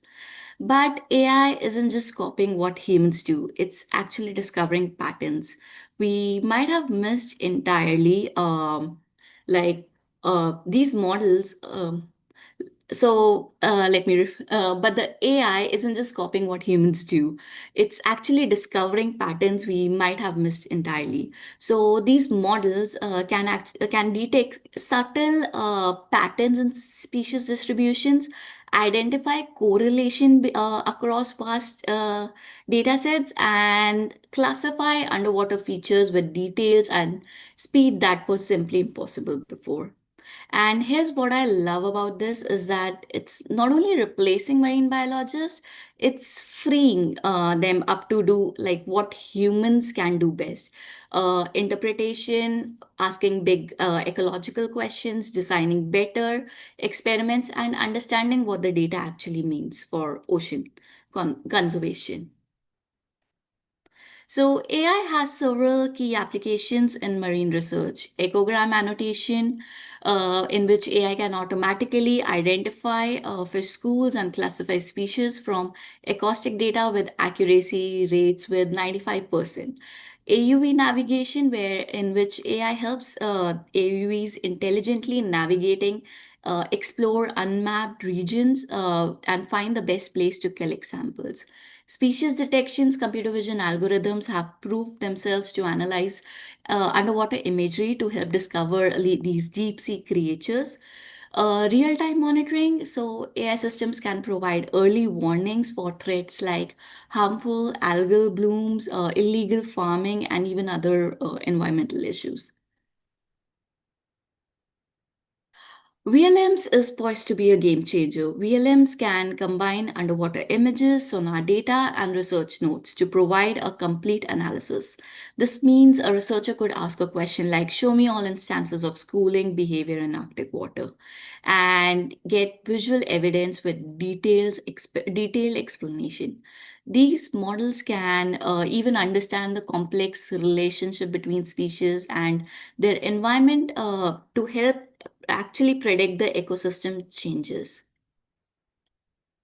Of course, we still have challenges. So the challenge lies is that it's difficult and expensive to collect ocean data. Which means that we are still limited of data set to train our AI model. And some of the AI algorithms are black box. So it makes rough for scientists to actually fully understand why AI is making particular decision.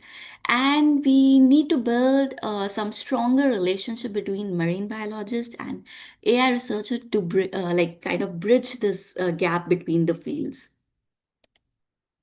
Despite these challenges, impact is already impressive. 75% less time needed for analysis, 90% accuracy improvements in species ID, a 10-time boost discovering new species.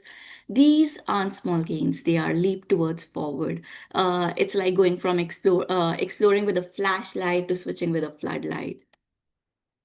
So, where does all this leads to? AI isn't here to replace marine scientists. I'm repeating it again. It's here to supercharge what they can do. So think about this. We'll be able to discover new species faster than even before. We'll have tools for protecting fragile ecosystems in real life. And also we'll be able to gain deeper insights into how ocean drives our climate. So, in other words, the ocean secrets are still out there waiting for us, and with AI, we can finally have the key to unlock them. So, to wrap up, let me leave you with the thought that we can often graph about space as final frontier, but right here on Earth, beneath the waves lies an equally vast frontier. With AI, we are not just speeding analysis, we are changing how humanity explores its planet. Thank you.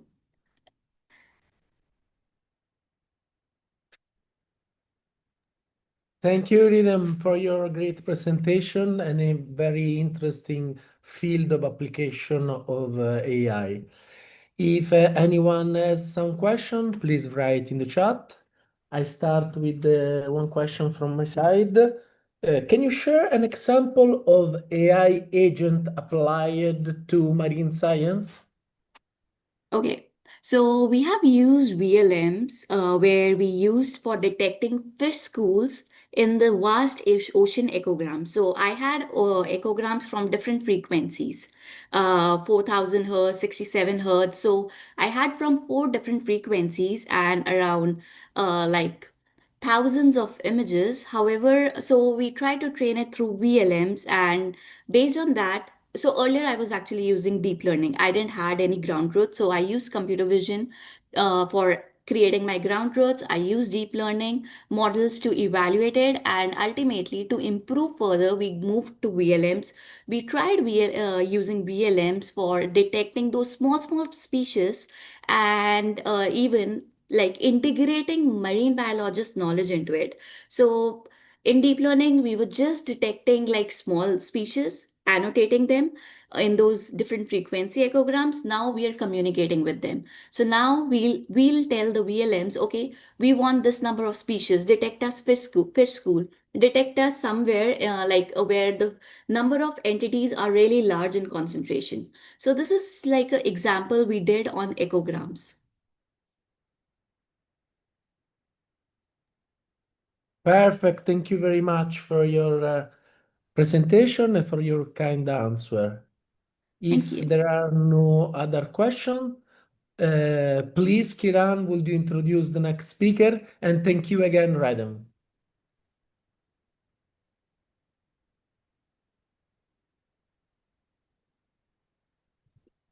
Professor, there is a question for Rhythm on the chat.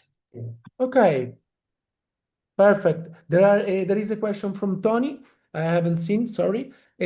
What are the problems you investigate to get in those vast oceans with AI? So, as I mentioned, like we were actually looking for some marine organisms in different ecograms. So, we were trying to help marine biologists to. So, what happens in ecograms is you have small species, very, very small species, and you want to annotate to know like whether this a particular ecogram, like that has been detected in this particular area of the ocean, does it have some fish schools? Not only fish school, like particular type of marine organism, does it have anything, does it have ocean life present in that particular location? Because ecograms are collected at different locations and at different time. So we just want to detect the movement of the fishes, and also like how the which temperature affects them, like whether they are present on this particular location at this particular time, whether they are having any is there any new species discovered. So these are kind of the problems we are dealing with in so my task was to actually help the marine biologists solve their issue as a AI engineer. So that's the small contribution of mine in this whole vast area of oceans. Thank you. Thank you.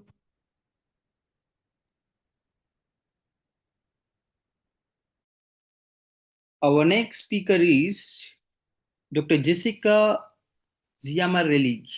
Dr. Jessica brings extensive expertise in AI, data architecture, and cybersecurity. She has served as both a university professor and a consultant in emerging technologies, blending technical proficiency with leadership across academic and corporate settings. She has also conducted AI research and training for multinational companies.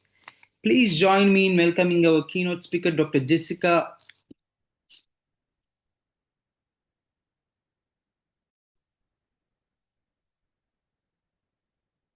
Hello and hi to everyone. And thanks for the invitation. It's a pleasure to be here today and have this opportunity. I'm very glad to be here and introduce a bit about my presentation and what I'm doing for the past years. Is everyone can see my presentation? Yes, we can see. Okay, perfect. So first, I have the Cyber Alliance, which is a consulting company. For the past years, I have been working as a artificial intelligence researcher for a multinational company, and we have created different scientific articles and different kind of research into different segments.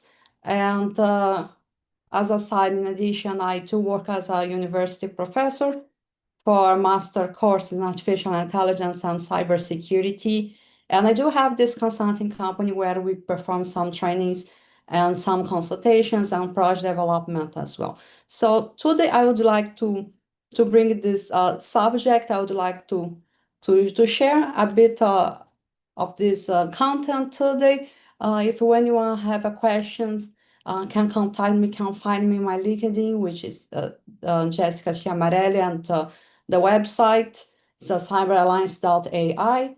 And for today, I would like to share about mood agent AI architectures for drug discovery, prototype using FreeSolve. So here I had the idea to bring to the discussion to something more practical, more technical, more related to a real world scenario, a real world actually application and artificial intelligence.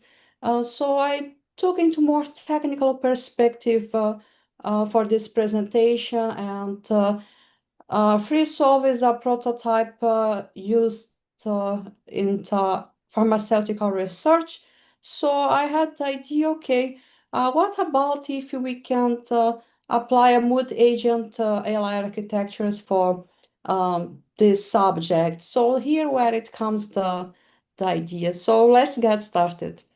And first is the introduction, is the idea that the drug discovery, it's a challenge nowadays, and it's a process that it's usually it's very slow and expensive and complex. The key idea is to understand how a molecule you behave in the human. Sorry Yes? for the interruption. Click on slideshow. Slideshow. Below, come below. Okay. Not there, here. Yeah. Continue to share. So I believe now it's okay, right? Yeah, it's perfect. Okay. So, getting back to the subject. So first, getting back, it's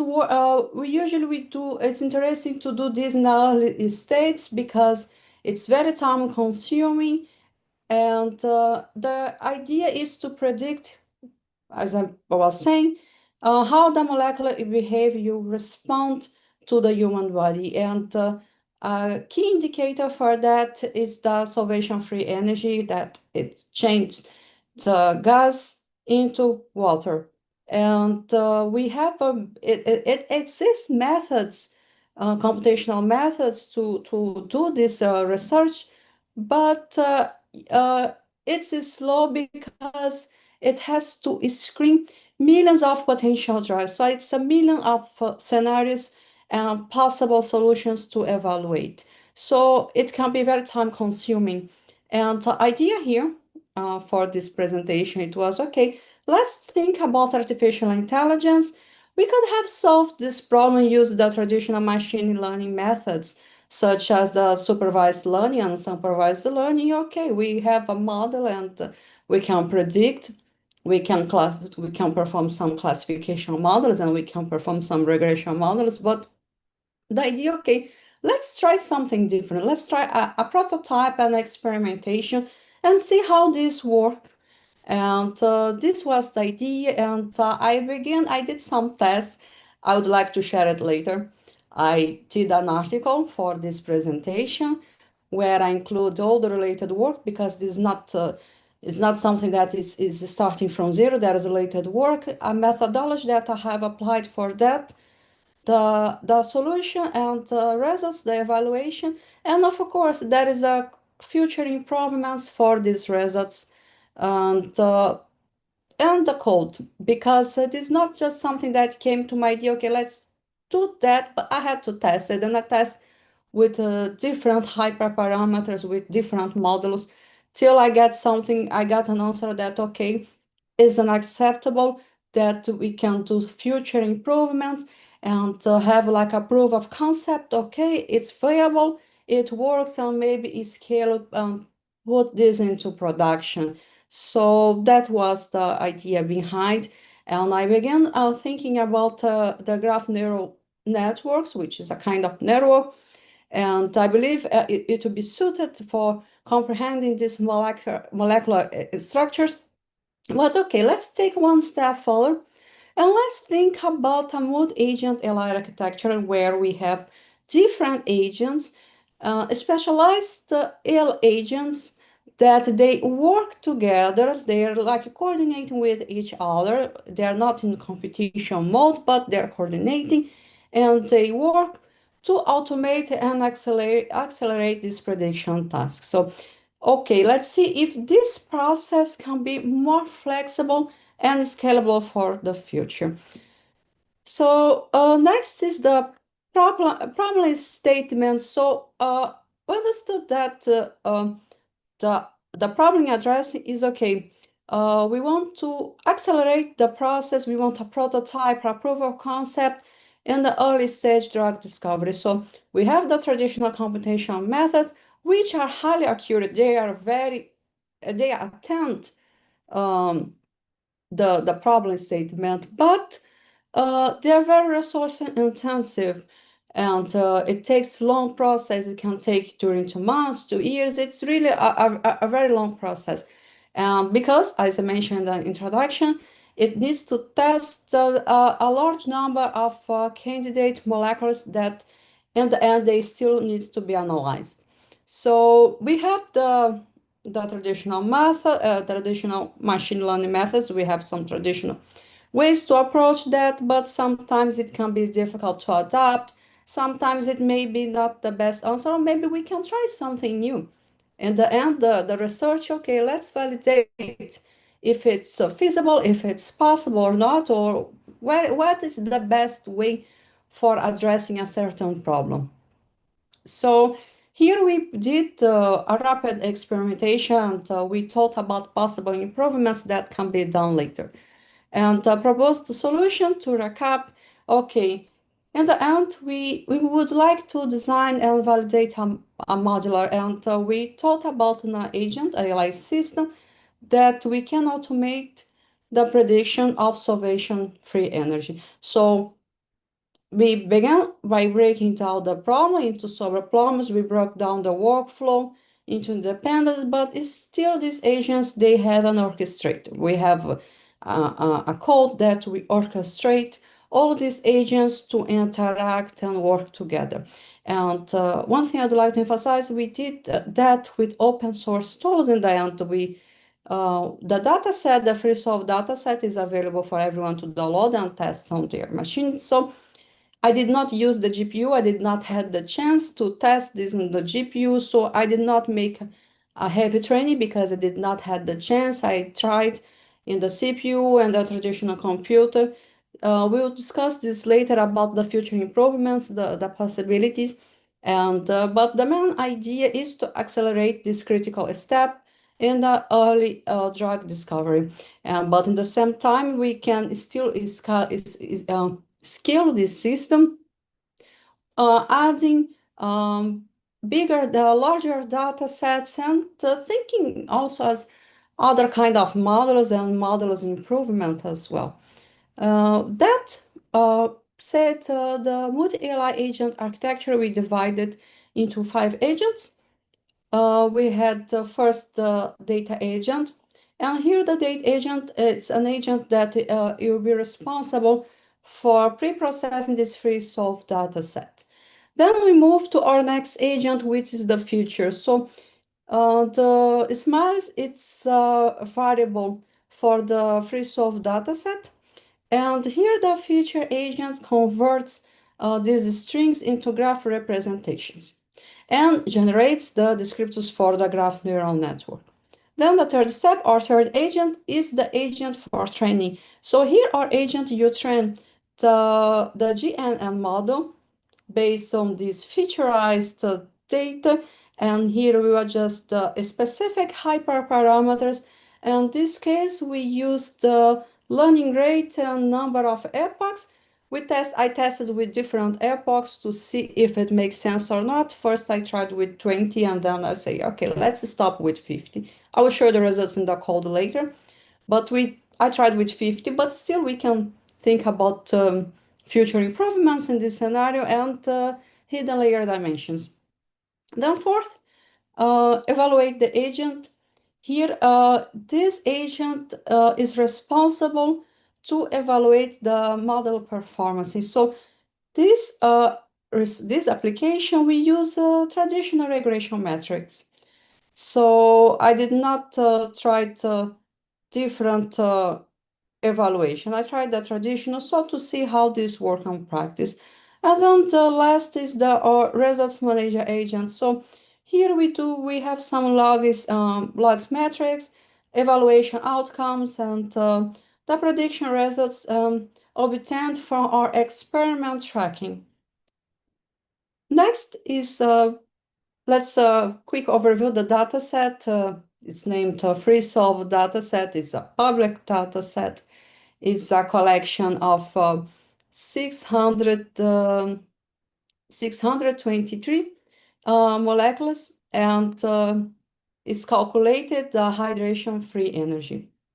And this dataset, it's very standard, and is widely used for research and bioinformatics and pharmaceutical research and themes, subjects associated with it. And as I mentioned before, we have the smiles strings, but I will show the dataset later in the Microsoft Visual Studio Code for us to see this in the as an overview, I would say, for this presentation. And it includes chemical functionalities, and it's suitable for evaluating these molecular representations. And next is the data preprocessing and featureization. So we use our preprocessing used for this experiment we removed some duplicates. We convert these molecules into graph representations, so we are able to use these graph representations for our GNN model. Also, we did use the RD kit. We include some features such as degree, atomic number, and etc. And the bond level features, we included some extra features, but we use PyTorch for this evaluation, as I could have used TensorFlow as well, but I selected the PyTorch because I believe for experiment and for research, I believe PyTorch is interesting for this scenario, and in this case, we used also the PyTorch geometric to enable these inputs to the GNN. Next is our GNN model architecture, and we divide it in the graph convolutional layers, and to express these node embeddings, we have the readout layer where we have the pulse node embeddings, and it's a representation that we use either the sum or the mean aggregation. Next is the fully connected layers that we always use this approach for neural networks and models. And the loss function we use for the mean squared error to optimize these model parameters. As I mentioned before, our evaluation metrics is the traditional one. To recap, this is the root mean squared error. We use that to understand the average, what is that average deviation of predictions from the experimental values. And mean absolute error, we want to understand the value, the number for the error magnitude, and the coefficient of determination. So we want to quantify the proportion. And here is our results for these metrics. When I applied in the model, I created the architecture, and I did the training for the GNN, and this was the final results. But as I said, I did not try it with GPU, just with the CPU, and this was the results for 50 epochs. I believe I could have adjusted that, but I just want a proof of concept. Okay, I just would like to validate this scenario, and this was the value. We have a moderate prediction error with a given data set, and the average absolute is consistent with our RMSE, and the coefficient of determination, we have some variance, and still it was acceptable, but still we need improvements with different features and larger data sets, so we can obtain a better model performance, and it becomes more trustworthy, and more confident to use this idea into real world scenarios and to use it in production. Here is the graph that for evaluation as a metrics as well. And here on this graph, it compares the predicted and experiment salvation-free energy using the FreeSolve dataset. And here it was just a quick test for this prediction on selected molecules. We select 3. I think this we can have an overview how this data set is built, but again, I will show the data set in the CSV file. We have the ethanol, the acetic acid, and the benzene, and in the right we have the SMARS, which is the strings, and predicted, and the comment, okay, how this work on practice. And the conclusion for this test and the future improvements associated with it, okay, the idea, it works, it's valid, and it can be a process, it's this prototype, it can be used as predicting salvation-free energy. And to recap, we applied the GNN with specialized LI agents, where they are integrated and they interact and learn these molecular structures and perform consistent predictions. And this architecture still is not a final solution. It's modular and flexible. In other words, it means that it still can be updated, or it can be created a different architecture or improve the same architecture. And the framework, we only used open source tools, and it's very transparent and reproducible, of course. And we can consider applying that into larger data sets and more advanced models. And the research is in the end, okay, this case here, it's a proof of concept. And who knows, maybe from this approach, it's possible to create this kind of pipelines for discovering new medicines, or it can be adjusted or improved. It has many solutions. It has many things can happen from this case. So with that, I did not complete. I would like to share the code. I would like everyone to see this in practice. And here is everyone can see the Microsoft Visual Studio code. Everyone can see? Can see. Yeah, yes, we can see. Okay, so I tried the different ideas, and here is the FreeSolve. This is the data set which I was talking today. So it has 600, as I mentioned, 623, and it has the SMILE, which are the strings, all the details here. And here on the left, we have our agents.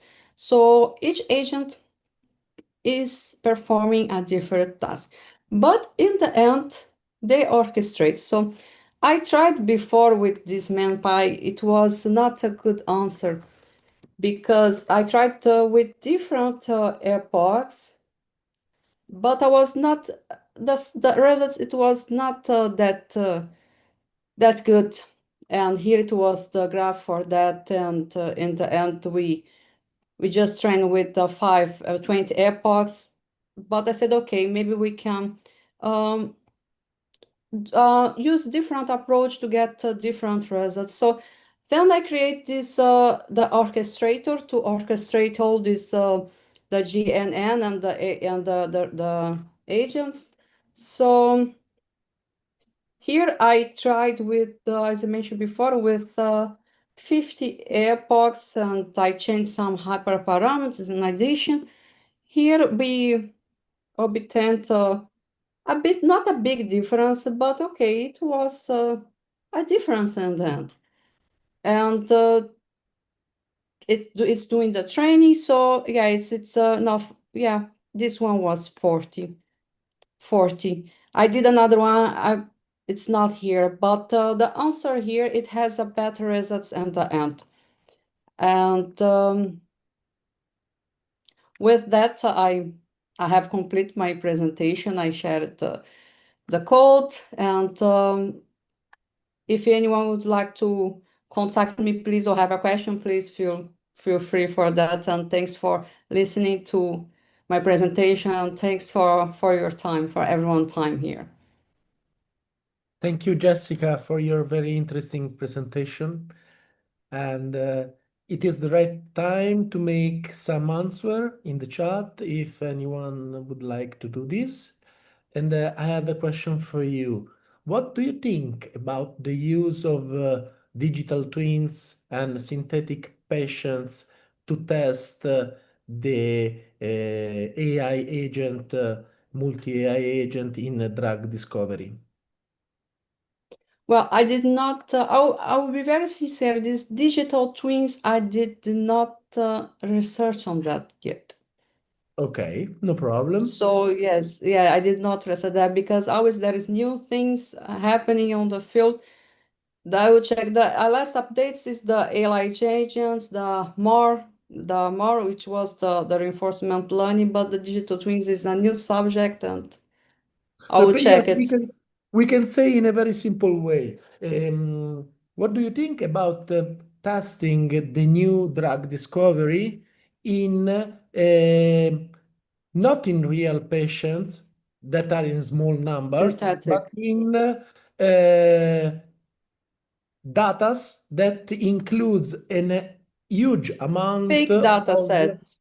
not fake, that we say real data, but in which the name, the surname of the patient are erased. So let we say are unnamed real data before using in a proper real patient test. It makes a lot of sense. Yeah. It's in the end, it's evaluation, and yes, I think it's better. I believe it's better to check in other ways than later check with humans because it's a risk in the end. So we have to protect the human lives in the end.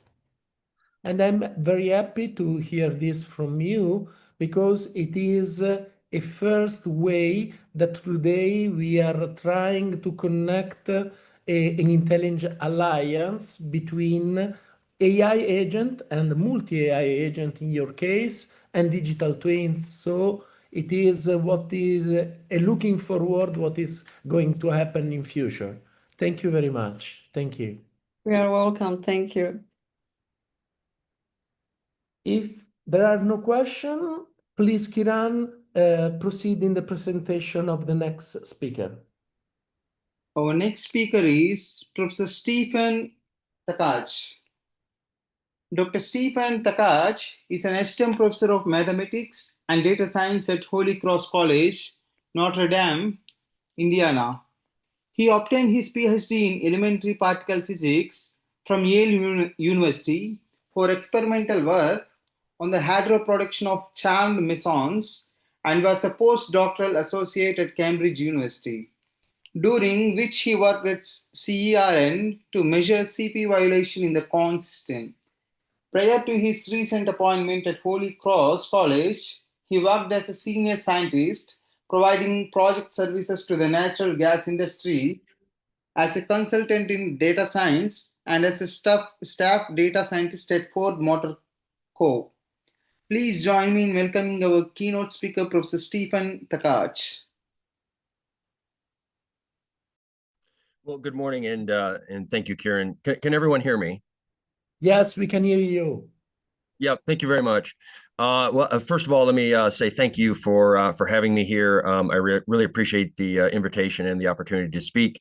Firstly, and then secondly, I want to give a special thanks to Kieran for his persistence in staying with me during some times that were tremendously busy during the start of the semester here, and I was kind of incommunicado with him. So I appreciate that he hung with me, so to speak.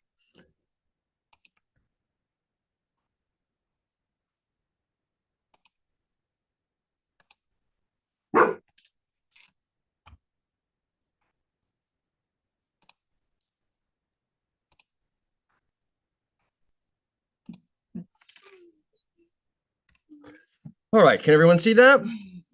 Yes, we can see your presentation. Thank you. Thank you. Super. So let's see. So the title of my talk is, you know, a little bit meant to be funny, if you will, humorous, because I'm speaking to a particular audience that you know didn't have a lot of perception of the difference sort of between raw data collection and how that ultimately has to be translated into information in order to obtain answers for the particular business and industry that they're working on.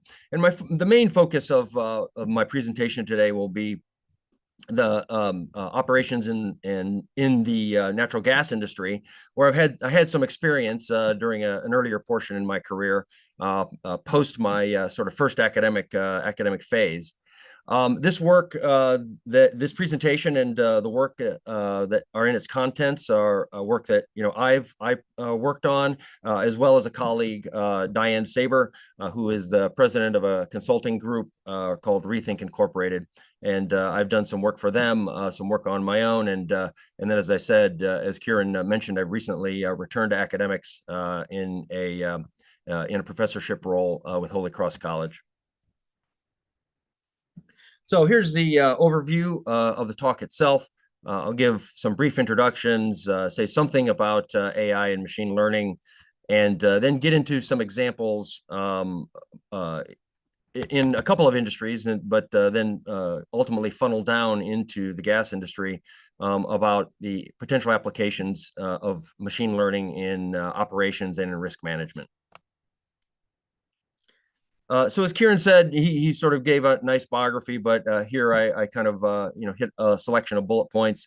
But I've had some experience both as an academic and in the commercial world. I've found that there's a tremendous learning process that can go on in each, and they've been very valuable portions of my career. Had a number of experiences with working with clients in various levels, both the natural gas industry, a general array of clients, and in particular, I was a staff data scientist for a Ford Motor Company for a number of years. And I kind of like to say that I eat, sleep, and drink analytics because it's just something that appeals to me so strongly. So you can talk about what about the concept of managing complexity, and I think Jessica's talk highlights that really well. The level of data that's involved and the complexity involved in performing calculations. And when you're thinking in terms of these problems, you can have large arrays of attributes. And large numbers of records. In some problems, I've dealt with millions of records. And this is something that goes on and can go on in all areas of business. And I list, some of the ones that where real impact can be felt. And I think nearly all these fields, if they have just begun, they will more fully be integrated into their business operations, particularly for their risk management. There are some fields that are, of course, quite advanced. There are others that are kind of in process, and there are still a few fields, I think, that are still quite early in their adoption of some of these approaches for performing their business operations. The natural gas industry itself, as I said, I had some experience there working for a company that provided R&D services to the industry. They began a transition in the early 2000s to taking in a lot of new energy products into their pipeline infrastructure. And whenever that occurs in the industry, it can raise alarms, and there are always issues that need to be understood with bringing in new products into your pipeline, and making sure that the infrastructure that is in the ground and that you have to manage doesn't suffer any adverse effects related to that. And of course, in the last 25 years, there's been a lot of demand for kind of greening that collection of energy products that are entering their pipeline. And again, whenever you're undergoing a transition like that, You need to know how your infrastructure is going to respond to it, and be sure that you can continue to deliver the energy products that you want to in a safe and effective way. At the same time, there are a lot of changes going on within the industry and its personnel. There have been a tremendous number of retirements from the industry, and that means that people with a long-term experience who have a lot of knowledge about how their systems operate and how to make sure that they continue to perform optimally are not available any longer, or they've moved out of being in full-time working within the company. Maybe they continue to do some consulting, or they've left the industry entirely because they've begun to retire. There are always limited resources, and personnel are always being asked to do more with that. And so the key concept there is, of course, productivity, and how can I do more with the fewer resources and fewer personnel, perhaps, that are available to do the work that my team is responsible for. As with many large infrastructure projects, they're often designed and installed to have a certain lifetime of usage, and as you approach the end of that lifetime, the business often finds ways of continuing to manage and operate that infrastructure in a way that extends its lifetime. But it is a continual issue to worry about, that there are large portions of the pipeline network that are aging, and it's a very expensive endeavor, obviously, to replace them or to install new. So in many ways, business is not as usual within the industry, and that is an opportunity waiting for new tools that can strike on that opportunity. It seems like always in business, you're trying to find answers quickly, and so anything that improves your ability to manage your data, ultimately to extract information from it, so that you can optimize the decision making that you're doing with your business is a big boon to your operations. So what is artificial intelligence, machine learning? I won't go into this in a lot of detail for this audience, but as you know, I'll just talk about it briefly in terms of the context in businesses, in which there are a lot of businesses that have a tremendous amount of data, and I kind of show that as a pile of clothing on the lower left.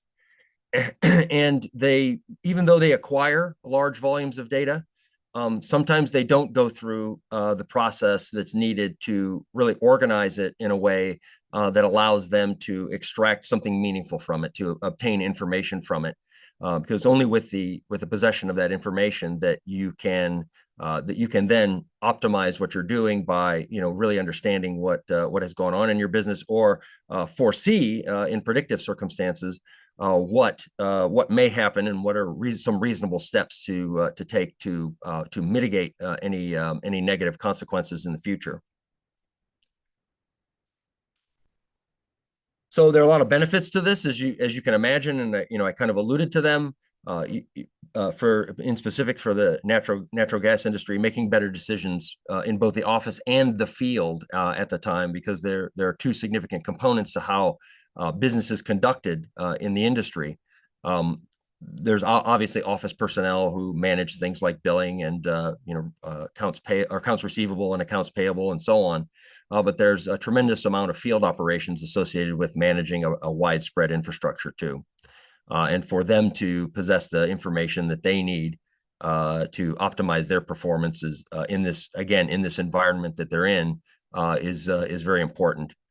Ultimately, that improves productivity, both in the office and in the field, and there are just a tremendous number of benefits. It really follows the old adage that knowledge is power.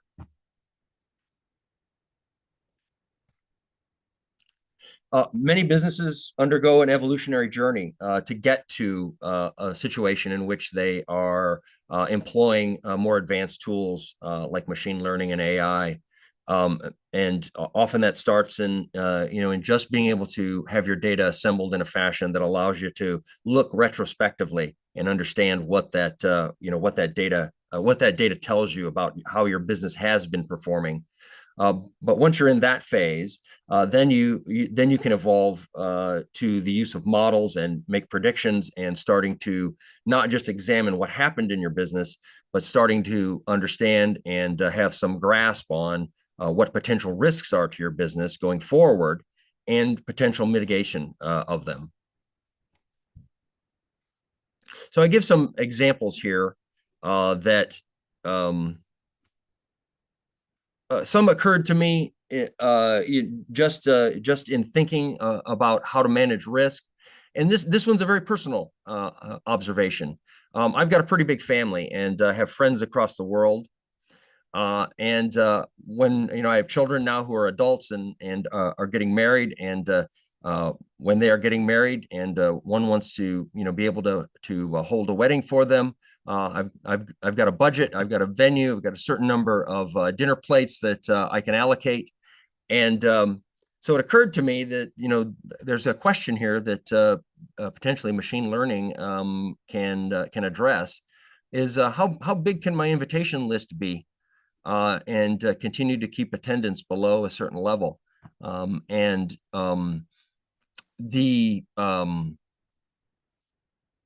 Because as if you have experience in this, that not everybody that you invite is going to attend, and some people that you maybe were inviting for just purposes of being courteous or cordial, and you didn't think that they were going to attend, sometimes they attend. So, the question is, how big can I make that list given all those circumstances, and still be pretty sure that I can keep my attendance below some level? And the answer is really that depends on the probability that that some individual guest is going to attend. And there's a lot of data that one can bring to bear on that. So what do we know about the guests? Well, we know addresses, we know where they live. We know something about the strength of the relationship that you have, or that the couple that's getting married has. In principle, this would be an entire matrix of relationships between all the people that you might potentially invite, and all the others. So those relationships can be personal, they can be professional. It can be relatives, obviously, which in many cases are the strongest of relationships, but not always. Sorry.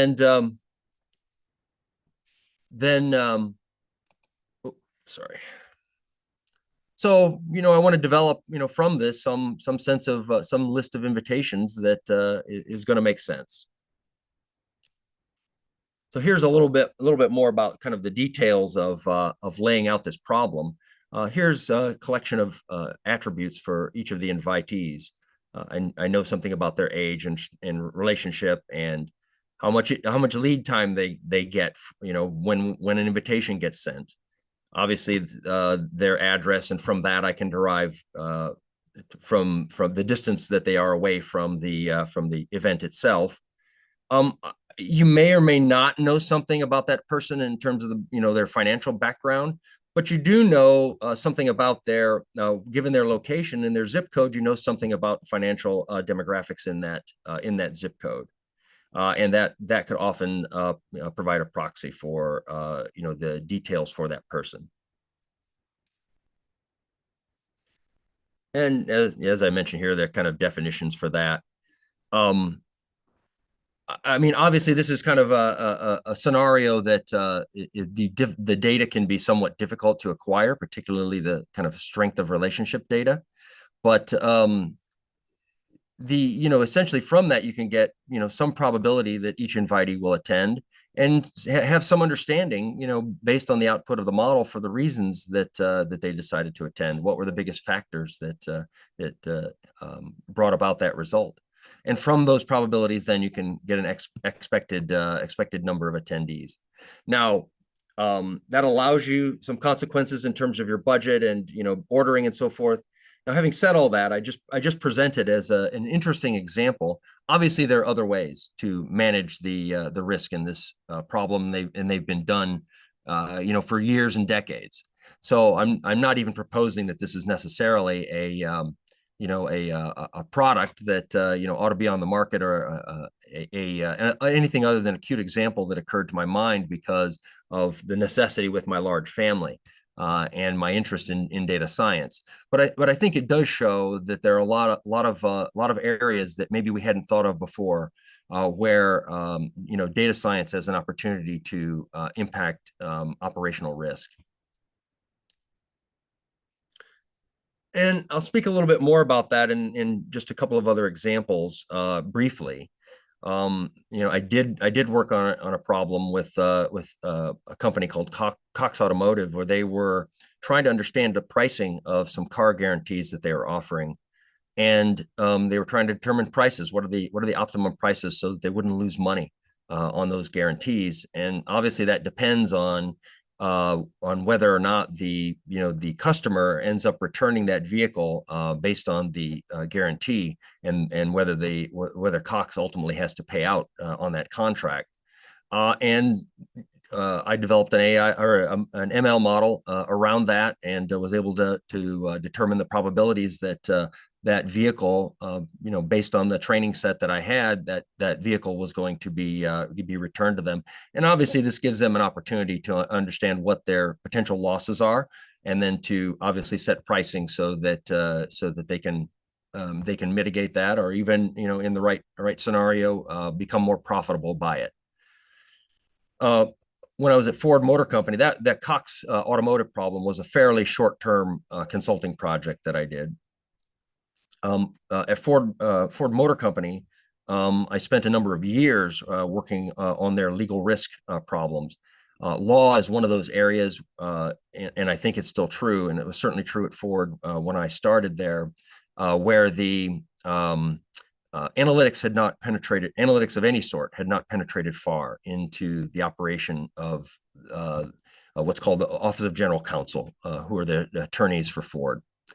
And they were experiencing a lot of issues with legal claims against them, and were involved in expenditures north of $200 million a year, at least as of about 2022. Obviously, they wanted to, come to a better grip and to diminish the expenditure there. And so one solution which we presented to the Office of General Counsel at Ford was to develop a machine learning model around understanding the probability that any given vehicle that was out there in a customer's hands might ultimately come back as a legal claim against Ford. And once they had that knowledge, then they could reach out to the customer. They could perform a little bit of enhanced customer service, if you will, try to ensure that customer was happy. And what they were going to do at that stage is a lot less expensive than having it evolve into a lawsuit at a later stage, where things become pricey very, very quickly for Ford to sort out. In the pilot study we did over a pretty extended period, the outcome of the project appeared to be that we were going to be able to save $10 to $15 million a year, maybe as much as $20 million a year in warranty spending, just through a single channel of mitigation. The models that we developed showed us that there were multiple reasons, multiple significant reasons why legal claims resulted. And so there were multiple channels of mitigation possible. And as part of the pilot study, just to understand effectiveness and what the back office operations would be required in order to implement the solution, we took one of those channels that was relatively easy to manage, and figured out again that we thought maybe 10 or 15, maybe as much as 20 million could be saved from this. Okay, so I think I've already gone ahead with that. So again, the benefits of this is that can end up with a reduction in legal risk. Obviously, the reduced costs that are associated with that, because as I say, the farther you get downstream in the legal process, the pricier and more expensive things get. And obviously that results in improved profitability for the company. and by the way, increased customer satisfaction, because the customer felt as if they've been taken care of in a situation in which perhaps the product that they were receiving hadn't performed as they had hoped, and as Ford Motor Company in fact hoped. It's a common problem in companies that do a high degree of manufacturing.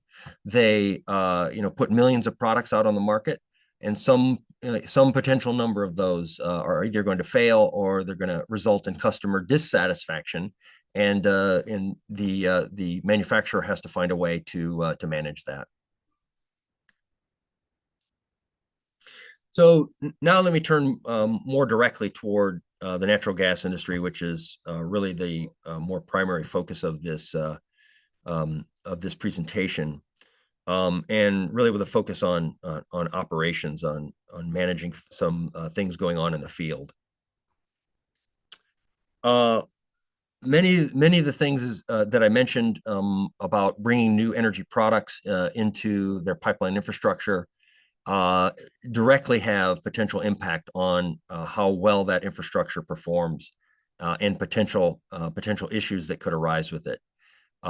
In pipeline infrastructure, particularly high pressure gas pipelines, you deal with the threat of corrosion, and so you have to put in place steps to prevent that, and make sure that you control any corrosion that begins, and in fact even do regular observation of your infrastructure to try to detect it at the earliest stages. The whole issue of for any of the pipelines is one of integrity. Corrosion is just one factor in that, in making sure that that infrastructure remains able to operate for purpose. And so the question comes about, you can't observe a 100-mile pipeline for 24/7. You collect data periodically, a variety of data that can be complex, chemical profiles of your energy products. Can we use that data in a way that allows us to predict where the potential for integrity issues are most likely to arise, and then understand what are the reasons for that, and those lead to what are the steps of mitigation that you would take. So, and then there are a whole host of other potential applications towards risk management in the industry, and in fact in many industries. But we were just looking at one particular one around pipeline integrity. Another one is, as many of you know, gas has a foul, natural gas or any of the energy products has a foul smell to it. The purpose behind that is to ensure that if there's a leak in the system, that it's easily detectable to anyone within reasonable range. But many of these new products, for reasons that aren't fully understood, seem to be losing their odorant. And so there's some combination of the new product and its injection into the infrastructure that's causing that. And obviously that presents a potential hazard for the operation of that pipeline. And so, how do you, given all that new product and these potentials, how do you understand that? So this is another area, again, of sort of operations where that where AI and ML may have provide some solutions. With many of the clients that I've worked with, there is data available. Unfortunately, sometimes there's a lot of incompleteness in that data. How it's recorded is very inconsistent. Different companies might use different meanings and different nomenclatures, and sometimes just some subjective language that can be associated with, a note or something like that. So it's a wide array of different things going on, in the industry in terms of operational practices. And so, working with any individual company, one needs to come to grips with those, as you need to understand what your data is and what it's telling you. So one of the issues that occurs in plastic pipe is that when technical teams go out in the field to maintain it, they have to sometimes cut that pipe after they've shut off the gas and perform repairs on it. And one of the reasons for the installation of various kinds of plastic pipe is because it's a relatively easy material with which to do that. Things get a lot more involved when you're dealing with a steel pipeline. But with plastic pipe, there are a lot of relatively easy ways to manipulate it and then do your maintenance on it. But one of the things that can occur, what the field crews have observed to occur, is that pipe can bubble, and this presents a challenge to the structural integrity of the pipe wall, and either the pressure rating on the pipe needs to be downrated in order to continue to allow that pipe to function, or it needs to be replaced, or a new installation has to occur. There's a lot going on. Obviously, again, I mentioned the kind of mix and variety of products that many of the companies in the gas industry are doing, and so this is a problem that they see in the field, and they want to understand when and why it's going to occur. So we worked with an LDC to acquire a data set. We worked with a company that did the analytical analysis, and they acquired a wide array of pieces of information, the physical as well as the chemical, and obviously location data. Ultimately, we ended up with with measurements of about 210 different chemical compounds that were in the gas stream of the pipeline sections that they were taking this sampling from. Finding in this wide array of different attributes for this problem, finding what the most prominent problem most prominent cause can be challenging. And we started by focusing on the chemical profiles in just performing an EDA so that we could understand what the ranges were, whether or not some of the chemical physical specifications are in the appropriate ranges for the operation of the pipeline. And as I mentioned, we did a minor metric, if you will, that we called CMAD, the concentration mean absolute deviation, where we looked at differences between bubbling and the chemical profiles in bubbling and non-bubbling pipe. And we're trying to find a strong indicator, a smoking gun, if you will, for a particular chemical or array of chemicals that might be contributors to some of this pipe wall bubbling. And when we looked at the distribution, we found that it seems to span a pretty wide array of concentrations, and there was no clear difference between pipe that was unbubbled during its maintenance and pipe that had bubbled. And so we there wasn't any smoking gun, as we hoped there might be by performing this sort of first level analysis. So obviously the situation is more complex than that. So we again looked at our collection of data, and obviously it's a wide array of attributes. That's what contributes to some of the complexity. We had these gas samples from 68 stations, and the situation was one that seemed appropriate for trying to manage that complexity by applying a machine learning model. So we had these sectors of data.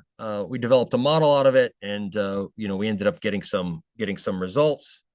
The training matrix, the confusion matrix showed pretty good performance on the test set. And it also showed that for the most important features, the manufacturer itself was overwhelmingly the most important one.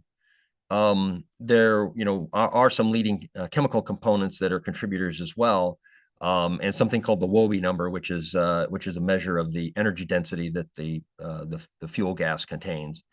But overwhelmingly, it appeared that the manufacturer itself was at issue.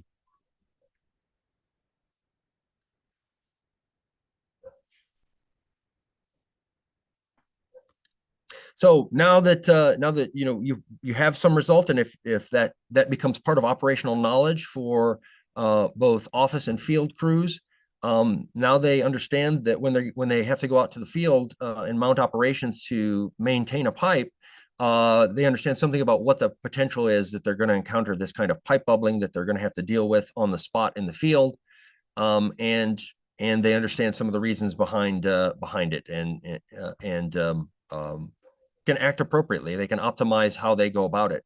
They can control better what they're doing and plan better.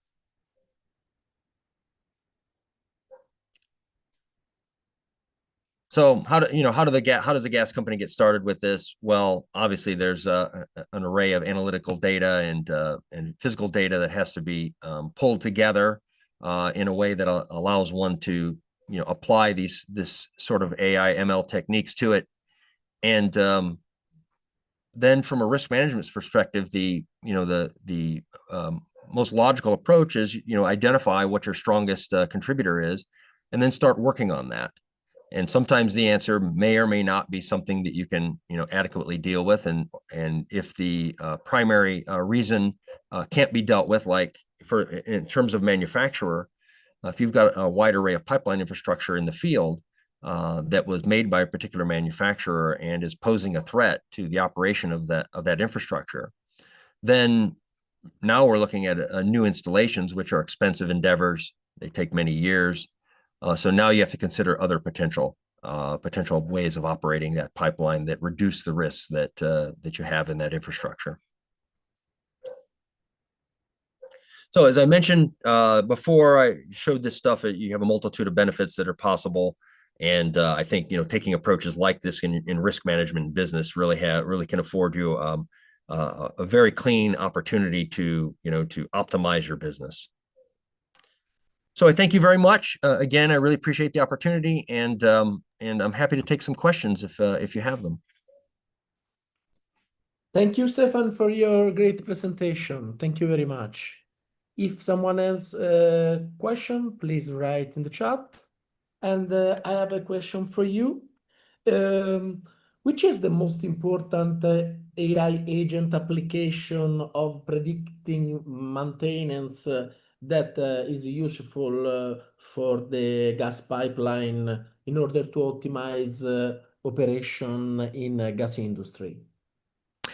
Well, as Jessica was, maybe I'll be honest about that. I've not done a lot of investigation into various AI agents that might apply to this. Obviously, many of them would. Most of my background has come in developing machine learning models for specific applications in various businesses. Okay. So we can say, in other words, what do you think can be a hypothetical future AI agent that can be useful in order to do this? Oh, well, that's interesting, and it depends on how you're going to develop it into the business, because many businesses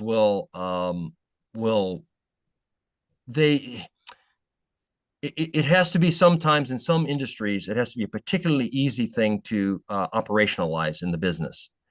And I would not profess to have deep knowledge for various agents as to how easily they can be operationalized into the business. Many businesses can be quite skeptical about the use of them and how to ultimately use them. Okay, thank you.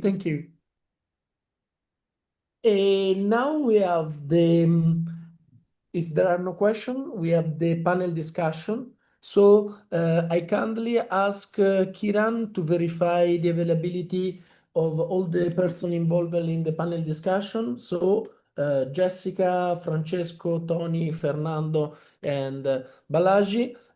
Meantime, I introduce the panel discussion that is themed Explored Recent Advances in Artificial Intelligence, AI Agents, Avatars, and Digital Twins. And this panel brings together distinguished experts who will share their insight on opportunities and challenges posed by emerging AI ecosystem. And our discussion will explore not only the technical advances, but also the social, economic, and cultural dimensions of AI adoption, So we encourage you and our global audience to engage actively through your question and reflection. With that, let us begin the dialogue on how AI agent, avatars, and digital twins can truly transform the way we live, work, and innovate. Please, Kiran, invite and present our panelists to join the discussion. Thank you.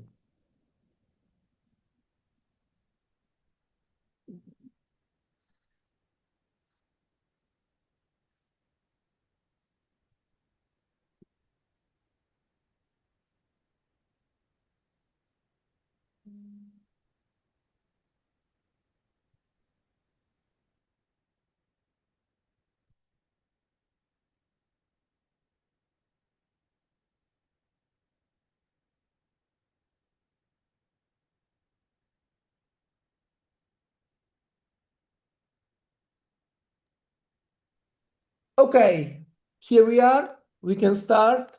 And what are your first impression about this morning and the first afternoon presentation we shared today?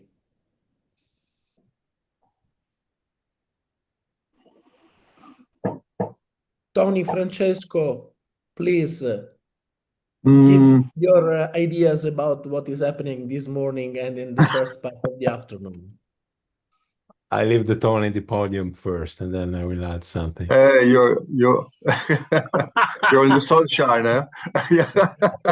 I'm shy, you know. Yeah, me the same thing here. No, you know, one of the things I really liked today was that there was more emphasis than the last times I was following this webinar about what you could actually do with it, yeah, and with the different models, etc., etc. So I really liked that, you know, including the last ones and the ones about the oceans, etc., etc. So I really like that. I think that there's still a very big focus on the tools and on IT. And I recognize that, and I remember that because I used to start as an IT professional, you know, in the corporate world. And during different functions, I started to focus on, okay, but you know, how can we actually improve the experience of our customers, and how can we do things faster and with a higher quality and cheaper for our customers? So more an outside-in approach, and that's why I think Francisco and me, we agree very often, because at the end of the day, if you are in a company, That's for first. No, that's for first. No, the question is that there is a big distinction. Tony speaks about a lot about a large corporation that probably lost the field, lost the cognition of the real world, specifically for SMEs, specifically for small country, because they need to make a lot of money, and of course they prefer the huge entity like huge banks respect of the smaller one. And of course they speak about huge technology, large technology that can be applied to large entity, but not in small entity. And of course they, as a journalist that understand the first time about technology, they would like to speak a lot about technology without to understand few or nothing about technology itself. So that is the point. And probably the technology is missing, or sometimes many corporations are focused on technology, so they speak only on technology itself. So there should be a link that at the moment I still don't see. It's about the way you make things and which technology you use to make the things, because there is a missing part between the problem that the organization has, that many times is a real problem, human problem. It's cultural problem, specifically if you work at the national level, not at the world level. And I think also in my work I made that the CEO, the board of the huge company, is missing the contact with the reality, and probably there should be some link between not technology, but the way to make the things and the real problem that is within the company.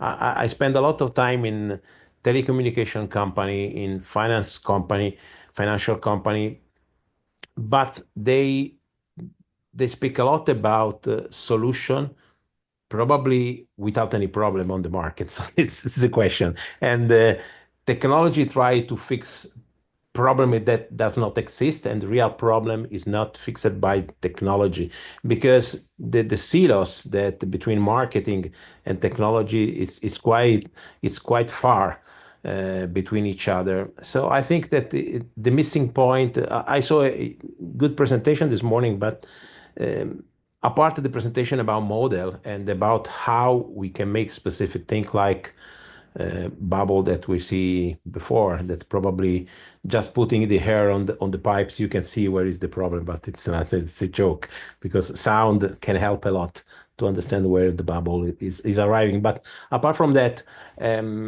I think that the missing point is a real problem with real technology. Digital twin, for instance, it's a way to fix a real problem, because if you need to put some new pipe for electricity, you don't need to make an excavation or drilling to understand where is the pipe or not, because you have already the CT in the computer. You know where is the pipe, where is the road, where is the things, but the data is missing. So it's complicated to create a digital world from scratch, and we are not yet ready. So missing point for me is the link between real problem and technology. And this link needs to be filled by the management that is not yet ready, I think, specifically in huge organization. They are ready for conferences, but not ready for real problem. It's my point.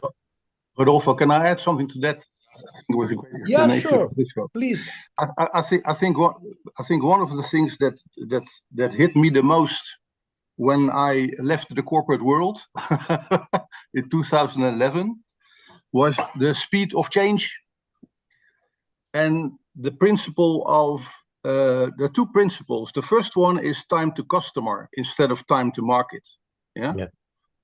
And I'm not going to go into the politics of things of Ukraine or whatever. But if I see discussions on LinkedIn about innovation in technology, I mean, one of the things that makes a company or an entrepreneur or a country survive is the time to customer. Yeah. And so I know a lot of people that are involved in Ukraine, and what actually happens is that in Ukraine the drone operators have direct contact with the producers of the drones, and that means that they can actually change things and scale and produce things at an incredibly rate of things, of time, yeah. And the other thing is, and again, this is not disrespectful, but one of the themes of my PhD was what we call in knowledge management false expertise. Yeah. And false expertise is defined as somebody that you trust sharing knowledge which is not correct. And there have been investigations into the damage of following false advice and false expertise, and the damage is huge. Yeah. Yeah. So that's really important. So one of the reasons that I stopped, following people and reading management books and all that kind of stuff is that if I look at what's online going on worldwide in the area of generating different AI models and that kind of stuff, it goes much faster than what I read about, what Google is doing and what Microsoft is doing. So for me as an entrepreneur, it's a question of survival, yeah. To learn, for instance, what's something. There's now give a small example. There's now a new image generator out from Google, yeah. The banana, yeah. And so a lot of people are talking about that. The problem with that is that you can still not generate the images you want. Yeah. because the same moderation is in, and there are other alternatives available already 5 years ago or 2 years ago. And to give you an educational example, yeah, the moment the banana image generator of Google came out, 4 hours later, I was following a video tutorial about how it worked, and it cost me $9.95. Yeah. So the world is so big, yeah, that we have to stop watching each other or go. I never go to conferences anymore, because it's a waste of time. I learn more, for my customers and how I can add value to them than in the traditional way at the universities. And I have all the diplomas in the world, and I have a lot of respect for a lot of people. But the thing is that the outside world, the 3.5 billion people or even more in the world are much more clever than we educated professors and etc. in universities. So I learned to watch the rest of the world, and I'm flabbergasted every day, what's coming out. But that means that I can learn the new banana stuff, and I can conclude that I'm not going to use it because it doesn't solve any of the problems, and I have to pay for something that I can do for free. So this time to customer and this sense of urgency thing is critical. That's my personal opinion, and I experience it. Yeah. Yeah. And so when I watch things or I read things, I think to myself, yeah, but in the meantime, hundreds of thousands of people and small companies are much more intelligent and much quicker than all of us highly educated people together. And it made me very humble. Yeah. But it's also possible. We can do much more than we want if we stop limiting ourselves. Yeah. Jessica, what do you think about this? Well, I did not check all the presentation, did not have the chance, but I saw the LI Marine and LI for Mr. Stephen, his name, for petroleum gas, natural gas. It's very interesting, the subject, and that's the beauty for artificial intelligence, is that we are capable to build things using different applications into different segments. So it was very interesting presentations. It was very nice, and I learned a lot today. But the idea behind is not just implementing artificial intelligence systems, but is to understand the business model. And this I agree with both with Francesco. I don't know the name for it's saying PC. I don't know what his name. My name, Francesco. Francesco PC. and Tony. PC. Tony, yeah. I agree with both, and that's this is the biggest concern. Do we have enough data to create these models? Do we have all the resource needed to create? And in the end, the biggest question mark, okay, what is the strategy, the AI strategy behind the business? Is for every business segment, it's very important, because in the end, okay, we're implementing AI, but is the business, is the CEO, is the stakeholders going to benefit from this AI implementation? Because if we are just building something that it will not be needed or it will not be useful, it's just a waste of resources in the end. So this is the biggest, this, my opinion, this is the biggest question mark. But the AI is there for everyone to think about many possibilities, how to implement, how to use in their business field. And that's the beauty for artificial intelligence. And yes, this is my opinion. At the end of the day, it will aggregate value implementing AI. This is a very important question that I believe every business they need to ask. This first question before going to the technical aspects. I believe my presentation was too technical, but I just want to have the chance to show how this work in practice. But in the end, the first question is the first step is the AI strategy, and if this you aggregate value to the business and the stakeholders in the organization. Yeah, it is true. According to me, what I see that lots of companies, enterprises are investing in a technical AI engineer, software developer, but they have probably not clear in mind what are the real needs inside the company, not now, but looking forward in few years. Probably AI is going to change completely the way of many business operates.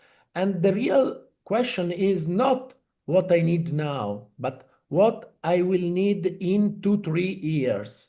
And if they develop some projects, AI project to solve the actual needs, they probably investing money in the not right direction. And this is also visible in the hype cycle of Gartner, in which we see that we are at the top of the peak of the expectation of the media relevance, but we have a small outcomes, real outcomes from AI agents. It seems like the companies needs to show that they are doing AI, even if they are not clear in mind how to do AI. So probably what we need at the global level is to understand what is going to happen in a more wide picture that looking the simple daily needs that we have today in a professional life and in real life. And all in this way, we can create value through AI. This is my point of view. Can I ask you a question, Rodolfo? Yeah, please. Why do you believe Gartner? Why you? Why do you believe Gartner? It's the evidence. Now again, it seems to be that I'm disrespectful. The thing is I'm a scientist like you, all of us. Yeah, Gartner is interviewing CEOs of big companies. Yeah. They are interviewing CEOs of big IT companies, yeah, and they use models that are very familiar in my former and your perhaps sometimes corporate world, yeah? The thing is, their view on the world again is very limited, and that's scientifically proven, yeah. So I look at I use my company when I was working in the bank.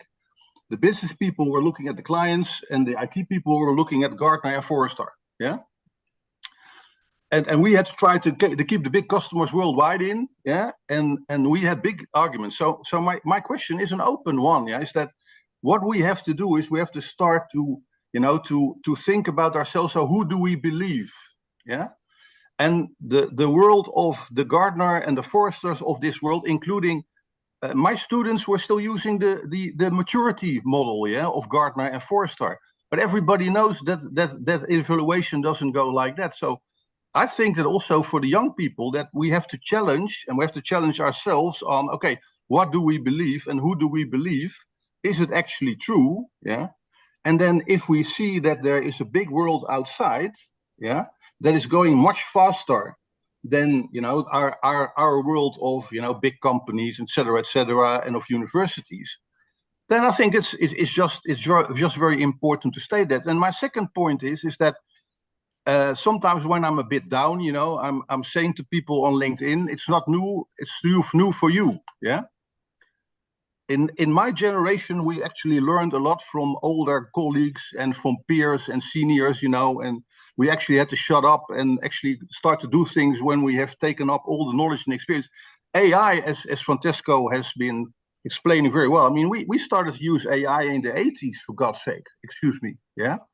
And I now see all these people trying things all over again, whereas we had MySyn, we had decision support systems, we had expertise, etc. The only difference between then and now is that the technology is much more available to everybody. Yeah. So my suggestion would be is that, and I've got a son who has a hard head like his mother. Yeah. But he starts to understand now that not everything what seniors are saying is rubbish, and that not everything is new. Yeah.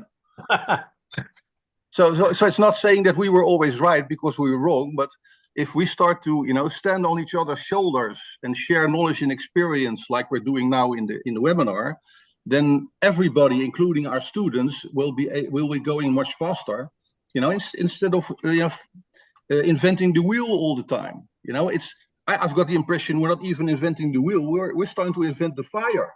Which is actually even more dangerous. So, yeah, that's the thoughts I had for a long time. Is that AI is not new, only the technology is new.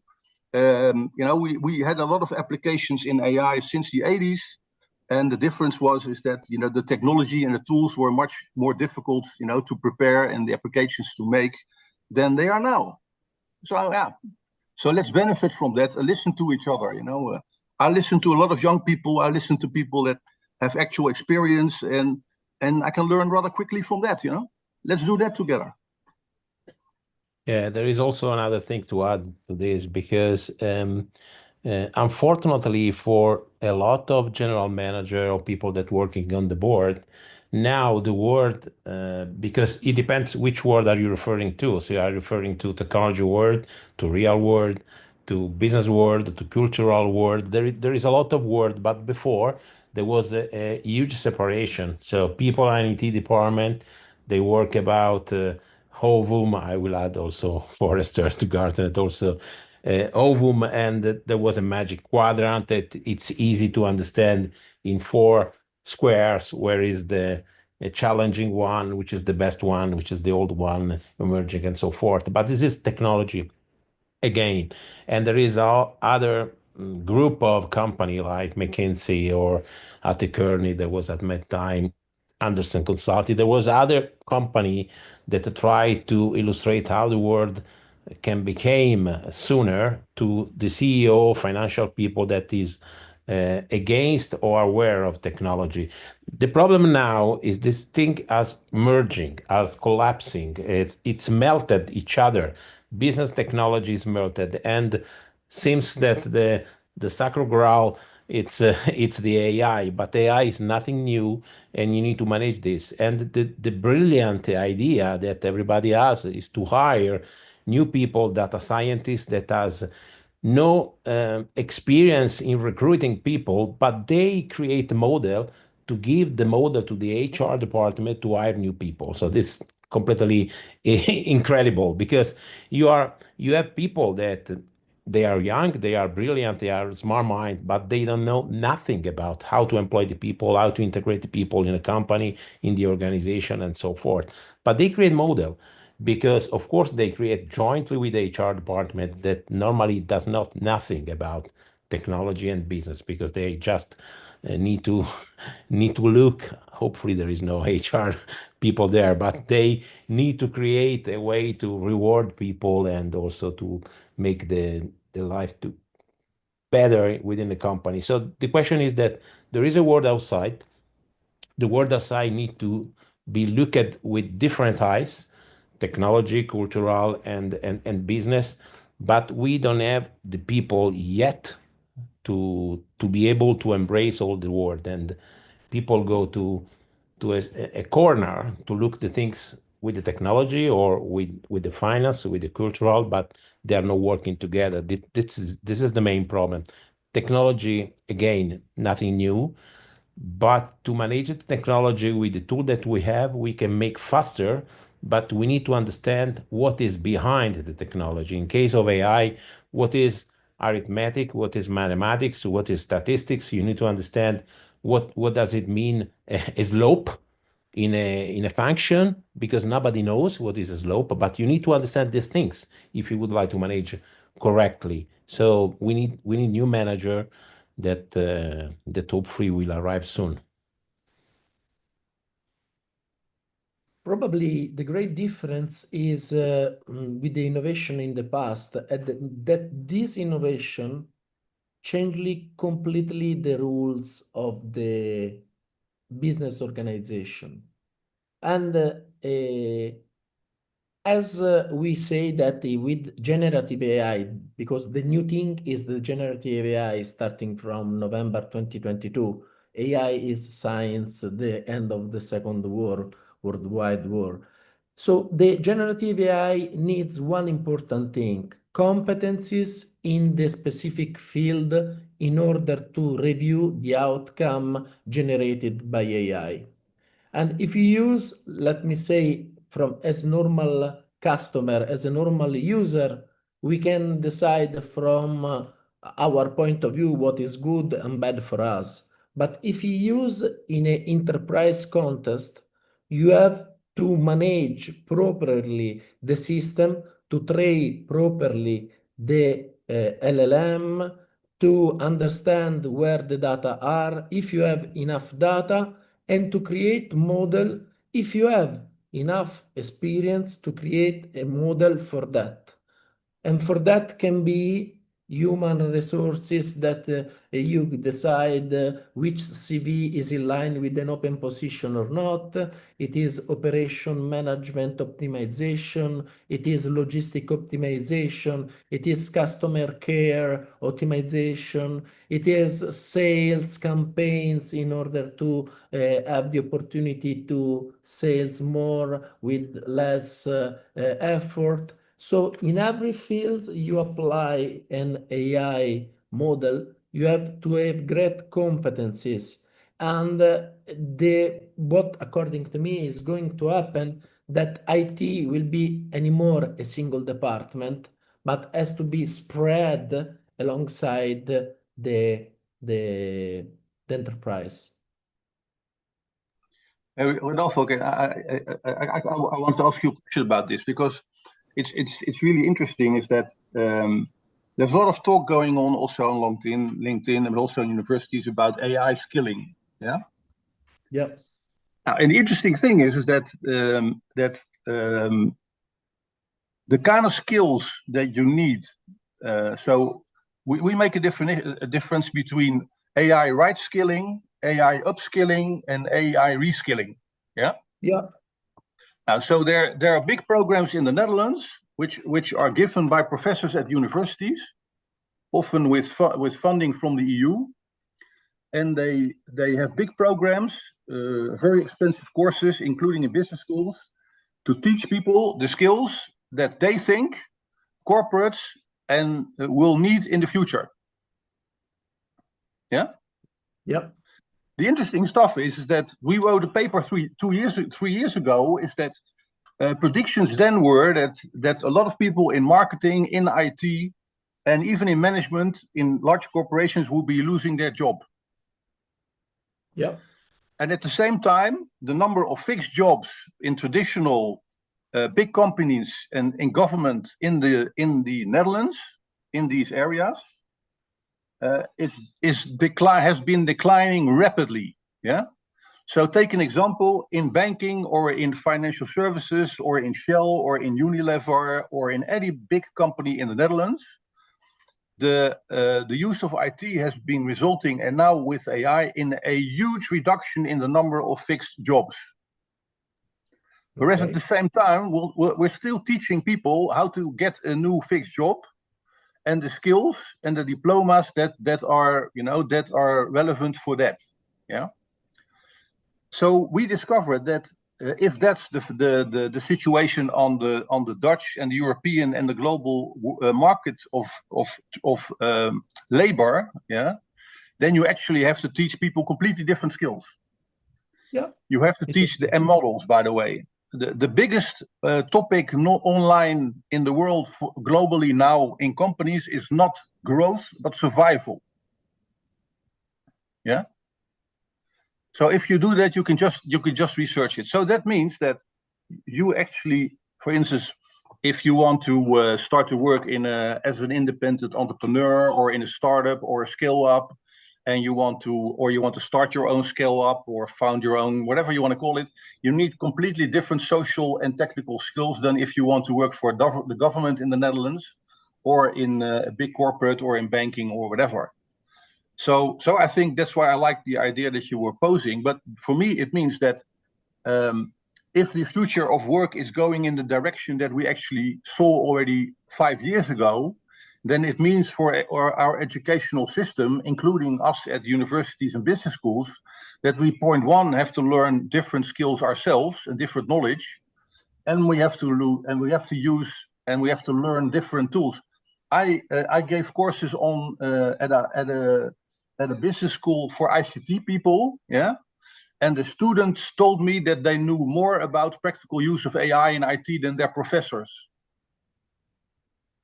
And then the companies around the university, they decided to start their own corporate schools again, because the people that were coming out of the university and the business school didn't have the right skills anymore, that they really needed to survive in this fast changing world. So I'm just really interested in how do you think, but also how the other people around this panel think about, okay, the future of work, yeah, and what does it mean for us as a person, and what does it mean for people that have to earn their living in the next 3 or 5 years.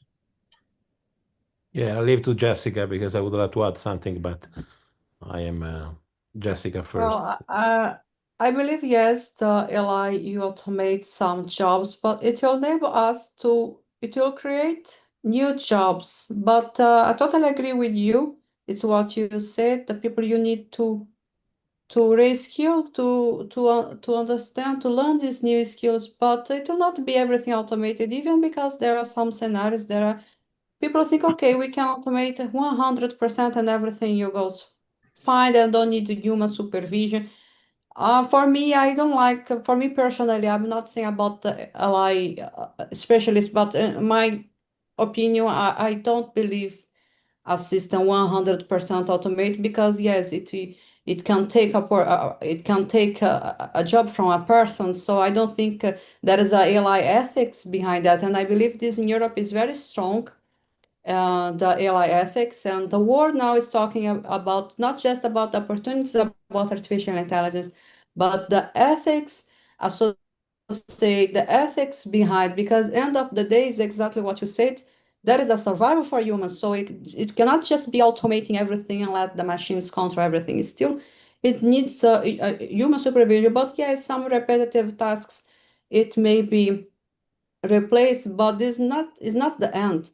New jobs, new positions, new opportunities you appear, but it's exactly the university you play an important role on that, because you need to teach, you need to people, you need to reskill this and learn these new activities, these new tasks to remain in the market. So there is a transformation. It's like a digital transformation, but yeah, it's worldwide.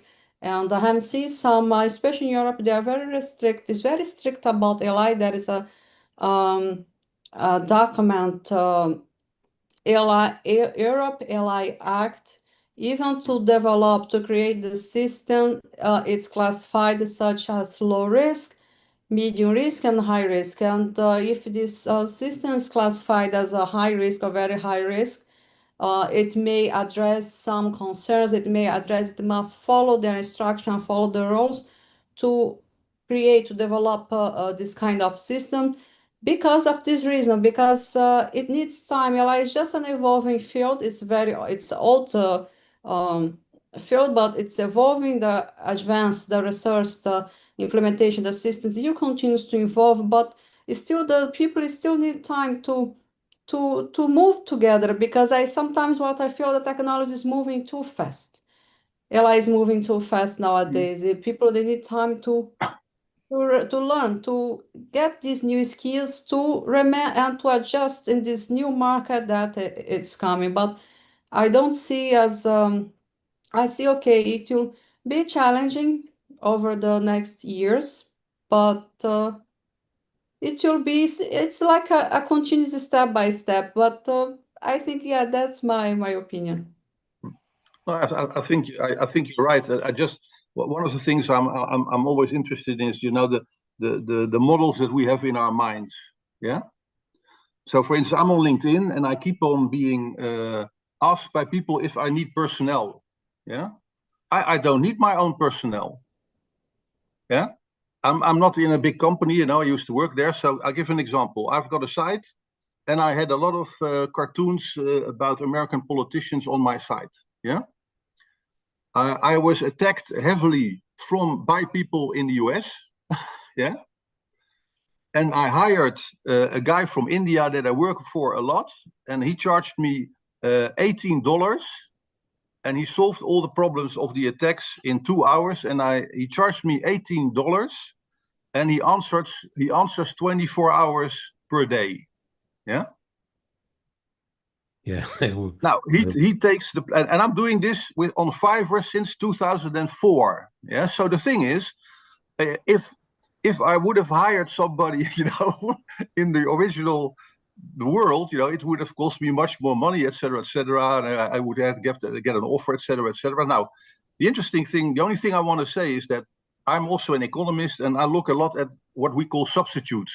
Yeah, that means is that it's not so much about automating work in an organization or a company. It's about, okay, if you're looking at from the speed objective, and from time to customer or time to whatever you want to call it, then you have to do something, to be able to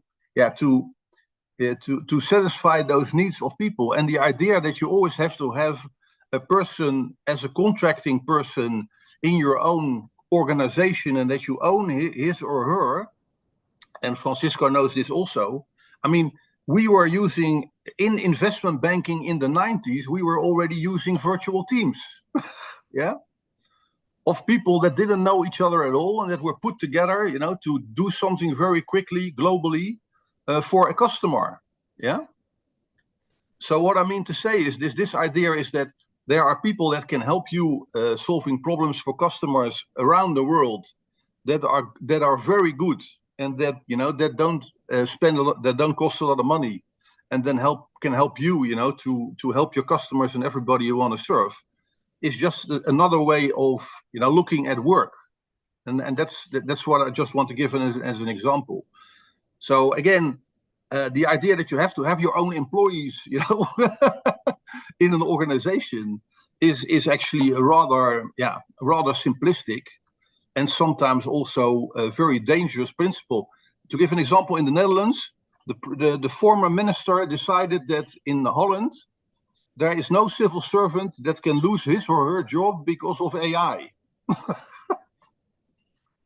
Yeah, then that means that the taxpayer pays the bill, So I'm just opening everybody's minds on what's work, how do you work?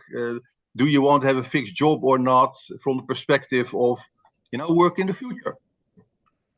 Yeah, I don't want to speak out work with Indian company or offshore company that is located to London, to US, to California, to Austin, Texas, and then again going back to India, because that can be unfair. So I don't want to say, but it depends what you would like to do, because if you would like to do a program, a project that include technology, but also some other stuff, you cannot relocate the world, because you need to have a team that work together.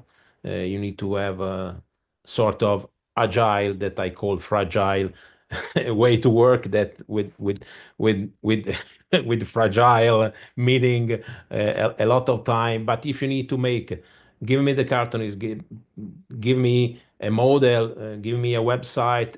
It's common way to work offshore, because it's easier. But apart from that, I think that it depends not by the technology is changing, but the world is changing. World is changing, and what happened respect of 10 years before, now the cost of the fly, the aircraft company, it's cheaper. So people move each other more than 10 years ago. So I can go to London for 15 pounds, and using Ryanair was complicated 10 years ago. This changed the world. This changed the company. Arrived to the market like Uber, or like other company that I don't mention now, but I will let you know that 20 years ago, I was in Amsterdam because of Telecity, telecommunication data center just outside. 10 years ago, so 10 years later, I went to IBC because I was working for Broadcasting Corporation. In September, in this month, there will be in RAI a big fair on telecommunication. And 5 years ago, I went to the Amsterdam, but for Booking.com, because Booking.com is moving a lot of people in a small hotel in small Airbnb and Airbnb again. So world is changing, companies changing, and the company that need technology and the AI is different. So the skill of the people is changing again, because before you need an engineer, people that know about bit that go in a pipe, in a fiber optical pipe in telecommunication. And then you need to understand how the broadcasting MP4 and MP5 and all this kind of stuff. You need other engineer. And now we need simple people that rent a room and understand the revenue and the revenue model in respect of the timing. So what I think that we can monitor technology, but we cannot monitor how the world is changing. And probably speaking about what skill we need in the future is very complicated, because the future can change also without any provision. So that is my point. So need to be eager. We need to maintain the appetite. We need to maintain the curiosity to understand, think, and of course, unfortunately, at least in Europe, specifically in Italy, if you are in a huge organization, or if you go in university, stattal university, it's very difficult that you adapt yourself with the world is changing, because you stay in semi-retirement. So you stay in idle, waiting for the pension, and that is the problem, because you lose the appetite and also the curiosity. That's my Francisco, point. I agree with you. I agree with you, but one addition, I got one of my diplomas in MIT, in the US, and it was exactly the same. As what you described for a lot of universities and business schools in Europe. Yeah, and I was flabbergasted. So I cannot hear you well. I don't know if it's only my problem or. No, it's a problem with the microphone. Oh, okay. Oh, no, I just wanted to add. I think it's very valuable, this idea. I just stated that I got one of my diplomas at MIT in the US. Yeah. And what was really innovative about their program is that they had two streams in fintech. Yeah. And one stream was if you want to do fintech in corporates, and the other stream was, what if you want to make a living in fintech with a new company? Yeah. And so I did, of course, the second one. Yeah. And this was one of the only programs I saw in the world that understood that there is a difference between, working in a big company and being successful in fintech in a big bank or in a management consulting company, and starting one yourself. Yeah. And I also discovered that in the first stream, in the corporate stream, they still used old strategic models and old change models like Agile. Yeah. Whereas these models are not at all usable in the fast changing world of group number 2. Yeah. So I think that's the way the world is. If you're a professor, and again, I was a professor in universities. You're sitting behind your desk, and you read articles and kind of stuff. After leaving the bank, I went back to my university, and the same people were still sitting there. They were a bit grayer than before, with a bit older PCs, the same paper. They were, and they had not left, their comfortable environment that I really liked in the beginning also. And that was 25 years later. So I think I like your ideas that we all have to get outside and outside of our comfort zone, and keep on learning every day. That's the world is great, all the new things outside, but it's going really fast. I would like to have also an opinion by Jeremy Adamson that can join to the panel in order to give his idea about what is going to happen in Canada. I appreciate it. I think because a lot of what we're talking about in Europe is... We were two Europeans, so I asked someone from America that can help Jessica and have a different opinion from the European point of view. It's a lot of what you see and here in Europe, I think. It's somewhere between Europe and the US, like it is in most other cases. A lot of organizations here, and ones that I work with and advise, they're kind of on the fence. On the one hand, they want to say to the public that we're with people first and we're not going to, cause anybody to lose their jobs. And people want to deal with people. They don't want to deal with AI. But on the other hand, behind the scenes, they're all crunching the numbers. They're looking at the ROI and they say, what would be the PR hit that we would be able to sustain, that there would be a positive ROI with us making this decision? And then they're, sharpening their pencils and they're looking at it by customer segmentation. So with our cost sensitive customers, will they accept a certain amount of automation if it means that people lose their jobs versus our, white glove service, luxury and service oriented customers? So I think a lot of people are waiting for their competitors to be the first mover on this in the West, but it's a really interesting time. And I think when it happens, it'll happen pretty quickly because I don't know of an industry in Canada that isn't running those numbers now, and they have their technology team on standby, ready to deploy these half-baked agents to replace, their lower paid staff. So it's a very interesting time. They just don't want to be the first ones into the water, I think. Yeah. I think Jessica, Jeremiah, what do you think about this? Can you repeat the question again, please? What do you think about what Jeremy says? It is also in Brazil or it is a little different in Brazil? Well, in Brazil, it's starting. When I started with AI, it was a problem because AI, as everyone knows, is a very old science, and at that time, the only way it was in the academic, and we did not have a lot of people that they want to learn this kind of technical skills. So that's how I started. And later, when it started booming for AI, when it arrives the ChatGPT and the LLMs, and people say, okay, this make a lot of sense, and yes, we can implement AI in the business. But before I had this perspective, I started with AI in 2017, 2018. It was different. Even how we work with AI, I had to constantly updating myself.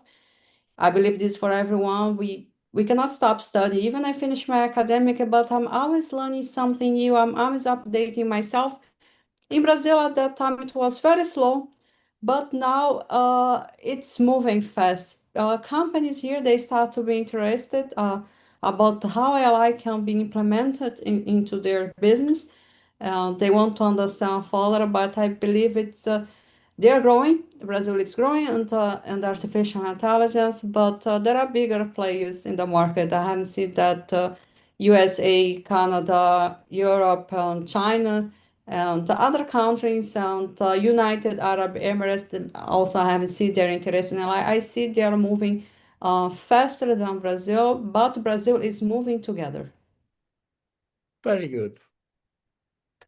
I think that every single country has a different situation in terms of how can be AI adopted, also considering which are the data in which each country it is specialized.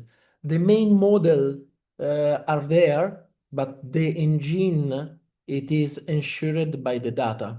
So, for example, in Italy, what is very important is to bring together all the data of small, medium enterprise, for example, operating in fashion, for example, operating in design, in order to create a competence center in design and fashion at the national level, in which we can use AI to generate value for those industries, for example. And so in every country is different. Also, the reduction of people in Italy is not quite a danger, considering that our average age is growing and we are becoming an older and older country. So practically we need something that help us to maintain the level of services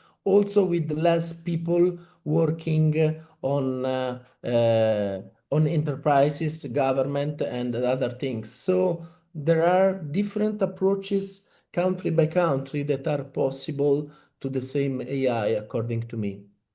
I believe that data is the new oil, and every country in the future is a transforming technology, but every country in the future, even the governments, companies, industries, they understand the business needs for their needs, and then they will start to collect data, then they will start to implement. But I don't think it's a kind of technology that it will stop in the future, because countries, organizations, companies, even individuals, they will make decisions based on insights, based on data, and AI is not possible without data. So data is the fuel for AI. So I started to see that years ago, and I had a lot of patience and persistence to stay in this segment till it happened, and it happened actually faster than I thought. I thought that it would take more years still has the AI booming, but it's not just about AI. As I said, it's creating new jobs. In the beginning, we just had a data scientist. Now we have different positions. We have AI engineers, we have machine learning engineers, we have data engineers, we have the business people that they specialize in artificial intelligence for business. So there are many new positions. There is the curators, the data. There are many jobs that are getting created for AI. So people, they're just thinking about survival and about the pen. Okay, AI is taking jobs. Okay, it's not going to take majority of jobs. Some jobs that are repetitive tasks, yes, I can see that, but it's still also there are some situations. It's still the AI then needs some supervision. It needs some maintenance. It needs some improvement.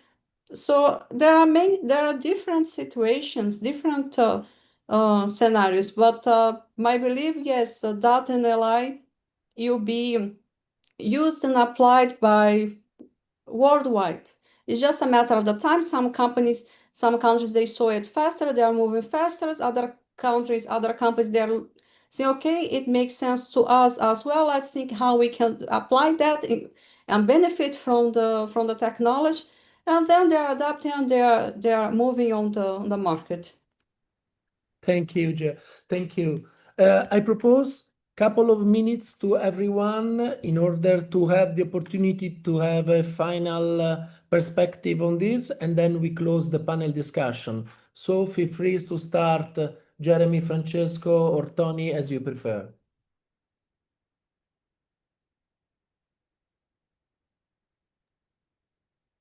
We can leave the same order. So Tony and then me. Okay. Yeah, for me, it's just a question that we all have to realize that time counts. It is true. And that means is that for me, and that's was a bit the context of my presentation today, is that for me it's a question about the EU is not protecting ourselves against others. The EU and the EU members are trying to defend their values. And some of us have discovered that that's very difficult to do that online, because online it is war. So again, as I said this afternoon, I'm not against US companies. I'm in favor of our way of living, our values, and on being able to do what we think is important. And especially in this period of crisis, after the US elections last year and the situation in Europe, Kiev is 2.5 hours flight of where I live. We have 150,000 refugees in Ukraine that we have tried to nourish and house in our country. So I would say to everybody in the world, I said, stop giving us lessons and try to understand, the situation we're all in. Yeah. I posted an image of more than 160 hearses that were coming out of the airplanes at the south of the Netherlands in 2014, when almost 180 of my fellow Dutchmen were shot down by a missile, a Buk missile, shot at the airplane by the friends of Putin in Eastern Europe. And we will never forget that image. And that is one of the reasons why we support Ukraine in every way we can. We have just decided to spend 500 million euros on buying Patriots for Ukraine in the US. And we have 17 million people. And because we give these 500 million euros to the US, very difficult budget cuts have to be done in our Dutch budgets for Social Security, for Medicaid, and all that kind of stuff. So for me, the thing is clear, you know, AI is playing a decisive role in the defense of Europe, of our European countries, and of Ukraine in this war. You know, so let's focus on what, you know, technology can do to defend our values and norms and our democracies and our ways of living. Yeah. And I just wrote a little memo to somebody on LinkedIn. I said, look, you know, my father was in the resistance during the Second World War, and our government fled to London. Our royal members of the royal family fled to London, and other people resisted and fought the German occupation. And a lot of people in Europe have decided to take that example. Yeah. So let's try to look at IT as, you know, how can we, and AI, how can we defend our values? And how can we resist and help our children? I do all this because I want a future for my children and grandchildren. Yes, sure. And for me, the rest is all, you know, talk. Yeah.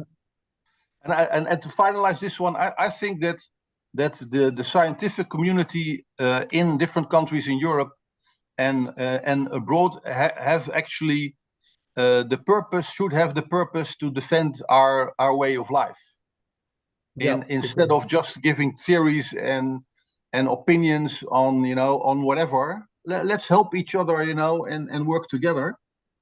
Then AI can play an important role in. So for me, the discussion at the table is, there is this huge discussion about AI for good and AI for bad. Yeah. For me, it's easy. What's good and what's bad? For me, you should use technology to defend our values and our democracy. And it's not up to, you know, people in the US to decide, you know, what's responsible AI or not, or responsible use of AI or not, nor at my university colleagues in the Netherlands who think that they should be helping Google and Microsoft to implement a global morality standard for everybody in the world. I mean, for me, it's horrific. You know, it's just. Yeah. So that's my final remarks. I say, you know, let's do it together. Get away from all the theories and just look at how we can make the world better by using technology and by working together. Yeah, I can agree with Tony. So I made probably, I don't remember the last conference or two conferences ago about what's happening in the world about conflict. There is not just Ukraine or Gaza, there is Myanmar, there is 30 conflict running at the moment. Of course, there is someone very far, someone closer, like the Ukraine, and I totally agree with Tony about what we should do. Just to remark about works, and I think that the world is changing, so we need to prepare to the change of the world that we didn't know. Of course, we hope that we'll finish this war, and the world we will start to think in a new way to evolve, that probably we are not evolving anymore. And the job that is worried is not only the low entry job, low paid job, but also the IT job within a company. I made a post that I made on LinkedIn probably a week ago about the job that in Chipotle, that is a chain like McDonald's for Mexican food in US. I think also in Canada, that people is not hired anymore because there is technology heavy like Codex from OpenAI, other things that you can make what you want without to don't know any code, any language. So it's immediately. So you don't need so much people. But again, I joined the Tony things, and that I think it should be the thing of everybody. We need to use the technology, the AI for good, not for bad. So not for the evil. And at the moment, unfortunately, as I show in my presentation, people are joining the government that is not thinking to the bad, but just to the money, and also the way to make more money using the power. And I don't want to make any reference, but of course it's clear. And we have some image about what could happen in Gaza. That could be the new Cancun, but on the soil where there is a lot of soil of the people that dead because of let me see, blindness of some people. So I don't want to add anymore. So stop here. Jessica, Jeremy, have you some final remarks? Sure, I can hop in, and I'm a little late to the conversation, and I don't have, I think, as principled a point as Dr. Tony, but I did want to take the counterpoint to that and just speak a little bit about the Canadian experience. We up until about 20 years ago, Canada had about the same level of productivity as the US. We were, competitive globally, and for the last 20 years, Canada underwent a very large social experiment. People worked less, there were more people assigned to jobs, and we had a government that was focused above all else on, for lack of a better term, just feeling good. And we're paying for that now. We're now about 40% behind the US in terms of productivity. And anytime another voice comes to the table and says, we need to invest more, we need to, be at the forefront of these new technologies, powerful voices in our government. So that's just simply not a Canadian perspective. We need to protect jobs, we need to protect our values, and so on. As a result of that, our currency has been devalued. Most people in Canada today that are entering the workforce will never be able to afford a home. People are rationing meat for their family, like food has become so expensive here. And really all of this, capital outflows, another huge one, international capital, if you have the choice between ineffective Canadian corporations or some positive growth that you can anticipate with the US investment, the money's going there. So in Canada, this is, one of our few attempts, and we have a lot of horsepower. We've got, Jeffrey Hinton, we've got the Vertex Center in Toronto, we've got a Montreal AI supercluster. There's a lot of really smart people in Canada here that are chomping at the bit to make us, internationally recognized as a hub for AI. But if we let, and this probably isn't phrased right, so I'll regret it as soon as I say it. If we let values stand in the way of our pursuing economic and commercial benefits, and we lose the race again, that'll be another nail in the coffin of what was the Canadian dream. So absolutely, we need to elevate human dignity. We don't want AI to, take over the pieces that are good in our life so that we're more free to play around and excel. That shouldn't be the end game here. But at the same time, if in the interest of, promoting our own values, we lose any sort of competitive edge to people that don't have those values, we'll never be able to catch up. So I just wanted to put that out there as a counterpoint to the last two, but definitely agree in principle. It's a difficult conversation. A lot of good points on both sides. Jeremy, I really would like to answer a bit to that because I used to work a lot with American colleagues, yeah, and productivity in the Netherlands has been going up all the time, yeah. Whereas in general we work 36 hours, yeah. And the big discussion with my American colleagues is that we think it's better to be available on email, etc., 24 hours per day in the week. And we don't understand that the Dutch can have so many holidays. Yeah. Now, the interesting stuff that already Taylor discovered, during the Industrial Revolution, that if you treat your employees right, yeah, then their productivity and creativity is much higher. Yeah. So the basic idea in the US was, and I know, by the way, it's not in the Canada everywhere, by the way, is that productivity is measured by the fact that you are reachable 24 hours a day, 7 days a week. Yeah. So our GDP grew much faster with this kind of stuff. At the same time, of course, you're right. So what I wanted to say is that it all depends on the productivity and how you measure it. Yeah. I had 55 employees in 1993. They were all working at home. Yeah. In 1993. Their productivity was much higher. Yeah. The service levels went out of the roof. Customer experience was great. Yeah. So I think you have to be somewhere in the middle. I think that you have to start with measuring what is it productivity, and what kind of stuff. So my thing is that we have to start to step away from general ideas. I know a lot of my Americans said, if you are not reachable 7 days a week, then that means that in Europe you're not productive. And then to finalize this one, my big boss one day said to me when I was working in global compliance, he said to me, Tony, he said, I was unreachable in France on the countryside by mobile and by internet. And he called me once in my 3 weeks of holidays. And you know what he said? He said, if we cannot run the company without you, then I did something wrong. Yeah.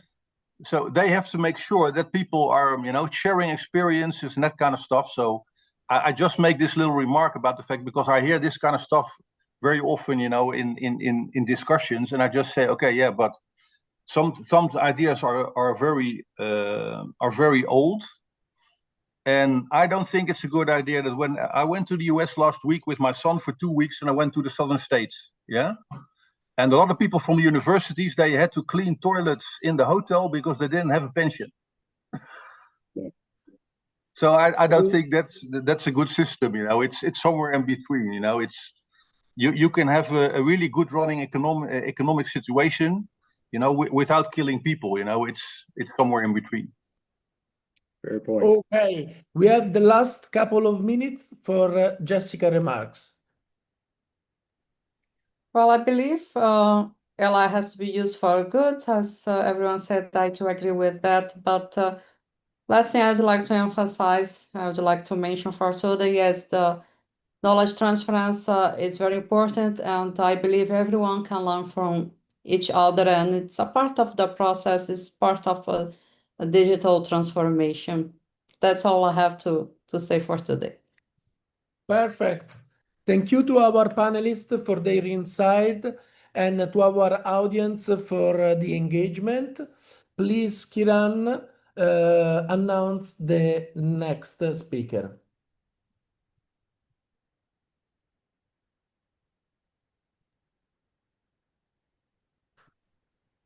Our next speaker is Mr. Jeremy Adamson.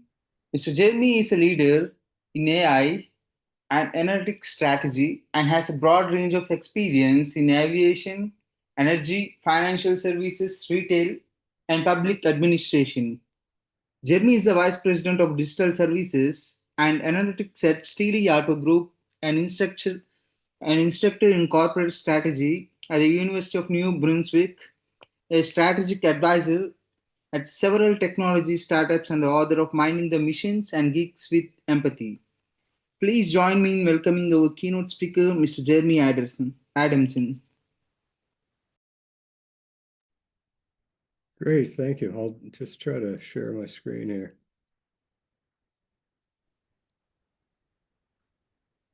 Is that, no, it doesn't seem to be right. Sorry, one second.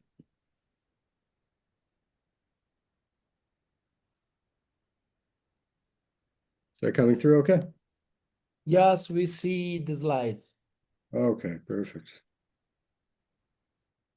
So yeah, it's been a couple of years since I spoke at this conference. I really appreciate the invitation and the opportunity to speak. And from some of the earlier conversations and even the last panel conversation, I think everybody would agree that ethics is really important consideration as we start to explore the commercial applications of AI.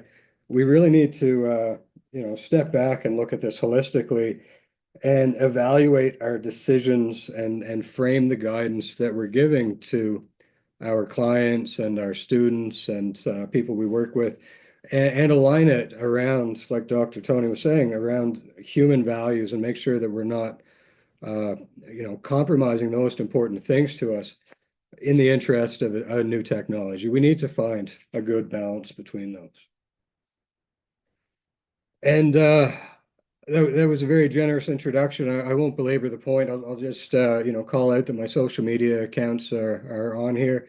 Please do reach out if this is an area of interest. I'd love to connect and see if there's an opportunity to support each other. So I've been in this field really since the beginning. About a little over 15 years ago now, I had my first role in this type of work, and it was called Decision Support Systems. There was no data science at the time. Moved into operations management. I worked in business intelligence. I worked in analytics, predictive analytics, and then later advanced analytics. And a couple of years ago, if I had a title called AI, that probably meant data science and machine learning, whereas now it means LLMs or agentic AI. And I think we in the practice, if you look at that little Venn diagram to the right, we really love to segment all of these different practices. And we have a bit of a mental map that a data engineer and an architect does this, and a person doing a report in Tableau, product manager, they all fit into these different pieces, and who's who in the pecking order. And we have really, I would say, complicated a lot of what we do in all of these fields and subfields. I would argue that at the end of the day, all of those people, whether they are building a report in Power BI or they're architecting a new database or doing a cloud migration, at the end of the day, we're there to help people make decisions. Very few of the people paying for our services actually care if we're on Snowflake or AWS. They're trying to buy insurance, or they're trying to book an airline ticket, or pump their gas, or pay their taxes. And if we're not helping people make better or quicker decisions, we really haven't added value. So a lot of what we do is really superfluous to that. We need to scrape it away and focus on the pieces of the work that we do that add value to the people that are ultimately paying for it. And if we can, make that mental stretch and see our work through that lens, I think, especially people on the delivery side, really need to be humble enough to admit that we haven't been historically very successful at it. I've got a Deloitte study here that focuses on North America, but I understand it's the same across the world. There's overwhelming enthusiasm for AI, traditional AI, more modern agentic AI, without the realization of value that should go along with that. The first big study on this was Gartner in 2017, and that's the number most people tend to use, is that 85% of these projects end in failure. Tech Republic found the same thing. Capgemini found the same thing. The RAND Institute last year found, I think it was 80%.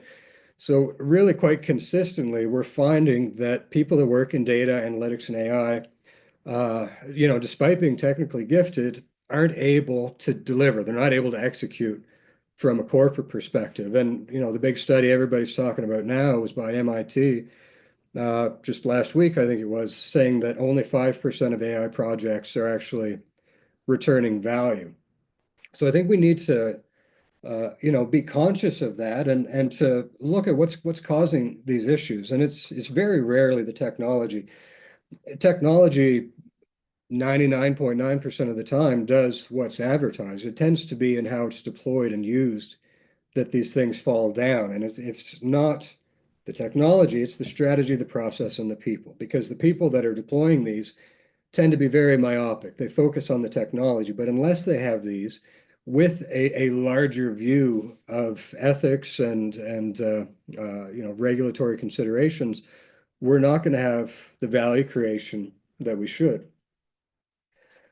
And that was up until a couple of years ago. I'm sure everybody's seen every curve of interest for generative AI over the last couple of years, hockey stick curves and all the hype around being the quickest adoption of a new technology in human history.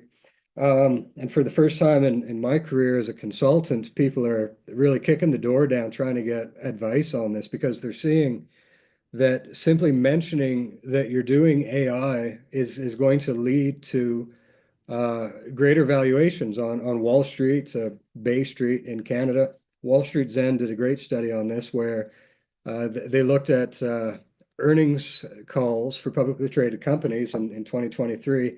If you mention AI in your earnings call, you're going to get a 2.5-point boost to your valuation over those that don't. But if you dig in, it's like Sherwin-Williams. It's a paint company. It's Lamb Weston, a French fry company. So there's a lot of animal spirits involved here, a lot of enthusiasm. And that's kind of where we are from I would say commercial and industry perspective. Immense potential. We can do a lot of things with this new technology, and we as practitioners certainly want to realize the maximum benefit. So the supply side, very strong. The demand side, completely unrealistic expectations. Everybody wants a piece of this. Boards and investors are throwing money at companies to be able to show progress against AI, but really nobody knows exactly what it does. So again, we as the experts in the room need to be able to manage executive and public expectations, but all of those are complicated really by the third point that most of the people in this field didn't get there because they love product management or they love building tools and creating shareholder value. They got into it because they want to do fine tuning. They want to build their own foundational models. They're technologists to a fault, and we need to reorient ourselves to meet stakeholder and customer needs and to take a more holistic view of the work that we're doing. So with that in mind, I want to jump into the meat and potatoes of the conversation, which is around ethics. And I wanted to set the table there with that earlier preamble, just because that amount of myopia, that amount of enthusiasm, and the glut of work for AI practitioners all makes AI ethics kind of go out the window. And we're letting other people, per the panel discussion, especially the big voices in industry, we're letting them sing the tune. And we should really be, as citizens and as practitioners, more heavily involved in this. And what's the reason for that? The main one is that our can is running a lot faster than our should. We can do a lot of things, and there's a lot of people out there willing to do those things, but we need to, take a step back and ask ourselves, not just as practitioners, not just as startup owners or advisors, but as society, is this something that we should be trusting to these machines, these algorithms? In Canada and in the US, I imagine it's the same in Europe as well. Every article you read in the news is going to be either, very pro or very con, and they're going to be inflammatory in some way. So my objective with this is to try to be as objective as possible and, not share my own perspective, but to try to put the big questions out there and challenge the listeners to really ask themselves those questions and chew on them. Come to your own position and, be brave enough to advocate for that position in venues like this, but when you get in front of your own students, your own clients. The best use case, I think, is a bit of an older one. It's the Elaine Herzberg story, who has the sad title of being the first human killed by an AI. I imagine a lot of people are familiar, so I'll be brief. In March of 2018, Uber was running some tests on their autonomous vehicle under their Robotaxi division. Elaine was coming off the night shift, and she crossed the road illegally on her bicycle. She crossed in an unmarked crosswalk. The vehicle was given a license by the government to operate as long as someone was in the driver's seat that was observing, and they could intervene if something went wrong. That driver was, playing around on his cell phone, and Elaine was unfortunately struck and killed. The person, a year later, the backup driver was charged with negligent homicide. So after a year in court, when this was discussed, and reviewing all the evidence, they said it's the driver who's at fault here, and that accountability, that assignment of blame here is really the important question. It kind of sets the stage for all of the rest of this talk, because if we don't have accountability, there's no one that we can escalate to. There's no way that we can improve processes. There's no way that we can seek to mitigate the potential for this in the future. And the fact that a court looked at all the evidence and said the person to blame after looking at everything that happened is that person who was in the driver's seat, it's the human, kind of shows the American perspective on accountability when it comes to AI. If we zoom out, who's actually at fault here? Uber is an obvious candidate. If they hadn't been running these experiments, Elaine certainly wouldn't have been killed. The AI itself, this image you see at the bottom right, is the last thing that was seen, and you can see the bicycle didn't have any reflectors. Elaine was wearing a dark jacket. The AI looked at this and said, "That's probably nothing to worry about. I'm not going to brake." So, can we blame the AI? And if we do, that assigns agency to the AI, and that opens a lot of other questions. Is it the developers? Someone coded the piece of this that made that decision, but we've got a lot of geeks on the call. I think we all realize that there's probably thousands of people that had a hand in this. So if we say it's the developer who did the image classification, there's probably a lot of people there too, but there's also peer reviewers. There's the people in DevOps that push this into production. There's a lot of people who push those buttons on the keyboard that made this happen.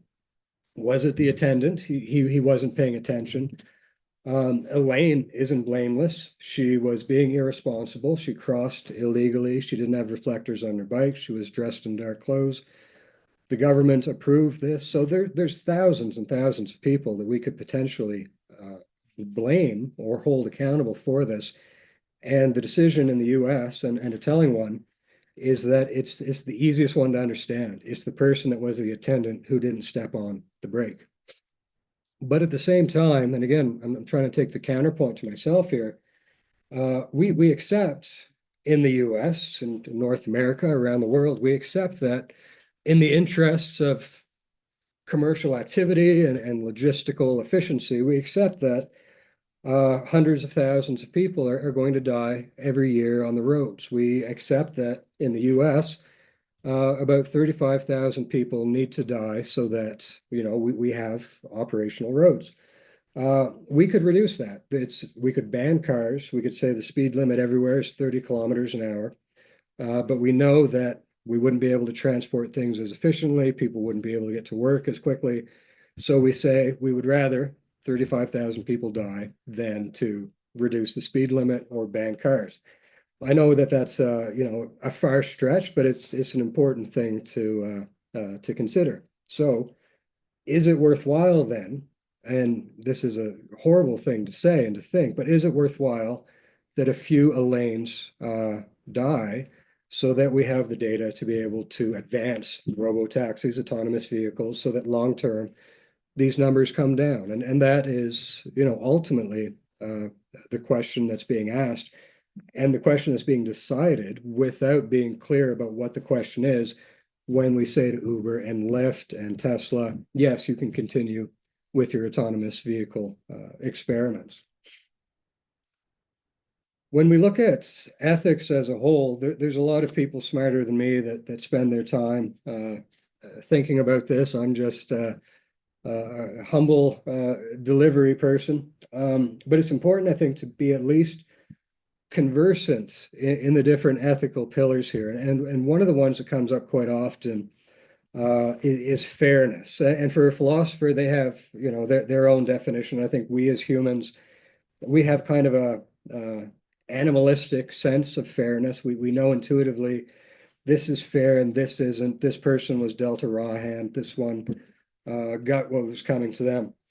But when it comes to AI, we all know, and the public knows, that all of the subjectivity inherent in the data that these models are trained on have been amplified when we run these models. And there's no human in the loop at this point to say, you know, this is right, this isn't right, this is fair, this isn't fair. A lot of examples for that. A big one that comes up quite often in the media is the gender shade study that found that image classification algorithms tend not to work as well with women, with dark-skinned people. In the US, another big one that's mentioned quite often was a medical risk scoring model that found that hospitals in high-income areas have better health outcomes than those in low-income areas. Therefore, if you want to optimize your capital spend, you should give that bucket of money to those that are already in high-income areas. So, of course, you know, that's self-referential tautology there, but that's what the model spits out because it's been fed biased data. So we know what the solution is to that. It's just that we're not willing to accept it, or we're not willing to do it. We can do more balanced data, and this has been toyed with in Canada. We could tell people that are doing startups in Canada, people that are developing, people that want to deploy their tools here, if you have any image classification, you need equal representation. You need 50% male and female, 50% light skin, dark skin. You need people in wheelchairs, people that are able-bodied. We need people with glasses, without glasses, long hair, short hair. You need balanced data. What I was trying to articulate earlier in the panel conversation, which I may not have got out as well as I intended, is that if Canada has that restriction and the US doesn't, we're all operating in a global marketplace. The US goes to market with something with biased data. They get out, you know, $10 million cheaper and 2 years earlier than a Canadian equivalent, because in Canada, we were required to have a balanced data set. There's no way that we can, you know, make up the difference. So that's something that in order to be globally competitive, we need to make that concession. What's another one? Another one that comes up quite often is the synthetic data. And that's quite a interesting one. And it kind of disqualified itself last year when Gemini took that approach.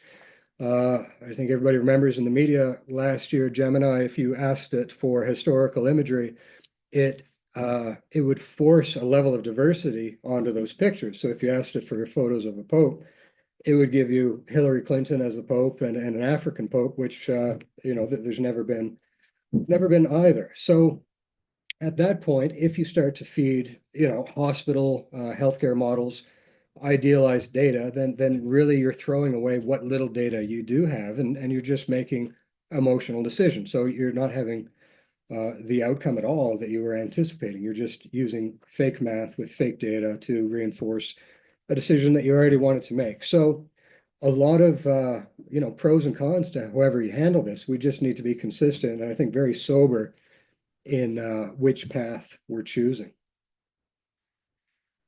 Transparency and explainability is another one. And in financial services in Canada, for some provinces, if you're making a major decision that's going to affect somebody's life, you need to be able to justify that decision. So actuaries and people in insurance, for example, the most sophisticated model they're able to use is a GLM, because if they ever get challenged, they say, why was I rejected for this loan?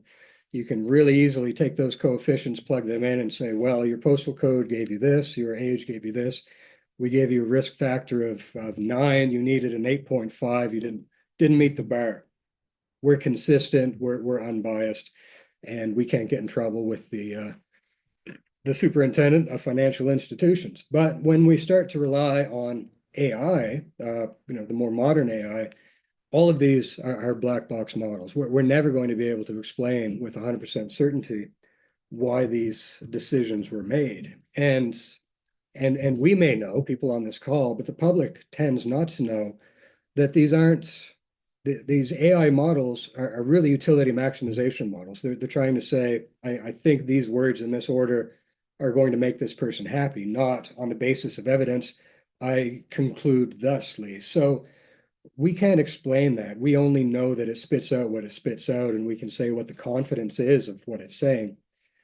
But at the same time, can humans really explain their decisions? There's a lot of people that make horrible emotive decisions that lead to death. There's even small everyday decisions. I may wake up optimistic on a Monday and someone asks me for a raise and I'll say yes, or I may be completely stressed and bedraggled on a Friday and that same person asks the same question and I put them on a performance improvement plan. So the same criteria intercepted or interpreted by the same person with different contexts can lead to a completely different outcome.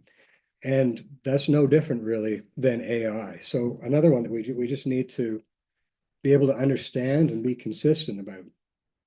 We talked about accountability, but that question of accountability was for AI. Is it the developers? Is it Uber? Is it the government? Humans aren't always accountable. My son, when he turns 18, 11 o'clock, when he's 17, he's not able to sign a contract. Midnight, he's able to sign a contract because he's legally an adult.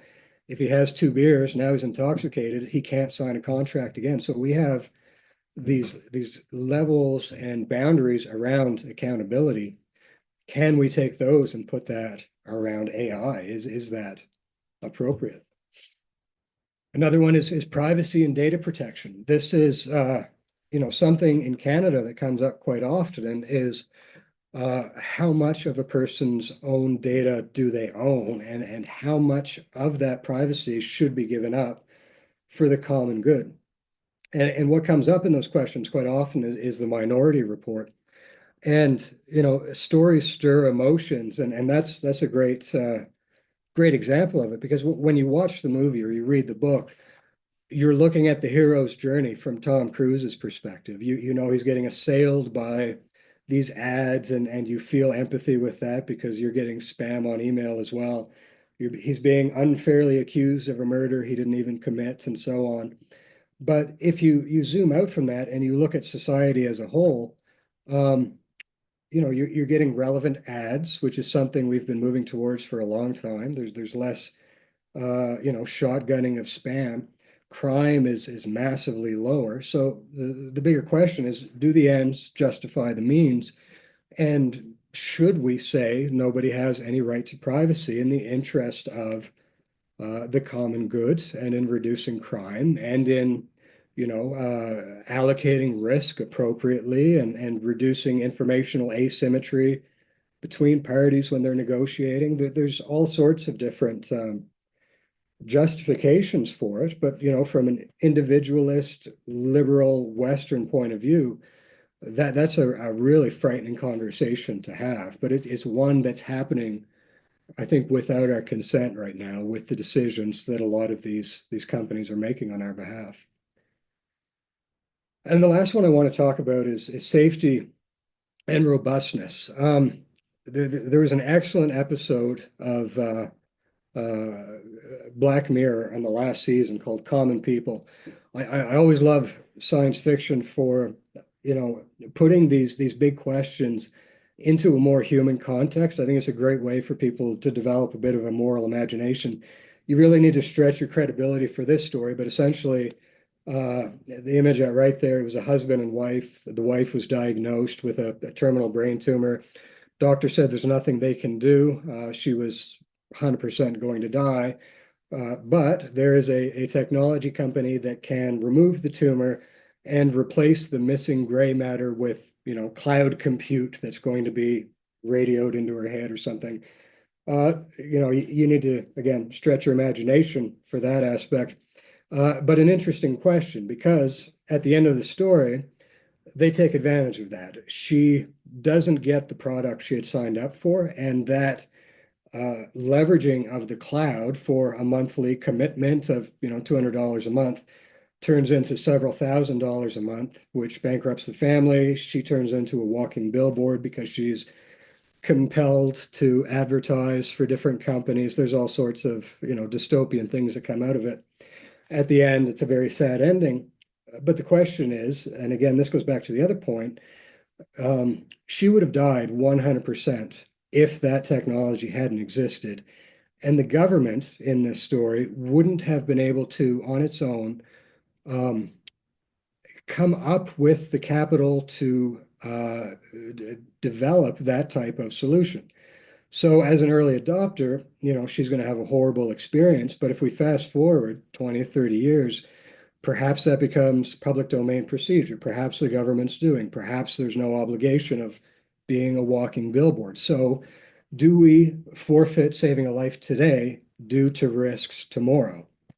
At the same time, and again, trying to take the counterpoint to myself, in the 19th century, the 20th century, one of the leading causes of death was totalitarian governments, which is, seems completely distant to most people now, but one of the leading causes of death was death by government in the past. So if you can imagine a totalitarian dictatorship of, Stalin or Hitler, if they had all of your information on Tinder, on Gmail, on what have you, and they decided to do a segmentation algorithm of you are desirable, you are not, that's not a great position to be in. And it's not at all a far-fetched idea to think that, 50 years from now, people that are alive today are going to be subject to those types of classification algorithms that determine their worth as humans. So that's the big question. Should we be putting our data out there? Is the robustness that we expect on this, are the products and services we're expecting when we give our data out there, is that the arrangement we're going to have in the future? Almost certainly not. But what is that arrangement going to look like, and what level of risk are we as society and as individuals willing to take? I've run on a bit long, and this section is really dealing with Canada, so I won't belabor the point around that, except to say, and I think this just reinforces what I heard in the panel conversation, industry has a very heavy hand, and specifically American industry, in setting international standards for a lot of this. Sam Altman, after being first to market with ChatGPT, one of the first things he did was got in front of Congress and said, no one else in the world can be trusted to do this. This is an existential risk. So you got to put in place guardrails so that only I can do this, and set really a legislative moat around himself. Whereas anybody that has a more egalitarian, open source point of view, they don't have the platform to promote their philosophy. So all the air in the room is going to these huge companies that are receiving these huge valuations. It's a dangerous situation. And what are the consequences? I'm coming up on my time, so I'll just speak to one, because I heard a lot of the other ones discussed in the panel conversation. And I just want to talk about one point that really startled me. It was one of the most scary things that happened to me in the rollout of AI. One of the big bugbears, the thing that everybody was scared about, everybody was talking about when this happened, was, what is truth going to look like? The potential for deepfake and disinformation, obviously absolutely huge in the age of AI. We can have text content, video content, image content. We can absolutely flood the airwaves. Nobody knows what's going on in real life. And that was one of the most concerning things that could happen.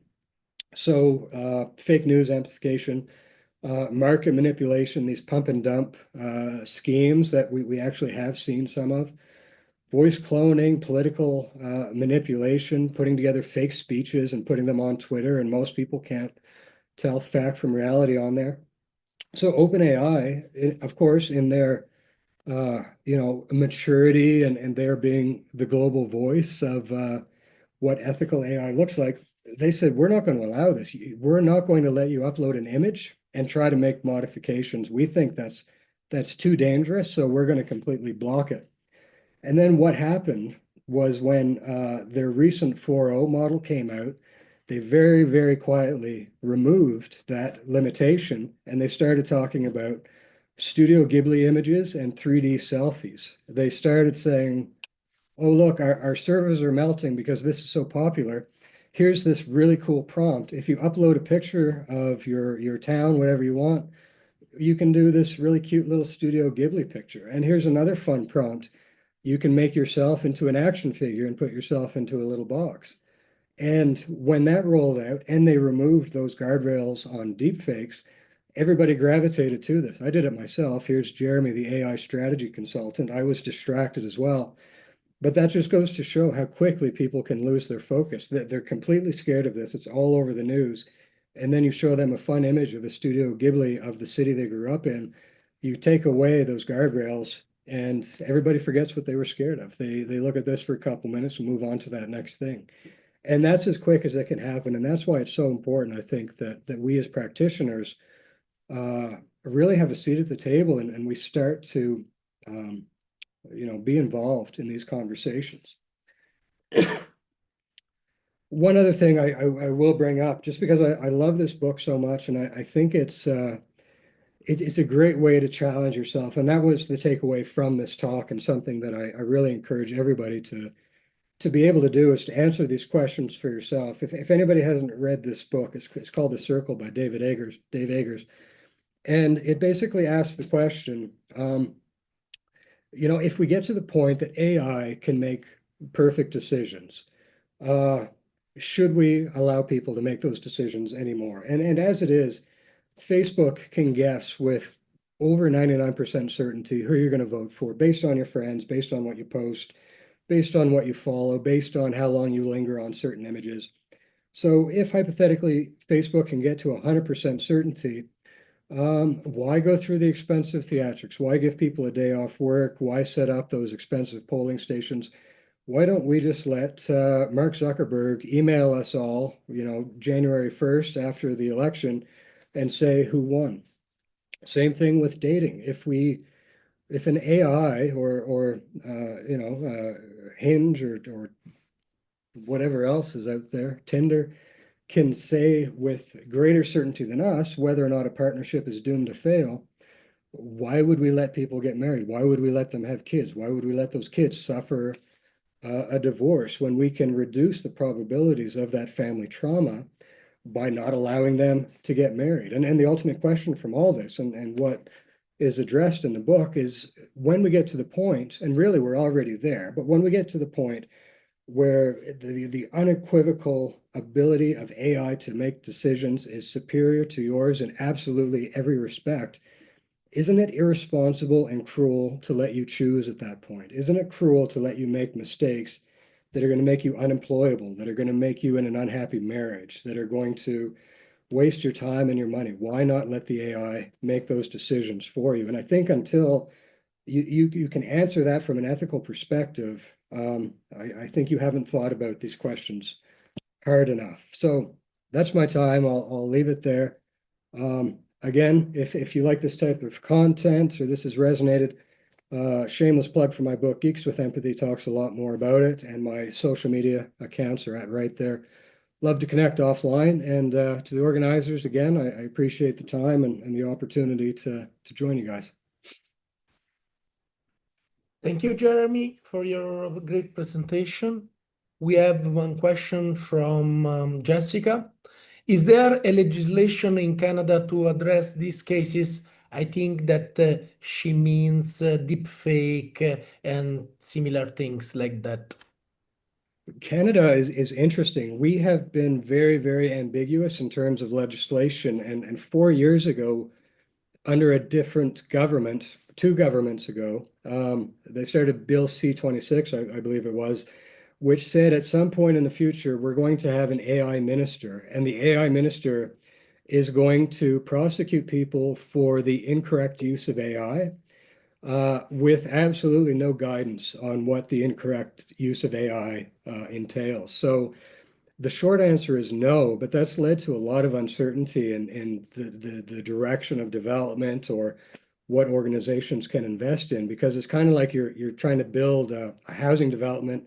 You don't know what the setbacks are. You don't know what the fire code is. You just know 5 years from now, someone's going to come, and if you haven't built it the right way, you're going to find yourself in some hot water. So short answer, no. But it's probably going to come into effect and be retroactive. So it's an interesting legislative environment in Canada. And according to you and to your cultural approach, a person must be considered free to share a deepfake or not? To me, I don't know, and I try not to give a perspective on that. We have laws here around satire, and that's a lot of what people do is they'll put something out there that they'll give the illusion that it's real, and then when they're challenged, they'll say, "Well, this was just satire." There's also legitimate satire. There's, like that sticker of Trump with the six-pack and the abs. That's legitimate. That's kind of funny. That's something you put out there as calling attention to something that's obviously ridiculous. If you say satire is no longer allowed, you really limit what I think is a really valuable type of communication where you draw attention to a serious matter in a humorous way. So I think the short answer is yes, it should be legal, but we do need guardrails, and I'm not a policy person, but we do need guardrails in there so that people aren't intentionally using it to cause harm with pump and dump, with fake political speeches and what have you. So it is a complicated question. The problem is not the action of sharing a deepfake, but the purpose for which you are sharing a deepfake, right? Exactly. Yeah. Thank you, Jeremy. Thanks. And if there are any questions, I ask Kiran to introduce the next speaker. Thank you again, Jeremy. Our next speaker is Professor Luciano. Professor Luciano is an economist, data scientist, and futurist. In addition to being a highly loved professor at multiple higher education institutions, he is a co-founder and CEO of Imperatis, a customer lifetime value solution that combines data science with agile research to identify highest value customer personas. His work with cryptocurrency startups like Spera.io has been featured by Forbes and has helped secure funding, identify successful product market fit, optimize marketing spend, and create scalable data governance that acts as a major competitive differentiator. Please join me in welcoming our speaker, Professor Luciano. Thank you, everybody. Hopefully you can hear me and see my slides. Yes, we can hear and we see your slides. Well, I appreciate being here. This is my first time.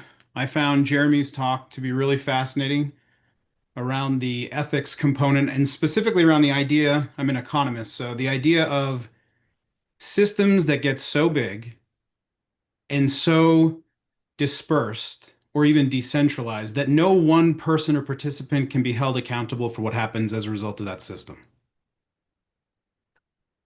That problem paired with what we ended with around deepfakes has at least one potential solution in blockchain. So my talk is going to include some components of blockchain. This is not a blockchain talk, but one of the things that a blockchain does that other traditional sources of data don't is it does prove who the originator was. So in a system where you have deepfakes that can be released that could have consequence, knowing who actually released them with certainty can help a lot of people cut through that massive noise to figure out the specific pieces that are worth listening to. But I'm also fascinated by that idea that he ended with, at some point, what choices are left for us to make?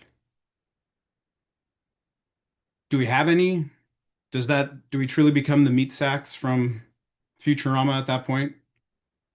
We're just guided through the system, nudged every step of the way by the system itself. And I do think that we're going to move towards a world where individual choice is modeled with high precision. I think right now, the 85% of the projects that are failing, and that's a very old, consistent number, it's been a decade of that number being repeated by organizations. The issue is that they have a lot of data, it's the wrong kind of data, and it's aggregate data. So it often does not have the kind of individual level precision that they would need. So I'm going to roll a lot of these things that we were already talking about into my talk today. We already did that, so let me just skip past this. I do want to say up front, and I think this gets to what I heard at the end of the panel, that whether you know it or not, you are all the high priests of information in our current world because you're data scientists. So in economics, there is a very binding assumption that for us to reach better outcomes, we have to have perfect information ideally, but data has proved that if it's just good enough, we'll be fine. But data science as a practice only matters if you're committed to progress, if you want a better future. That explains why I'm here. I want a better future. And I want to help those who currently don't have data or have had the wrong data historically and are facing a new problem. I want to help provide one solution, a method that you can walk away with here at the end of this presentation with code from a repo. So if you want to copy the slides, you can scan that QR code. You can also follow this link. I will put a lot of the links down in the bottom left. I have chat open on my other screen, so if you have a question while I'm going, I'd prefer to just answer it while it's happening, so I will try to keep checking chat as we go. But here are the 3 points that I'm going to talk about. So the macro problem of what to do in data science when you don't have data. The cold start problem. Even though organizations are drowning in data, one of the things that has led to that 85% failure, at least in my assessment from being a practitioner in these organizations, is that the data they have is not the right data. They collected what needed to be collected for some other purpose, often for regulatory compliance or to make a software tool work. There was no insights formed ahead of time or planned into the process. So even if they're sitting on masses of data, it's often not useful. But there's a shift that needs to happen in people's mentalities here, which is that traditionally we have, as data practitioners, always looked to the state as the provider because the costs have always been so high. That's changing with technology, and we're at a point where we really should be thinking about building these systems from the bottom up.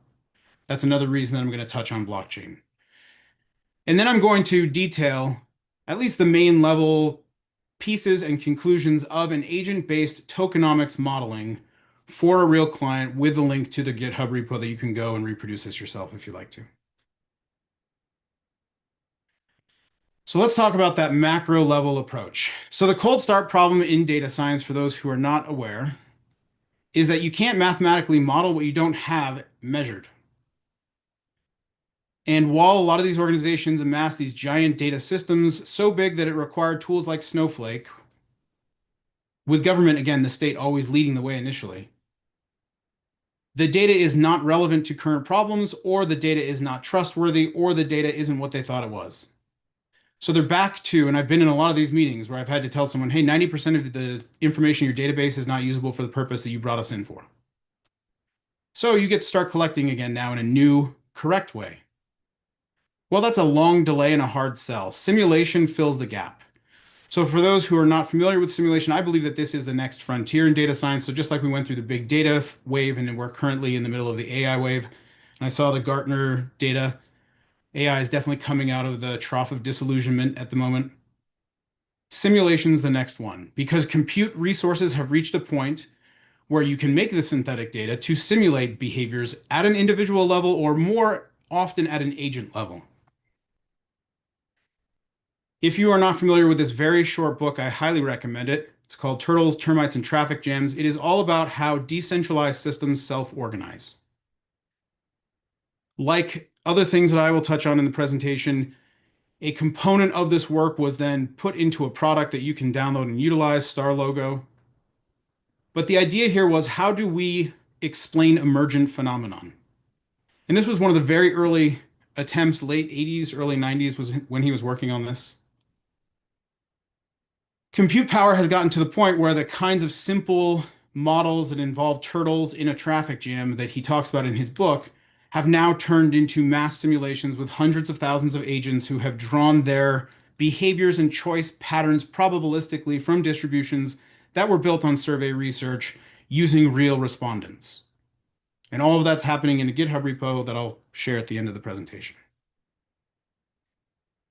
So in our particular problem, and the one I'm going to present, and this is why I wanted to talk about blockchain up front, we were helping a token for a blockchain project.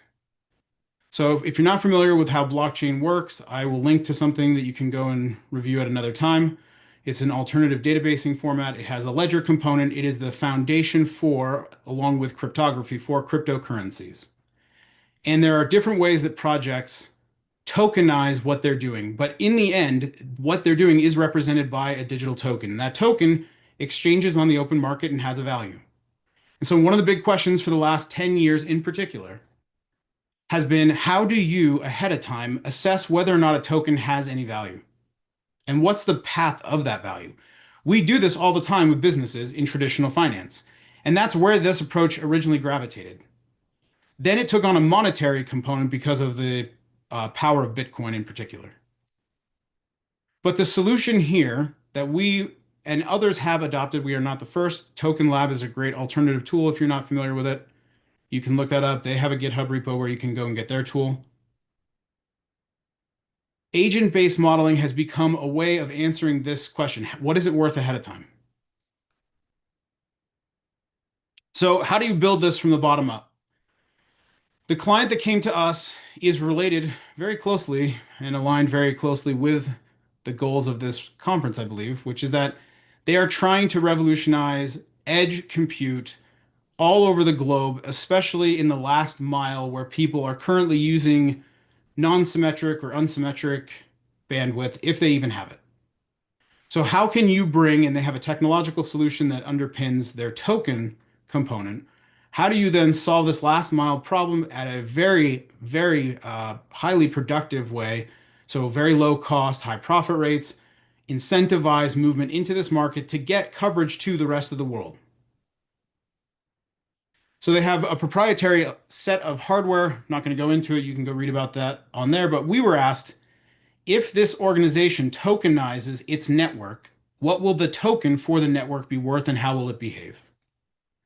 So if you want a crash course on cryptocurrency and blockchain, here's a link to our YouTube channel. There's a 3-part, at this point, I think it's about 8 years old set of videos. So some of it's a little outdated, but explaining the way in which decentralized systems exist in a blockchain format, how cryptocurrencies represent whatever the utility of that blockchain is trying to accomplish, and how users either adopt or dump those tokens.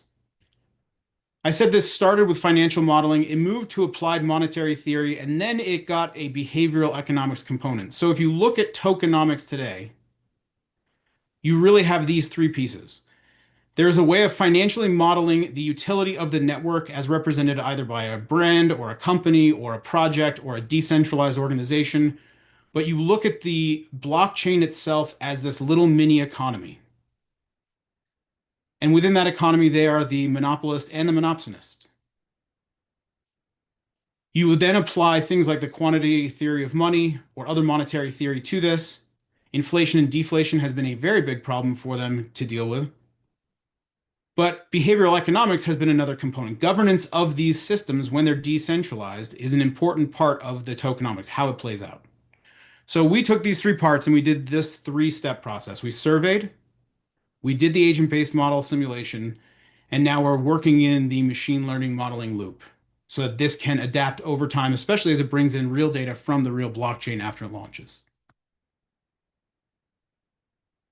In our simulated world, and this is from the beige paper that's linked there, and that is also referenced at the end of the presentation, this is a flowchart of the way in which our simulated world works.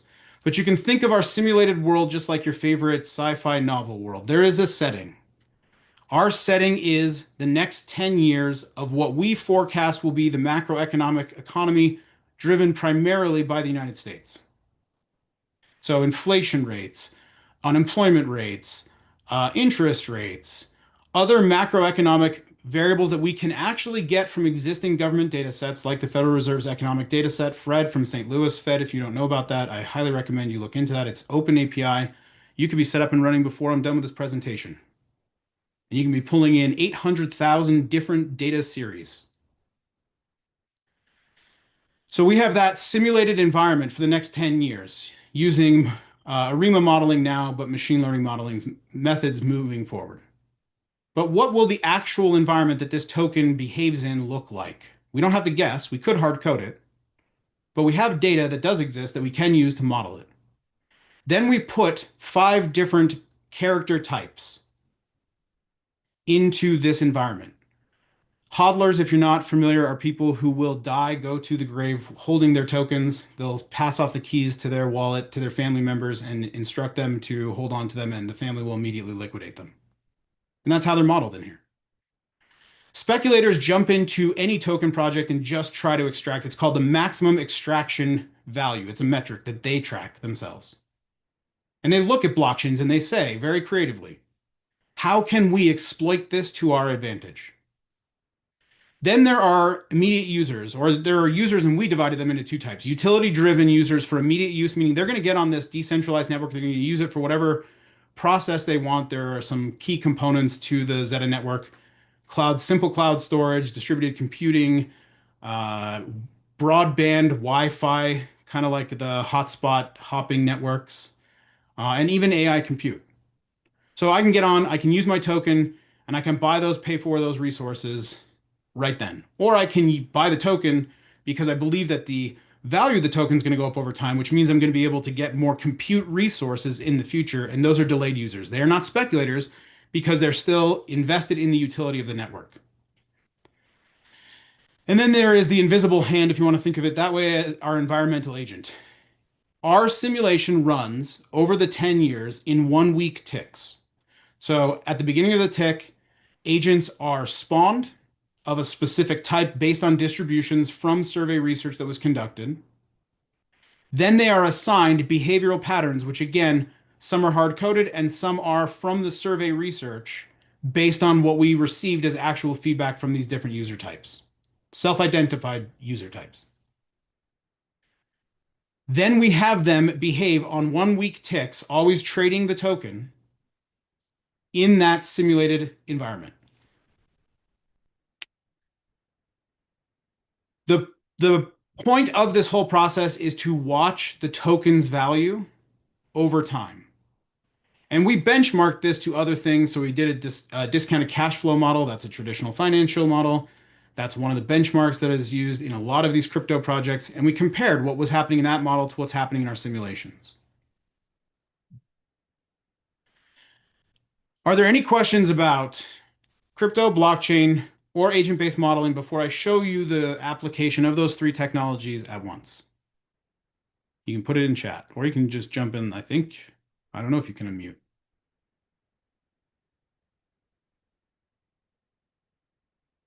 Okay. So those 3 steps that I've detailed, the survey, this included going out and doing the secondary research to find data sets like the Federal Reserve Economic Data Set. But it also included an actual globally distributed survey of about 1,000 individuals.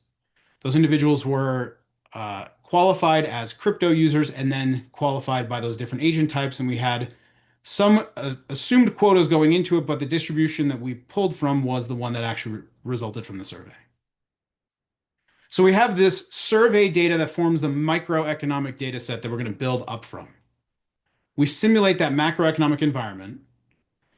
And what we're looking for with agent-based modeling is convergence or divergence. Does every simulation just run off to some crazy output and it never really settles on anything that we can say simulation after simulation is probably the likely path? The way to solve for that is to start simple. And the third and final piece that I didn't mention, I'm realizing it's a curse of knowledge moment on my part, I apologize. But the third part that I didn't mention about this simulated environment is the token release schedule. So this is part of the tokenomics of any blockchain or crypto project. They will publish what their schedule is for the tokens. So this is how everybody knows that the Bitcoin halving is coming. This is how different projects put out their milestones tied to things. And as an economist, let me back up. This is also where all of their problems with inflation and deflation show up. Because they're trying to fill a function that's very similar to a Federal Reserve or a central bank, which is that they are trying best as they can to match the monetary unit, meaning the number of tokens in supply, to the economic activity taking place on their network or in their economy. When those things don't match, you can get speculative inflation, disinflation, and deflation.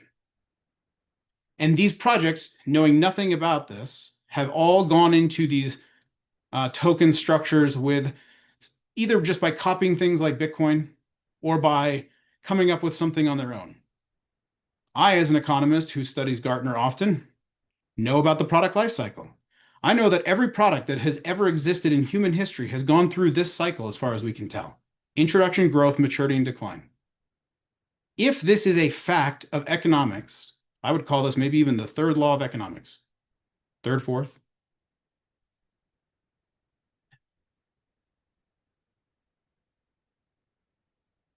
The product life cycle's usefulness in solving this particular problem with a monetary system, I believe, is our most elegant solution and probably our most unique contribution to this whole process. Because imagine people plotting, go back to the general linear model idea. You could just plot this as always increasing, always decreasing, going up and down some speculative components. But we know that this pattern is going to show up in whatever the project is.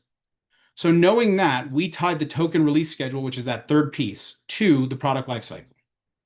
And again, I think this is probably our most unique contribution to this whole approach.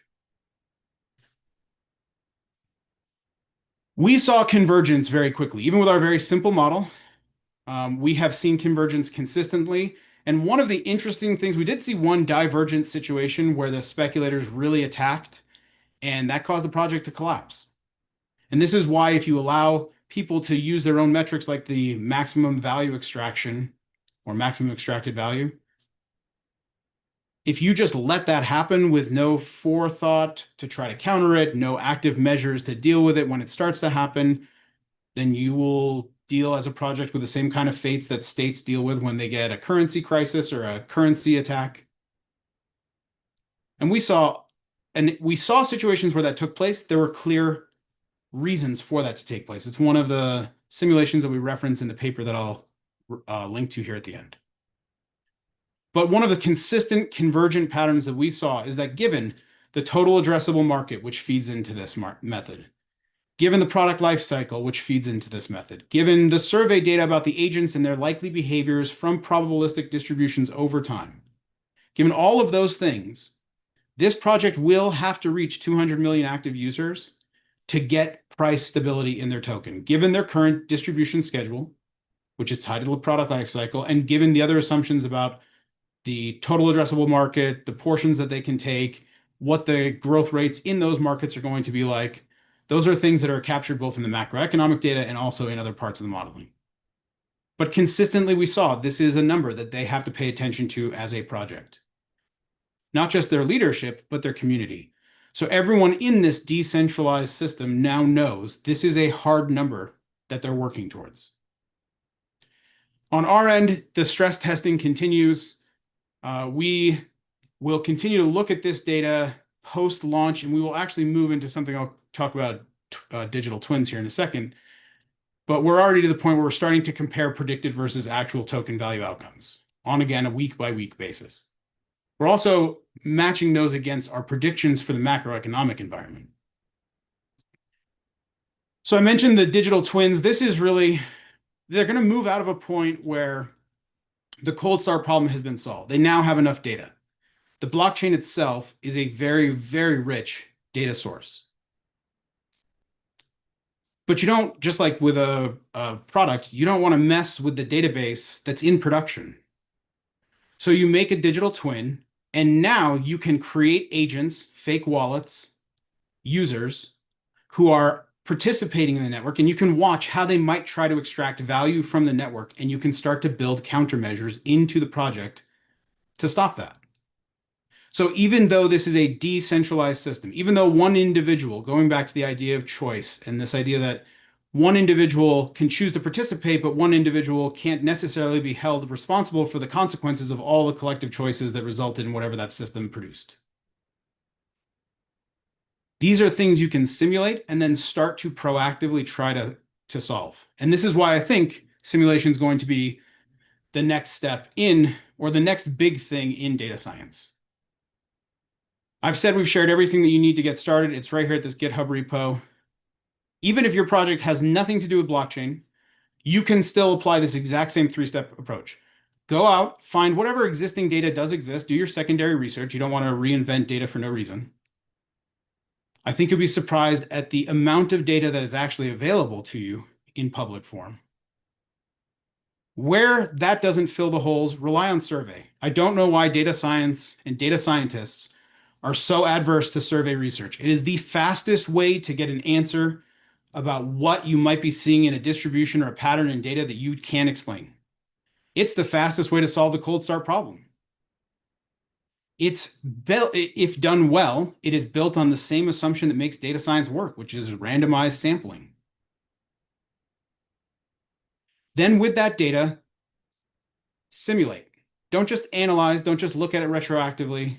And where you can't make mathematical forecasts, build simulation environments, test parameters, stress test the environment to see what works, what doesn't, where it breaks, where it will hold.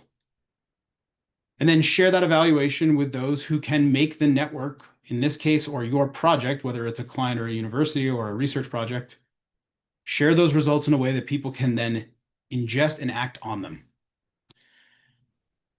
So I said I'd cover these three things: the macro problem, the micro solution, and give you a breakdown of the Zeta project and how we did that.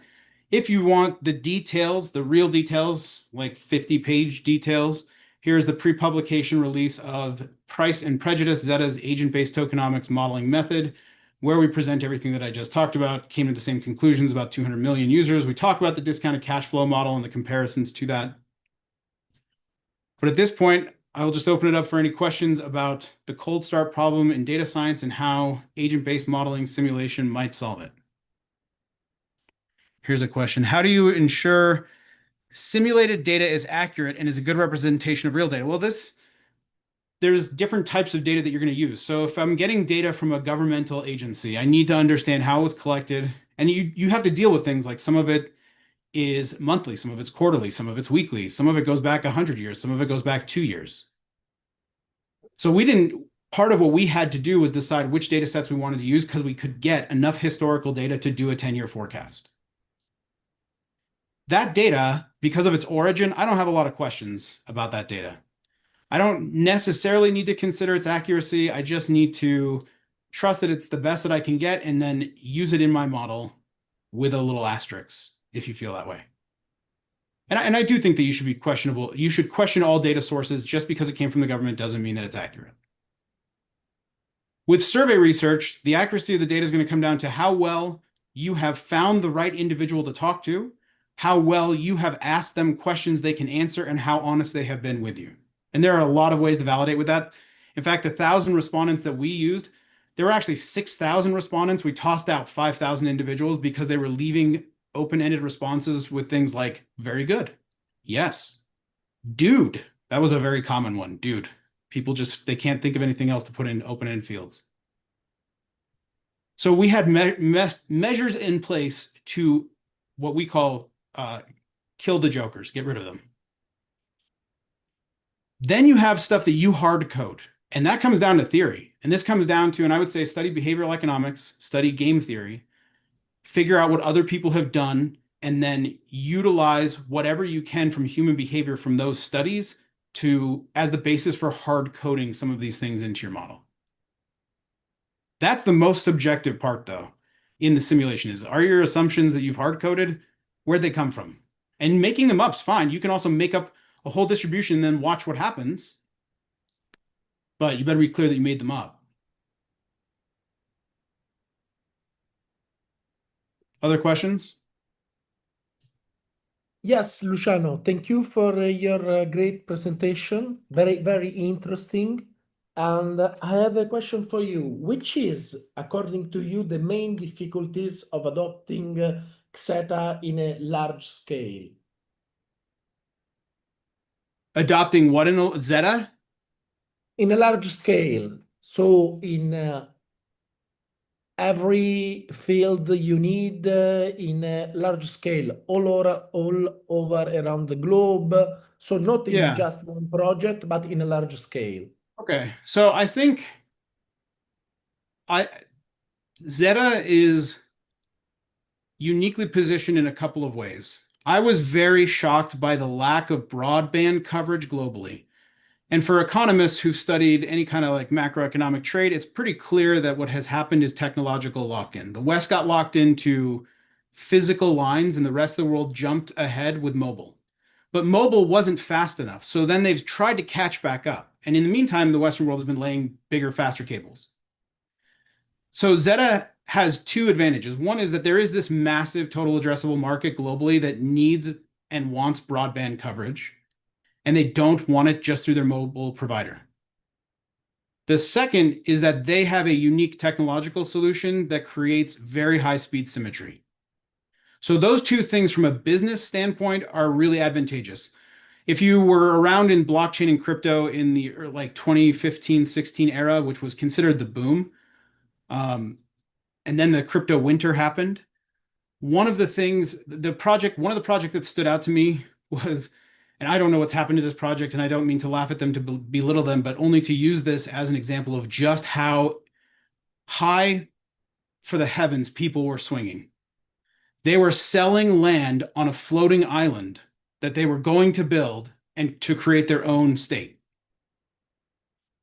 That's a pretty hard project to deliver on. And this was what happened with all of those really ambitious 2015-16 projects. They had no financial foundation. They had no unique technologies. They had no business sense. Many of them were putting out timelines tied to their tokenomics where they would get so far behind that their community would dump all the tokens because they were 18 months behind on production. Because they weren't business people. They were dreamers initially. And a lot of those dreamers had made a lot of money in Bitcoin. And a lot of those people had been told the entire time that Bitcoin was fake internet money. And now suddenly they were multimillionaires investing in floating islands. So Zeta's advantage, and this is true of all of the newer crypto, not all, but the majority of the newer crypto projects that either survived that or came after it, they have been so nailed to the wall over their assumptions, their market, their technology, their team, that at this point, these are legitimate business activities. They aren't the pie in the sky hopes and dreams anymore of Bitcoin millionaires. So I think back to their adoption, there is a hole in the market that they can fill. If their technology proves to be as advantageous and ahead of everybody else as it looks it is right now, then I think that they are going to grab a very large portion of the market. I don't think 200 million users globally is going to be that difficult.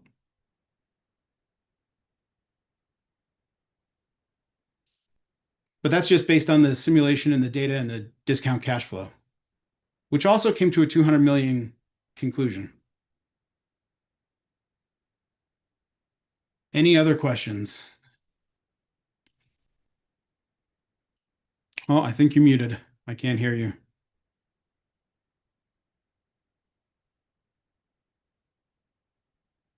I think you're muted. I'm not sure if it's just me or if other people can't hear you as well. Okay, if there are not any other question, thank you again, Luciano, and I kindly ask Kiran to introduce the next speaker, please.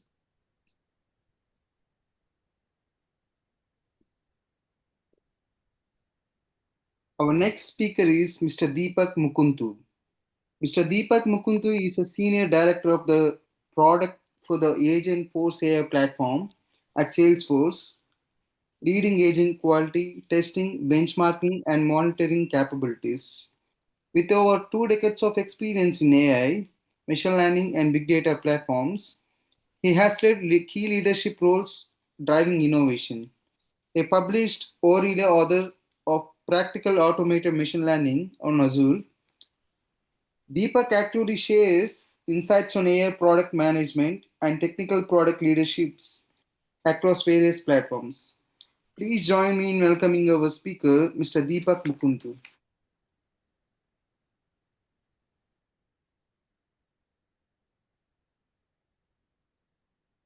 Thank you. Thanks for the opportunity. Hope you can hear me. Can you see my screen? Yes, we can hear you and we see your screen. Great. So this session is different from some of the previous sessions. This is not going to be a deep data science or AI session. I could have done that, but I chose a slightly different topic here. This is top of mind for most of us with AI adoption and agents penetrating most of the industries. I think we are all questioning what happens to our jobs and how do we continue to develop skills to succeed in future. So that's what I'm trying to touch upon, some aspects and some learnings I have based on what I'm seeing. So yeah, feel free to chime in, feel free to ask questions, ideas. This is going to be more of a discussion than prescriptive guidance. So I'll cover AI agent revolution, where things are going at a very high level, what kind of impact we are seeing in the job market because of AI penetration, and then touch upon some of the essential skills that we all need to develop to be successful, and then open it for discussion and hear your ideas. Okay, what are AI agents? AI agents are basically autonomous or semi-autonomous systems that can perceive, reason, and act on. We started with a year back or a year and a half back, there was this notion of co-pilots where AI recommends things and humans take that and take action. So the AI was basically supporting humans in doing their tasks. These days, we have moved on from co-pilot era to more of an autonomous agent era, where agents are able to take end-to-end action, understand user input, reason over it, and then take action. So that's the world we are going towards. So with that, what are some key characteristics of these agents? They're goal-oriented. They have a task. There's a service agent whose task is to make sure that customer service requests are answered. There could be a sales agent whose job is to make sure your sales targets are achieved. You have the right conversation with your leads. You convert them from prospective buyers to actual buyers. So that's the goal of that sales agent. So each agent has a specific goal. They are autonomous, like I said, with very limited human supervision. They are intelligent. They are great at problem solving and learning for a scope problem. So that's the key here. And then they are adaptable. They do respond to changing conditions. And this is the key reason how agents are different from previous bots, where they were all programmed to do specific things. They were very deterministic.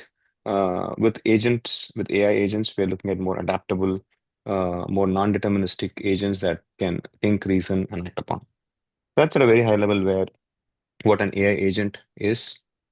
And we all have been seeing this, like agents and AI is revolutionizing industries. Every industry, every role is seeing AI basically helping them doing a lot of tasks that usually would be time-consuming, laborious, and monotonous. I'm calling out some of the industries here, like manufacturing, logistics. It's a huge impact.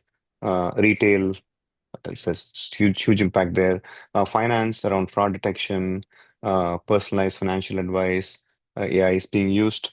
Healthcare also. Recently I heard a great anecdotal evidence from one of my friends around. They were at a medical facility, and the nurse practitioner did not have to do anything on paper. So they just had a system opened up, which was listening to the conversation between the nurse practitioner and my friend, and then they just summarized. At the end, it just summarized thing, and then the nurse practitioner showed this thing. This is the summary of our discussion. Do you agree?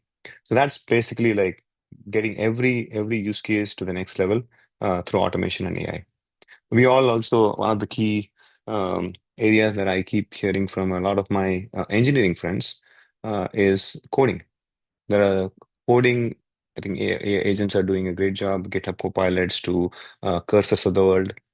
You can actually get started with building something very, very quickly. What used to take like weeks for an MVP or a prototype now takes hours. So that's the kind of efficiency gains that AI is trying to bring to many of these industries. With that, I think there's this big question around, well, what is the impact on the job market because of this? Like if AI can do a lot of these things, then are we going to see huge unemployment? Will jobs go away? And I think my mental model, and I think most of the industry leaders also think similarly, is that AI agents will automate very repetitive, data intensive, and predictable tasks. So if your role is around that, then yes, the role will evolve and need for those roles will diminish. But that doesn't mean that you completely lose your job. I think every role is going through this transformation where you're trying to understand how much of my job currently AI can do, and then how much of it AI cannot do today that I need to figure out how to make it more efficient. So it's basically um, each one of us have the responsibility of figuring out uh, what can AI do, my job, and then how do I evolve my role to be the next level higher value uh, contributor to that role, right? So new roles will emerge, and those roles will focus on managing, training, and collaborating with AI. Basically, you need to understand what is AI capable of doing, and then what it is not able to do today, and then try to bring those things together and try to leverage AI where it is great at doing the task, and then augment it with things that it's not able to do. That's where you bring in your value. So I do see that there will be an overall shift in the nature of work, but I don't think that this is going to result in a lot of people losing their job. Job transformation will happen. So we all need to be uh, open to that. Right? This is a very high level understanding of where the market is going and what will happen to jobs. And I think I touched upon this briefly. The future is going to look like humans and AIs collaborate together. And this looks like science fiction. This used to be like a science fiction like 5 years back, or even like 3 years back. This was a science fiction in my mind. But with ChatGPT emerging and with the recent AI agent trends, I do feel that we are this is going to be a reality very soon. Exactly when will it is this going to be in a year, in 3 years? We don't know that, but the rate at which things are moving is super fast. So I would not be surprised if we get to this view, this world of human and AI collaborating together in the next 2 to 3 years. Again, I am caveating. I'm making a lot of assumptions here. I think some of the previous sessions did a great job of highlighting some of the risks AI has around ethics, safety, bias. Um, my hypothesis is that all of those problems have to be solved for sure for this new world to emerge, and there will be both technical and guidance related evolution that we will go through. That will help us get to that state. So with that, assuming that we have all of those like guardrails and policy guidance in place, I do expect future to be like humans will work with AI agents. There will be teams. Today we have our team members are all humans. I do expect like humans and AI team members to be working together. Managers will have a responsibility to manage both human users, human employees, and AI workers. And I'm already starting to see some of that in some of the organizations. So the way things will be divided is AI will handle processing and execution tasks given its maturity, given the guardrails that humans set. But I think as humans, our role will be to provide the key direction, like defining what needs to be done at a very high level, providing that strategic guidance, providing the vision, and then putting guardrails to make sure that the AI is following instructions at a high level, and then ethical oversight. This, I think, this was touched upon in the previous session. This is important as humans, and this is where I expect that there will be technology advancement. At the same time, there will be policy guidance and other non-technical advancements that will help us get to the state.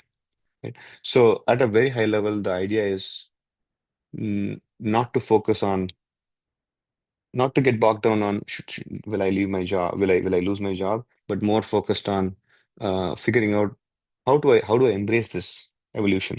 There are a lot of I still see some people asking questions, is AI real? Will it work? I think we are beyond that point right now. I think we have to go with the assumption that AI will work. So with that assumption, how do we see the new world? So the focus is on augmenting our capabilities and not replacing our capabilities or our jobs. That's how I look at the world. So with that, some specific areas that I think we should all be looking at on a day-to-day basis. There are some skills where we need to improve our technical capabilities. This group is pretty technical from what I see. This deck, when I put together, was for more generic everybody. Everybody who's in the IT industry or any industry, this is applicable. Which is, I have some skills that people need to develop. We all need to develop this technical. And then there are some skills which are soft skills or people collaboration skills, which are also going to be super important. I'll talk about that in the next slide. So around technical skills, AI literacy. I think even if you're not a data scientist, even if you're not deep into AI, if that's not your role, it is very important given where the industry is heading, where we are seeing so much of innovation coming on a day-to-day basis with new models, new agents, new protocols like MCP, A2A. We need to make sure that we're understanding at a very high level how these agents and these AI systems will work. What are their capabilities? And more importantly, what are the limitations? Limitations are important to understand so that we know where things will not work, where we need to be careful, where we need to augment, figure out how to solve those areas, gap areas. Prompt engineering, again, this has been since ChatGPT launched, this has become a new trend, and this trend is evolving. The ability to craft effective instructions to agents is important. Like when GPT-5 came about, there was a lot of mixed opinions. Some people felt like it was great. It was like a hybrid approach, which uses multiple agents behind the scenes, multiple models behind the scenes. But there were other schools of thoughts where they felt, oh, GPT-5 is not as good as 4.0. And that's primarily because GPT-5 requires a different type of prompting. You need to have your intent specified more explicitly. For example, you can ask the model to think deeply. And just that phrase of like think deeply makes the output much, much, much better. GPT-5. So this is where prompt engineering is important. You need to not only understand how AI systems work, but also understand how to prompt it to give the right output. So that's the second area where I think we all need to continue to be open-minded and learn prompt engineering. Third one is data interpretation and management. I think previous session did a great job. I do think that agents, AI, any AI is as good as the data. Right? So we need to understand how to analyze AI-generated data. This is the simulation session that we just went through. AI will be used to generate a lot of data because it has now become very easy, given the compute, given the technical advancements. We don't really need curation. We don't really need to use large volumes of real data from real users. You can simulate it. But with simulation, you need to be very clear on how do I analyze that the simulated data is correct and it represents what I need. On the other side, there's data for AI training. Like if I want to ground my agent with knowledge, if I want to like ground my prompt with instructions and realistic examples, I need to make sure that I have a way to manage the data sets that I use for the grounding purposes and for AI training and tuning purposes. So data literacy also is very important technical capability that we all need to evolve. And the last one is ethics and governance. This is, again, like we all know that there's so much of hallucinations in AI, multiple layers, LLM layer, retriever layers, agent layer, they're all doing their job to make sure hallucinations come down to a large extent so that the output can be trusted. but we need to make sure that we understand that the fact that AI is not magic. So there is ethical aspects to it. We need to make sure that accuracy aspects are taken care of, ethical aspects, security aspect, trust aspects are all taken care of. So these are like four broad things from a technical perspective that I feel we all need to be educated on. We all need to be learning on a day-to-day basis as things evolve. Now coming to soft skills. Critical thinking and creative problem solving. This one is AI is doing great for initial use cases, but we need to make sure that we understand what are the borderlines, like where is AI doing well and where it's not doing well, where we can analyze situations that AI cannot yet handle, so we can augment.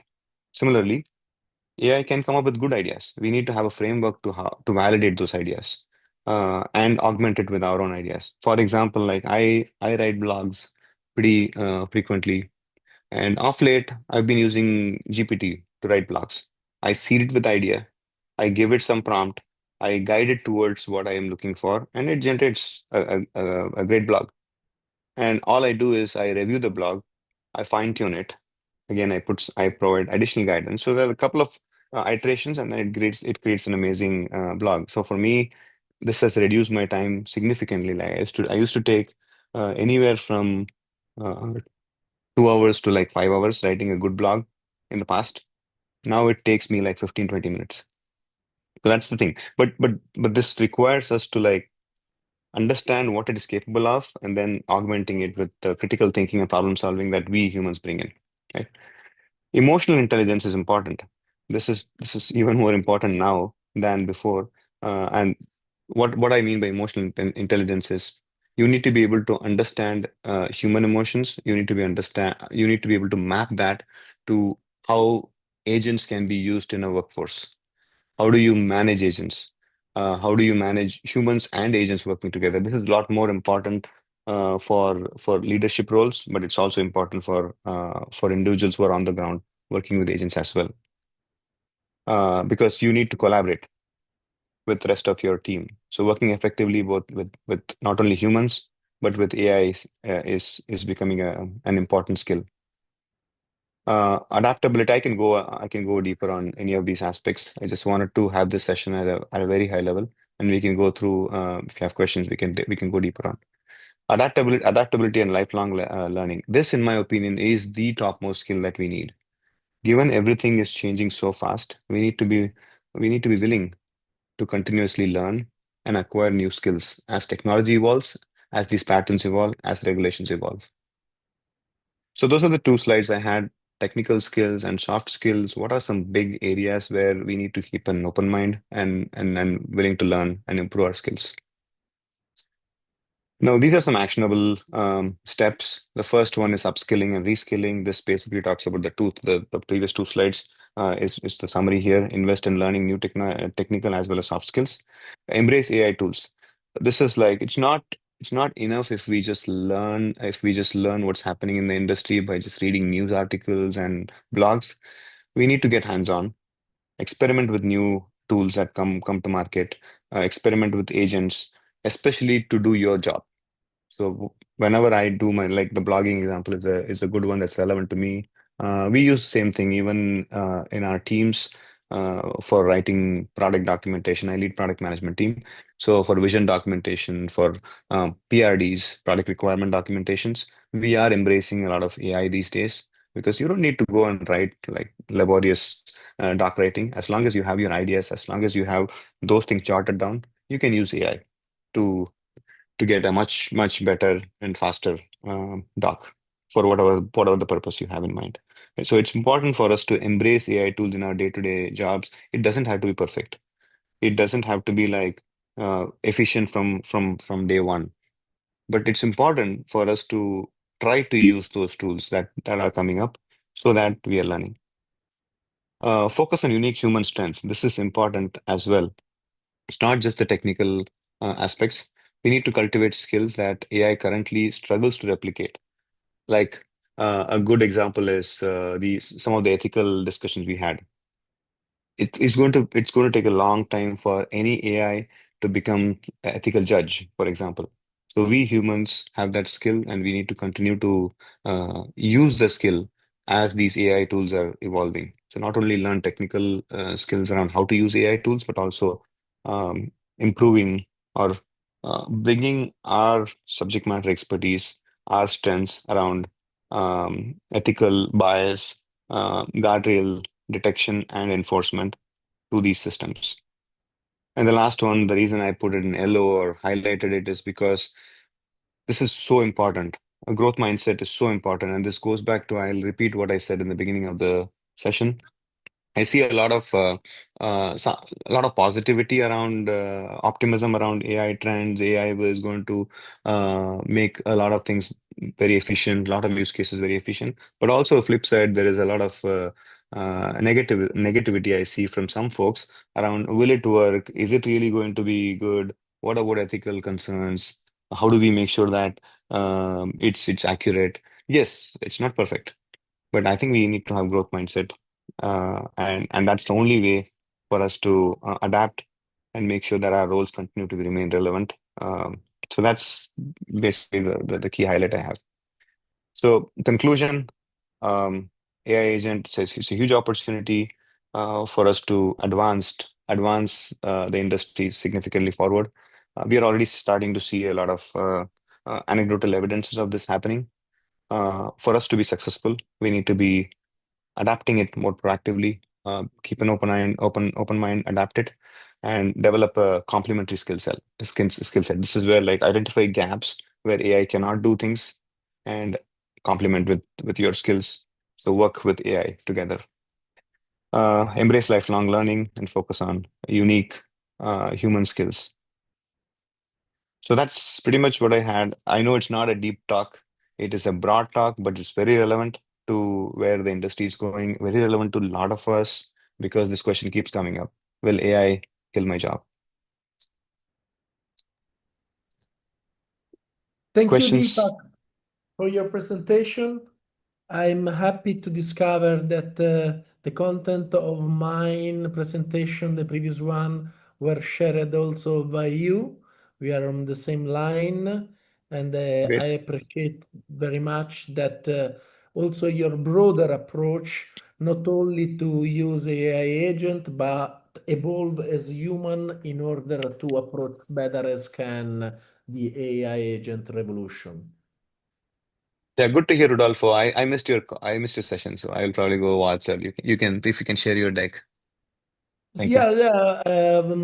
You can find in the next days in LinkedIn, but again, we are on the same page, so you can find something similar to yours. And I'm happy to this because in different countries with different mind, in different businesses, but we share a common approach. And this is, I think, Yeah, as it's we nice. discussed before, also global relevant for create a common picture in which all canals can move. Please, it is the right moment for some question to Deepak.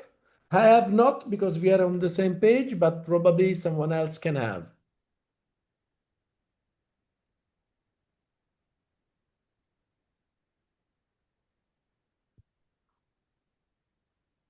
Okay, no question for your side. So I ask to Deepak a projection. When do you think that AI agents will be used commonly by the majority of people of the planet? It's a great question. I think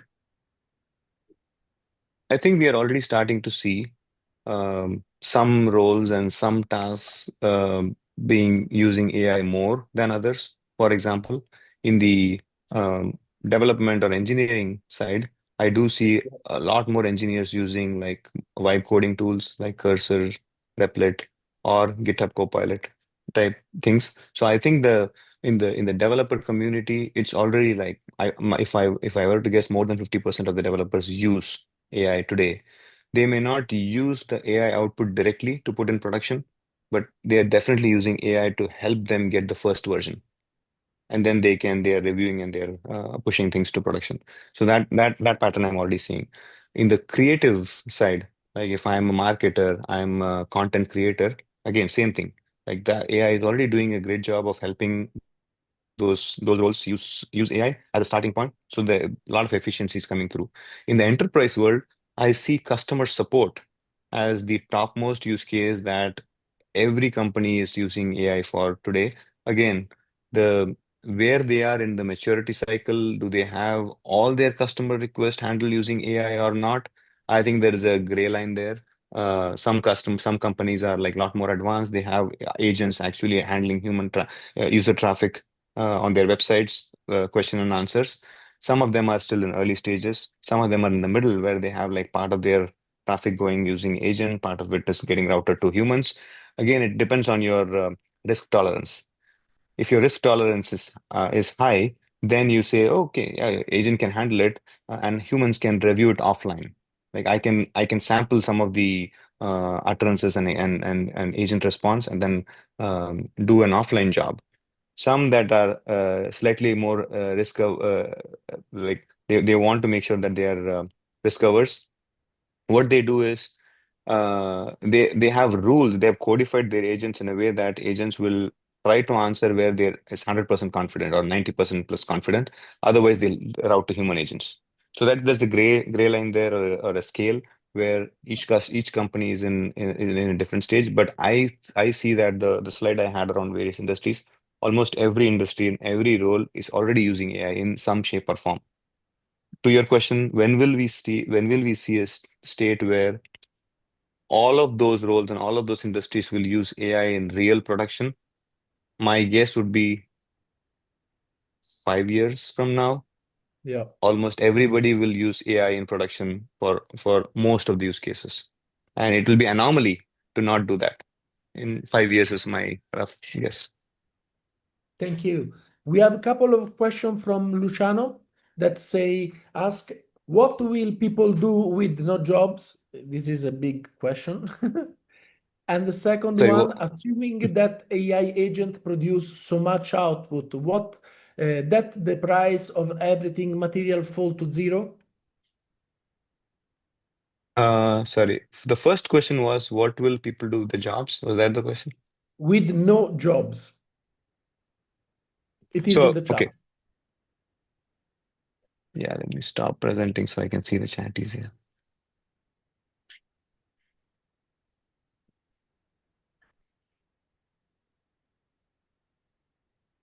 Yeah, okay. So what will people do with no jobs? So this is, I think, a slightly different way of thinking. I don't think people will have no jobs. I think those jobs will change. Those jobs will evolve. And that's the overall thinking that I have. Yes, some people will lose their jobs in the short term, but if we have clarity on how that role will evolve and how we want that role to evolve, then those people will automatically start figuring out that next level job, higher level, higher value job to use AI and continue to deliver the same outcome. Yes, with AI, more and more work will be done by AI. So there's a logical question on like, oh, if the amount of work is limited, right? If let's say you have only 100 pieces of work, and if AI is already taking 50 of that, we only have 50 remaining. So then from a human perspective, you have less work. I think that's I don't know if that's the right way of thinking. The right way of thinking is there is so much to be done. We don't have enough people to do the job. So how can we use AI to augment the workforce to do like day-to-day job, but then we take up the remaining like higher value thing that we have not been able to tackle so far. That's how I look at it. And this is, by the way, this is a huge debate in the industry these days. My point of view is that there is so much work, that there's so much value that we can deliver. We have not been able to deliver because we don't have bandwidth as humans. Assuming the AI agent produce so much, AI agent produce so much output that the price of everything material falls to zero. Yeah, this one I don't have a strong point of view, but yes, there are a lot of discussions around. Are we getting to a world of a utopian world where everything is free, people just don't have to work, and AI will do everything? I don't have a strong point of view there. I'm taking step by step. For me, I think my mental model is how do we uh, how do we offload um, low low caliber, repetitive jobs, and I can do more higher value stuff. That's how I'm looking at it. I don't have a strong point of view on how this will impact economy and pricing. Thank you very much, Deepak. It was a great pleasure having you with us. And Thank you. I can ask Kiran to introduce the next speaker. Our next speaker is Dr. Venkata Duvuri.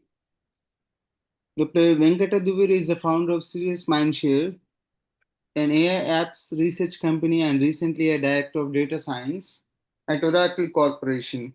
He results in oriented data science, business, web and marketing analytics leader with over 12 years of experience in data science, business analytics, digital media analytics, and web marketing optimization with leading internationally recognized corporations.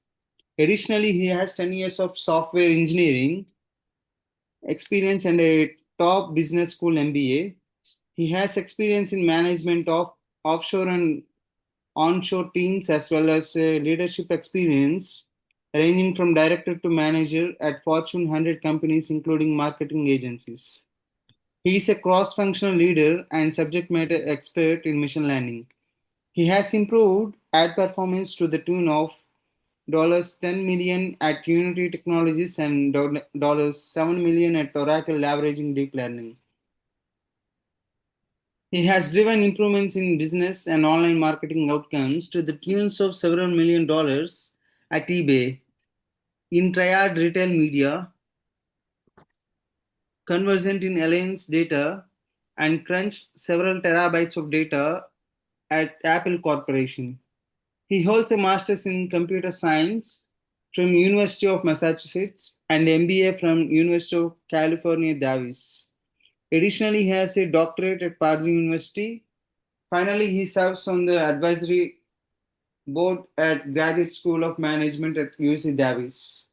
Please join me in welcoming our speaker, Dr. Venkata Duvuri. Thank you, Kiran, for the nice introduction. Let me share my slides.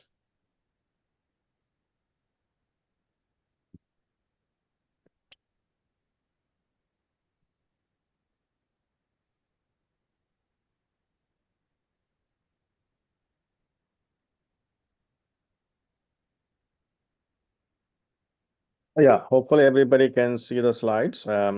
So today I'm going to talk about a marketing research project for small businesses. And this is about mom and pop stores that you see in your neighborhood and how their storefront designs can be affected by the latest development in AI and neuromarketing techniques. And this was done in joint collaboration with students from Northeastern and my research lab, Serious Mindshare. So to be precise, I would like to cover some background, the research objectives, some kind of summary, a prior work in this research area, an analysis demonstrating why it's useful, and then a conclusion.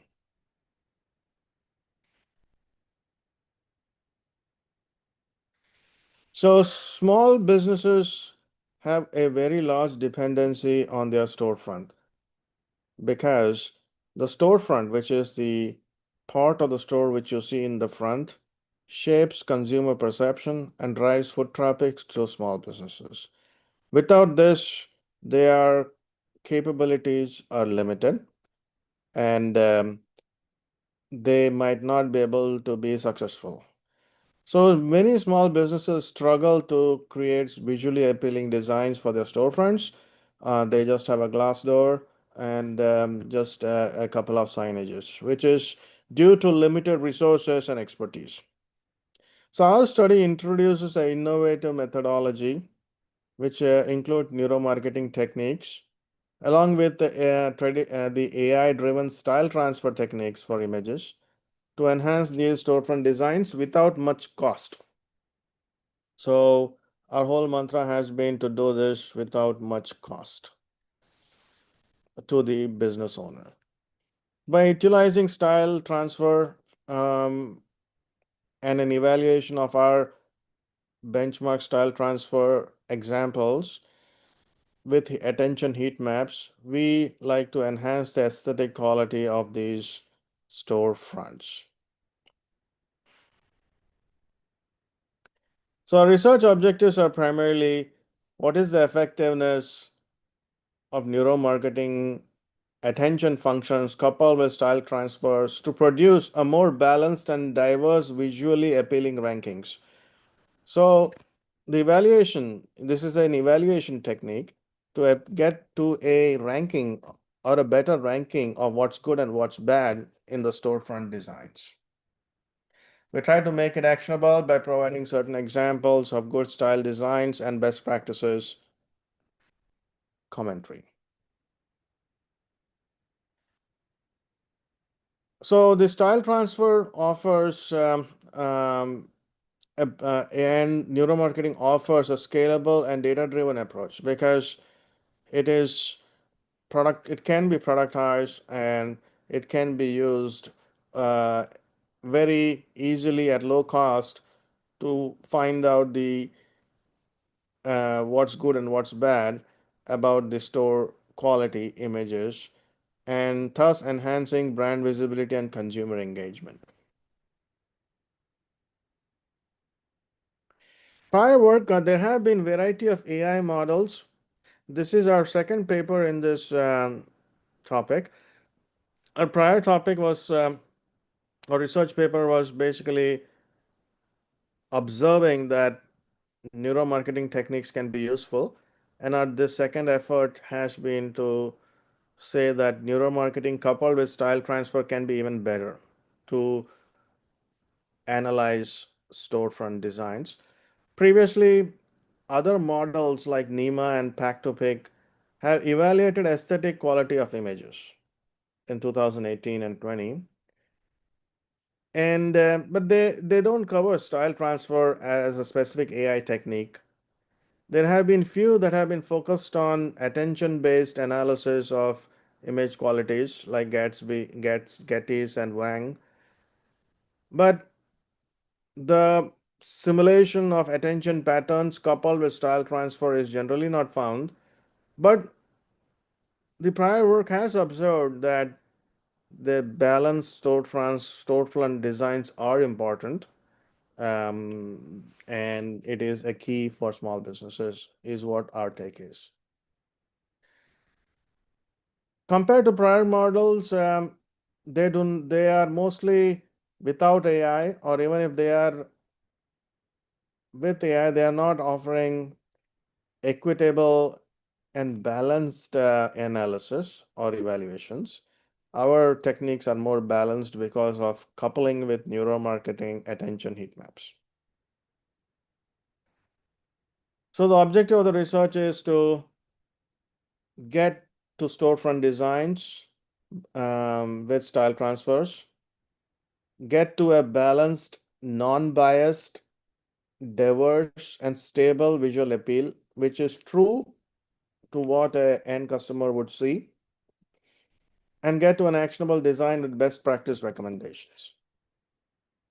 We collected 144 store images from California Bay Area, a mix of restaurants, cafes, salons, and retails.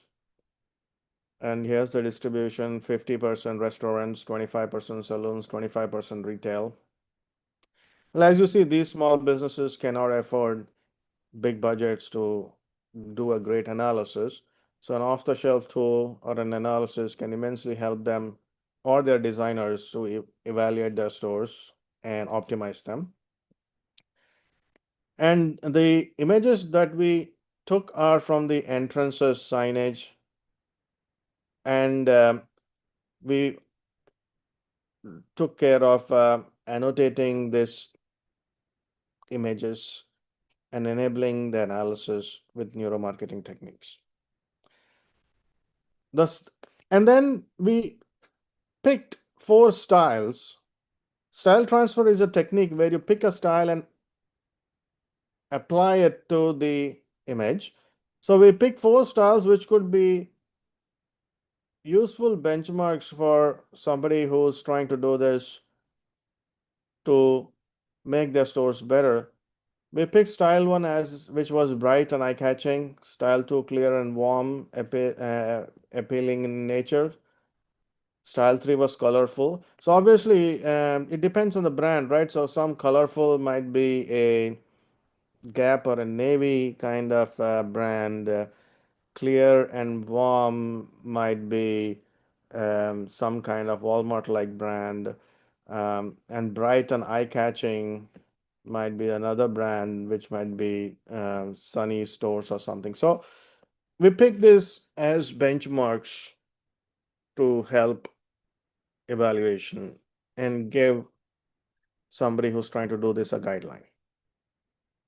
So for example, here there are few styles, right? Style 1 is bright and eye-catching. So you see the observed image here is actually a styled transfer image. That's not the original image. It's a style transferred image. And then our analysis is basically applying neuromarketing techniques on top of the style transfer images and seeing if we can get to a better quality metric.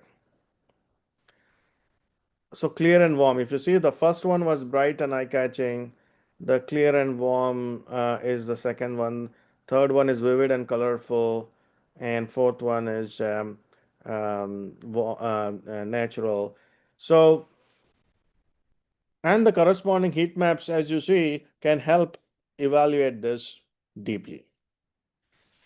So how do we evaluate? We generate pre and post metadata analysis using either experts to tag these storefronts with what they observe, or subjects which tag these storefronts with what they observe. And we see that when the keywords are analyzed by this by this test subjects, they are much better with attention heat maps on a style transfer image of the storefront. So style transfer image helps bring out the goodness of the storefront coupled with attention heat maps. When coupled with attention heat maps, we have further analysis of the various styles. Now, originally, the first slide prior to this was saying that style transfer is and the attention heat maps is effective in bringing out the goodness. Now, the second one is basically saying that what styles are good at. For example, style 2. And because we are able to bring out the goodness, so now we try to quantify the goodness by creating ranks. We observed that our 4 styles that we picked are pretty balanced. They get us a good and comprehensive and equitable assessment based on the balanced rankings that we see all of these 4 styles. They are not biased.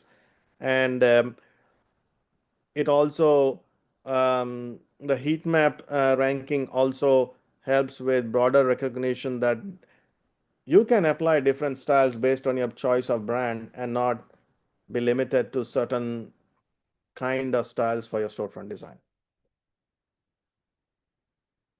So what we like to and analyze as part of this discussion is that style transfers are good.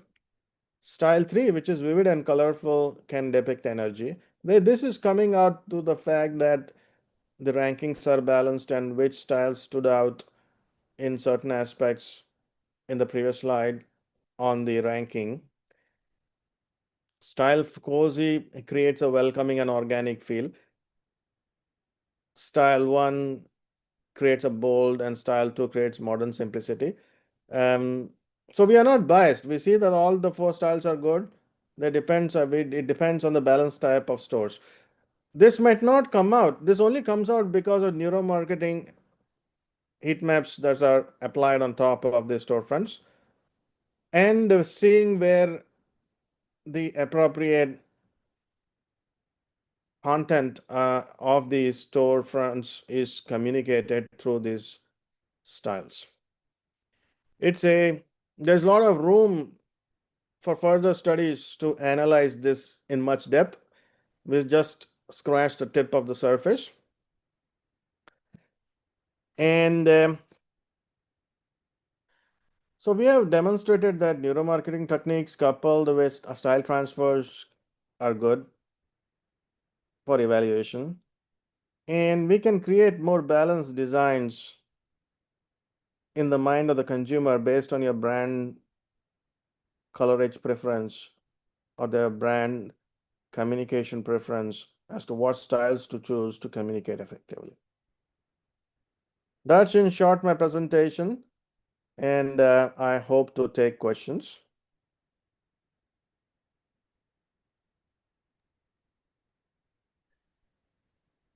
Thank you very much for your presentation, Venkata. Are there any questions from our audience?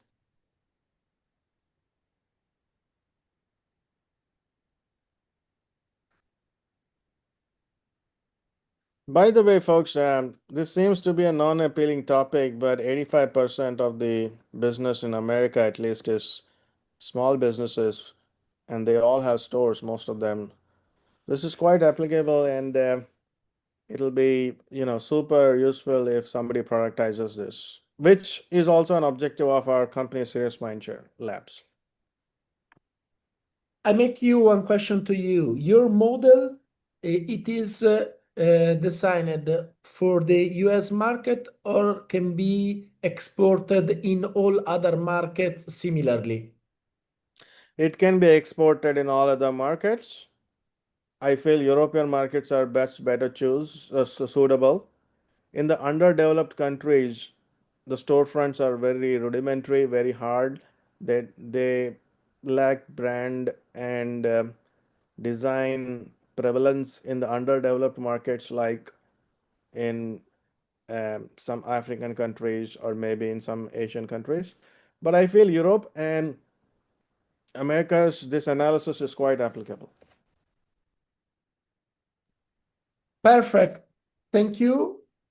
If there are no any questions, we are going to conclude day one of the 5th International Webinar on Artificial Intelligence, Data Science, and Machine Learning. I thank you, our speakers, delegates, and participants for the insightful contribution.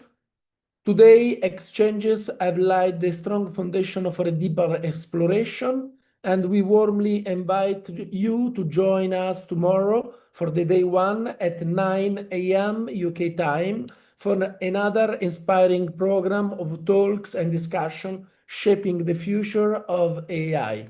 Looking forward to meeting you tomorrow. Thank you all for your kind participation. Thank you, Professor.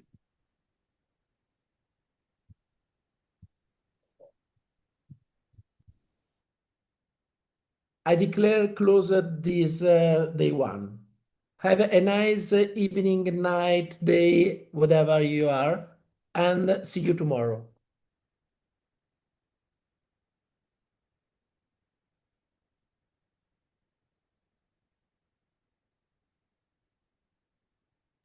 Bye, Professor. Bye-bye. Thank you, Kiran. Yeah, bye.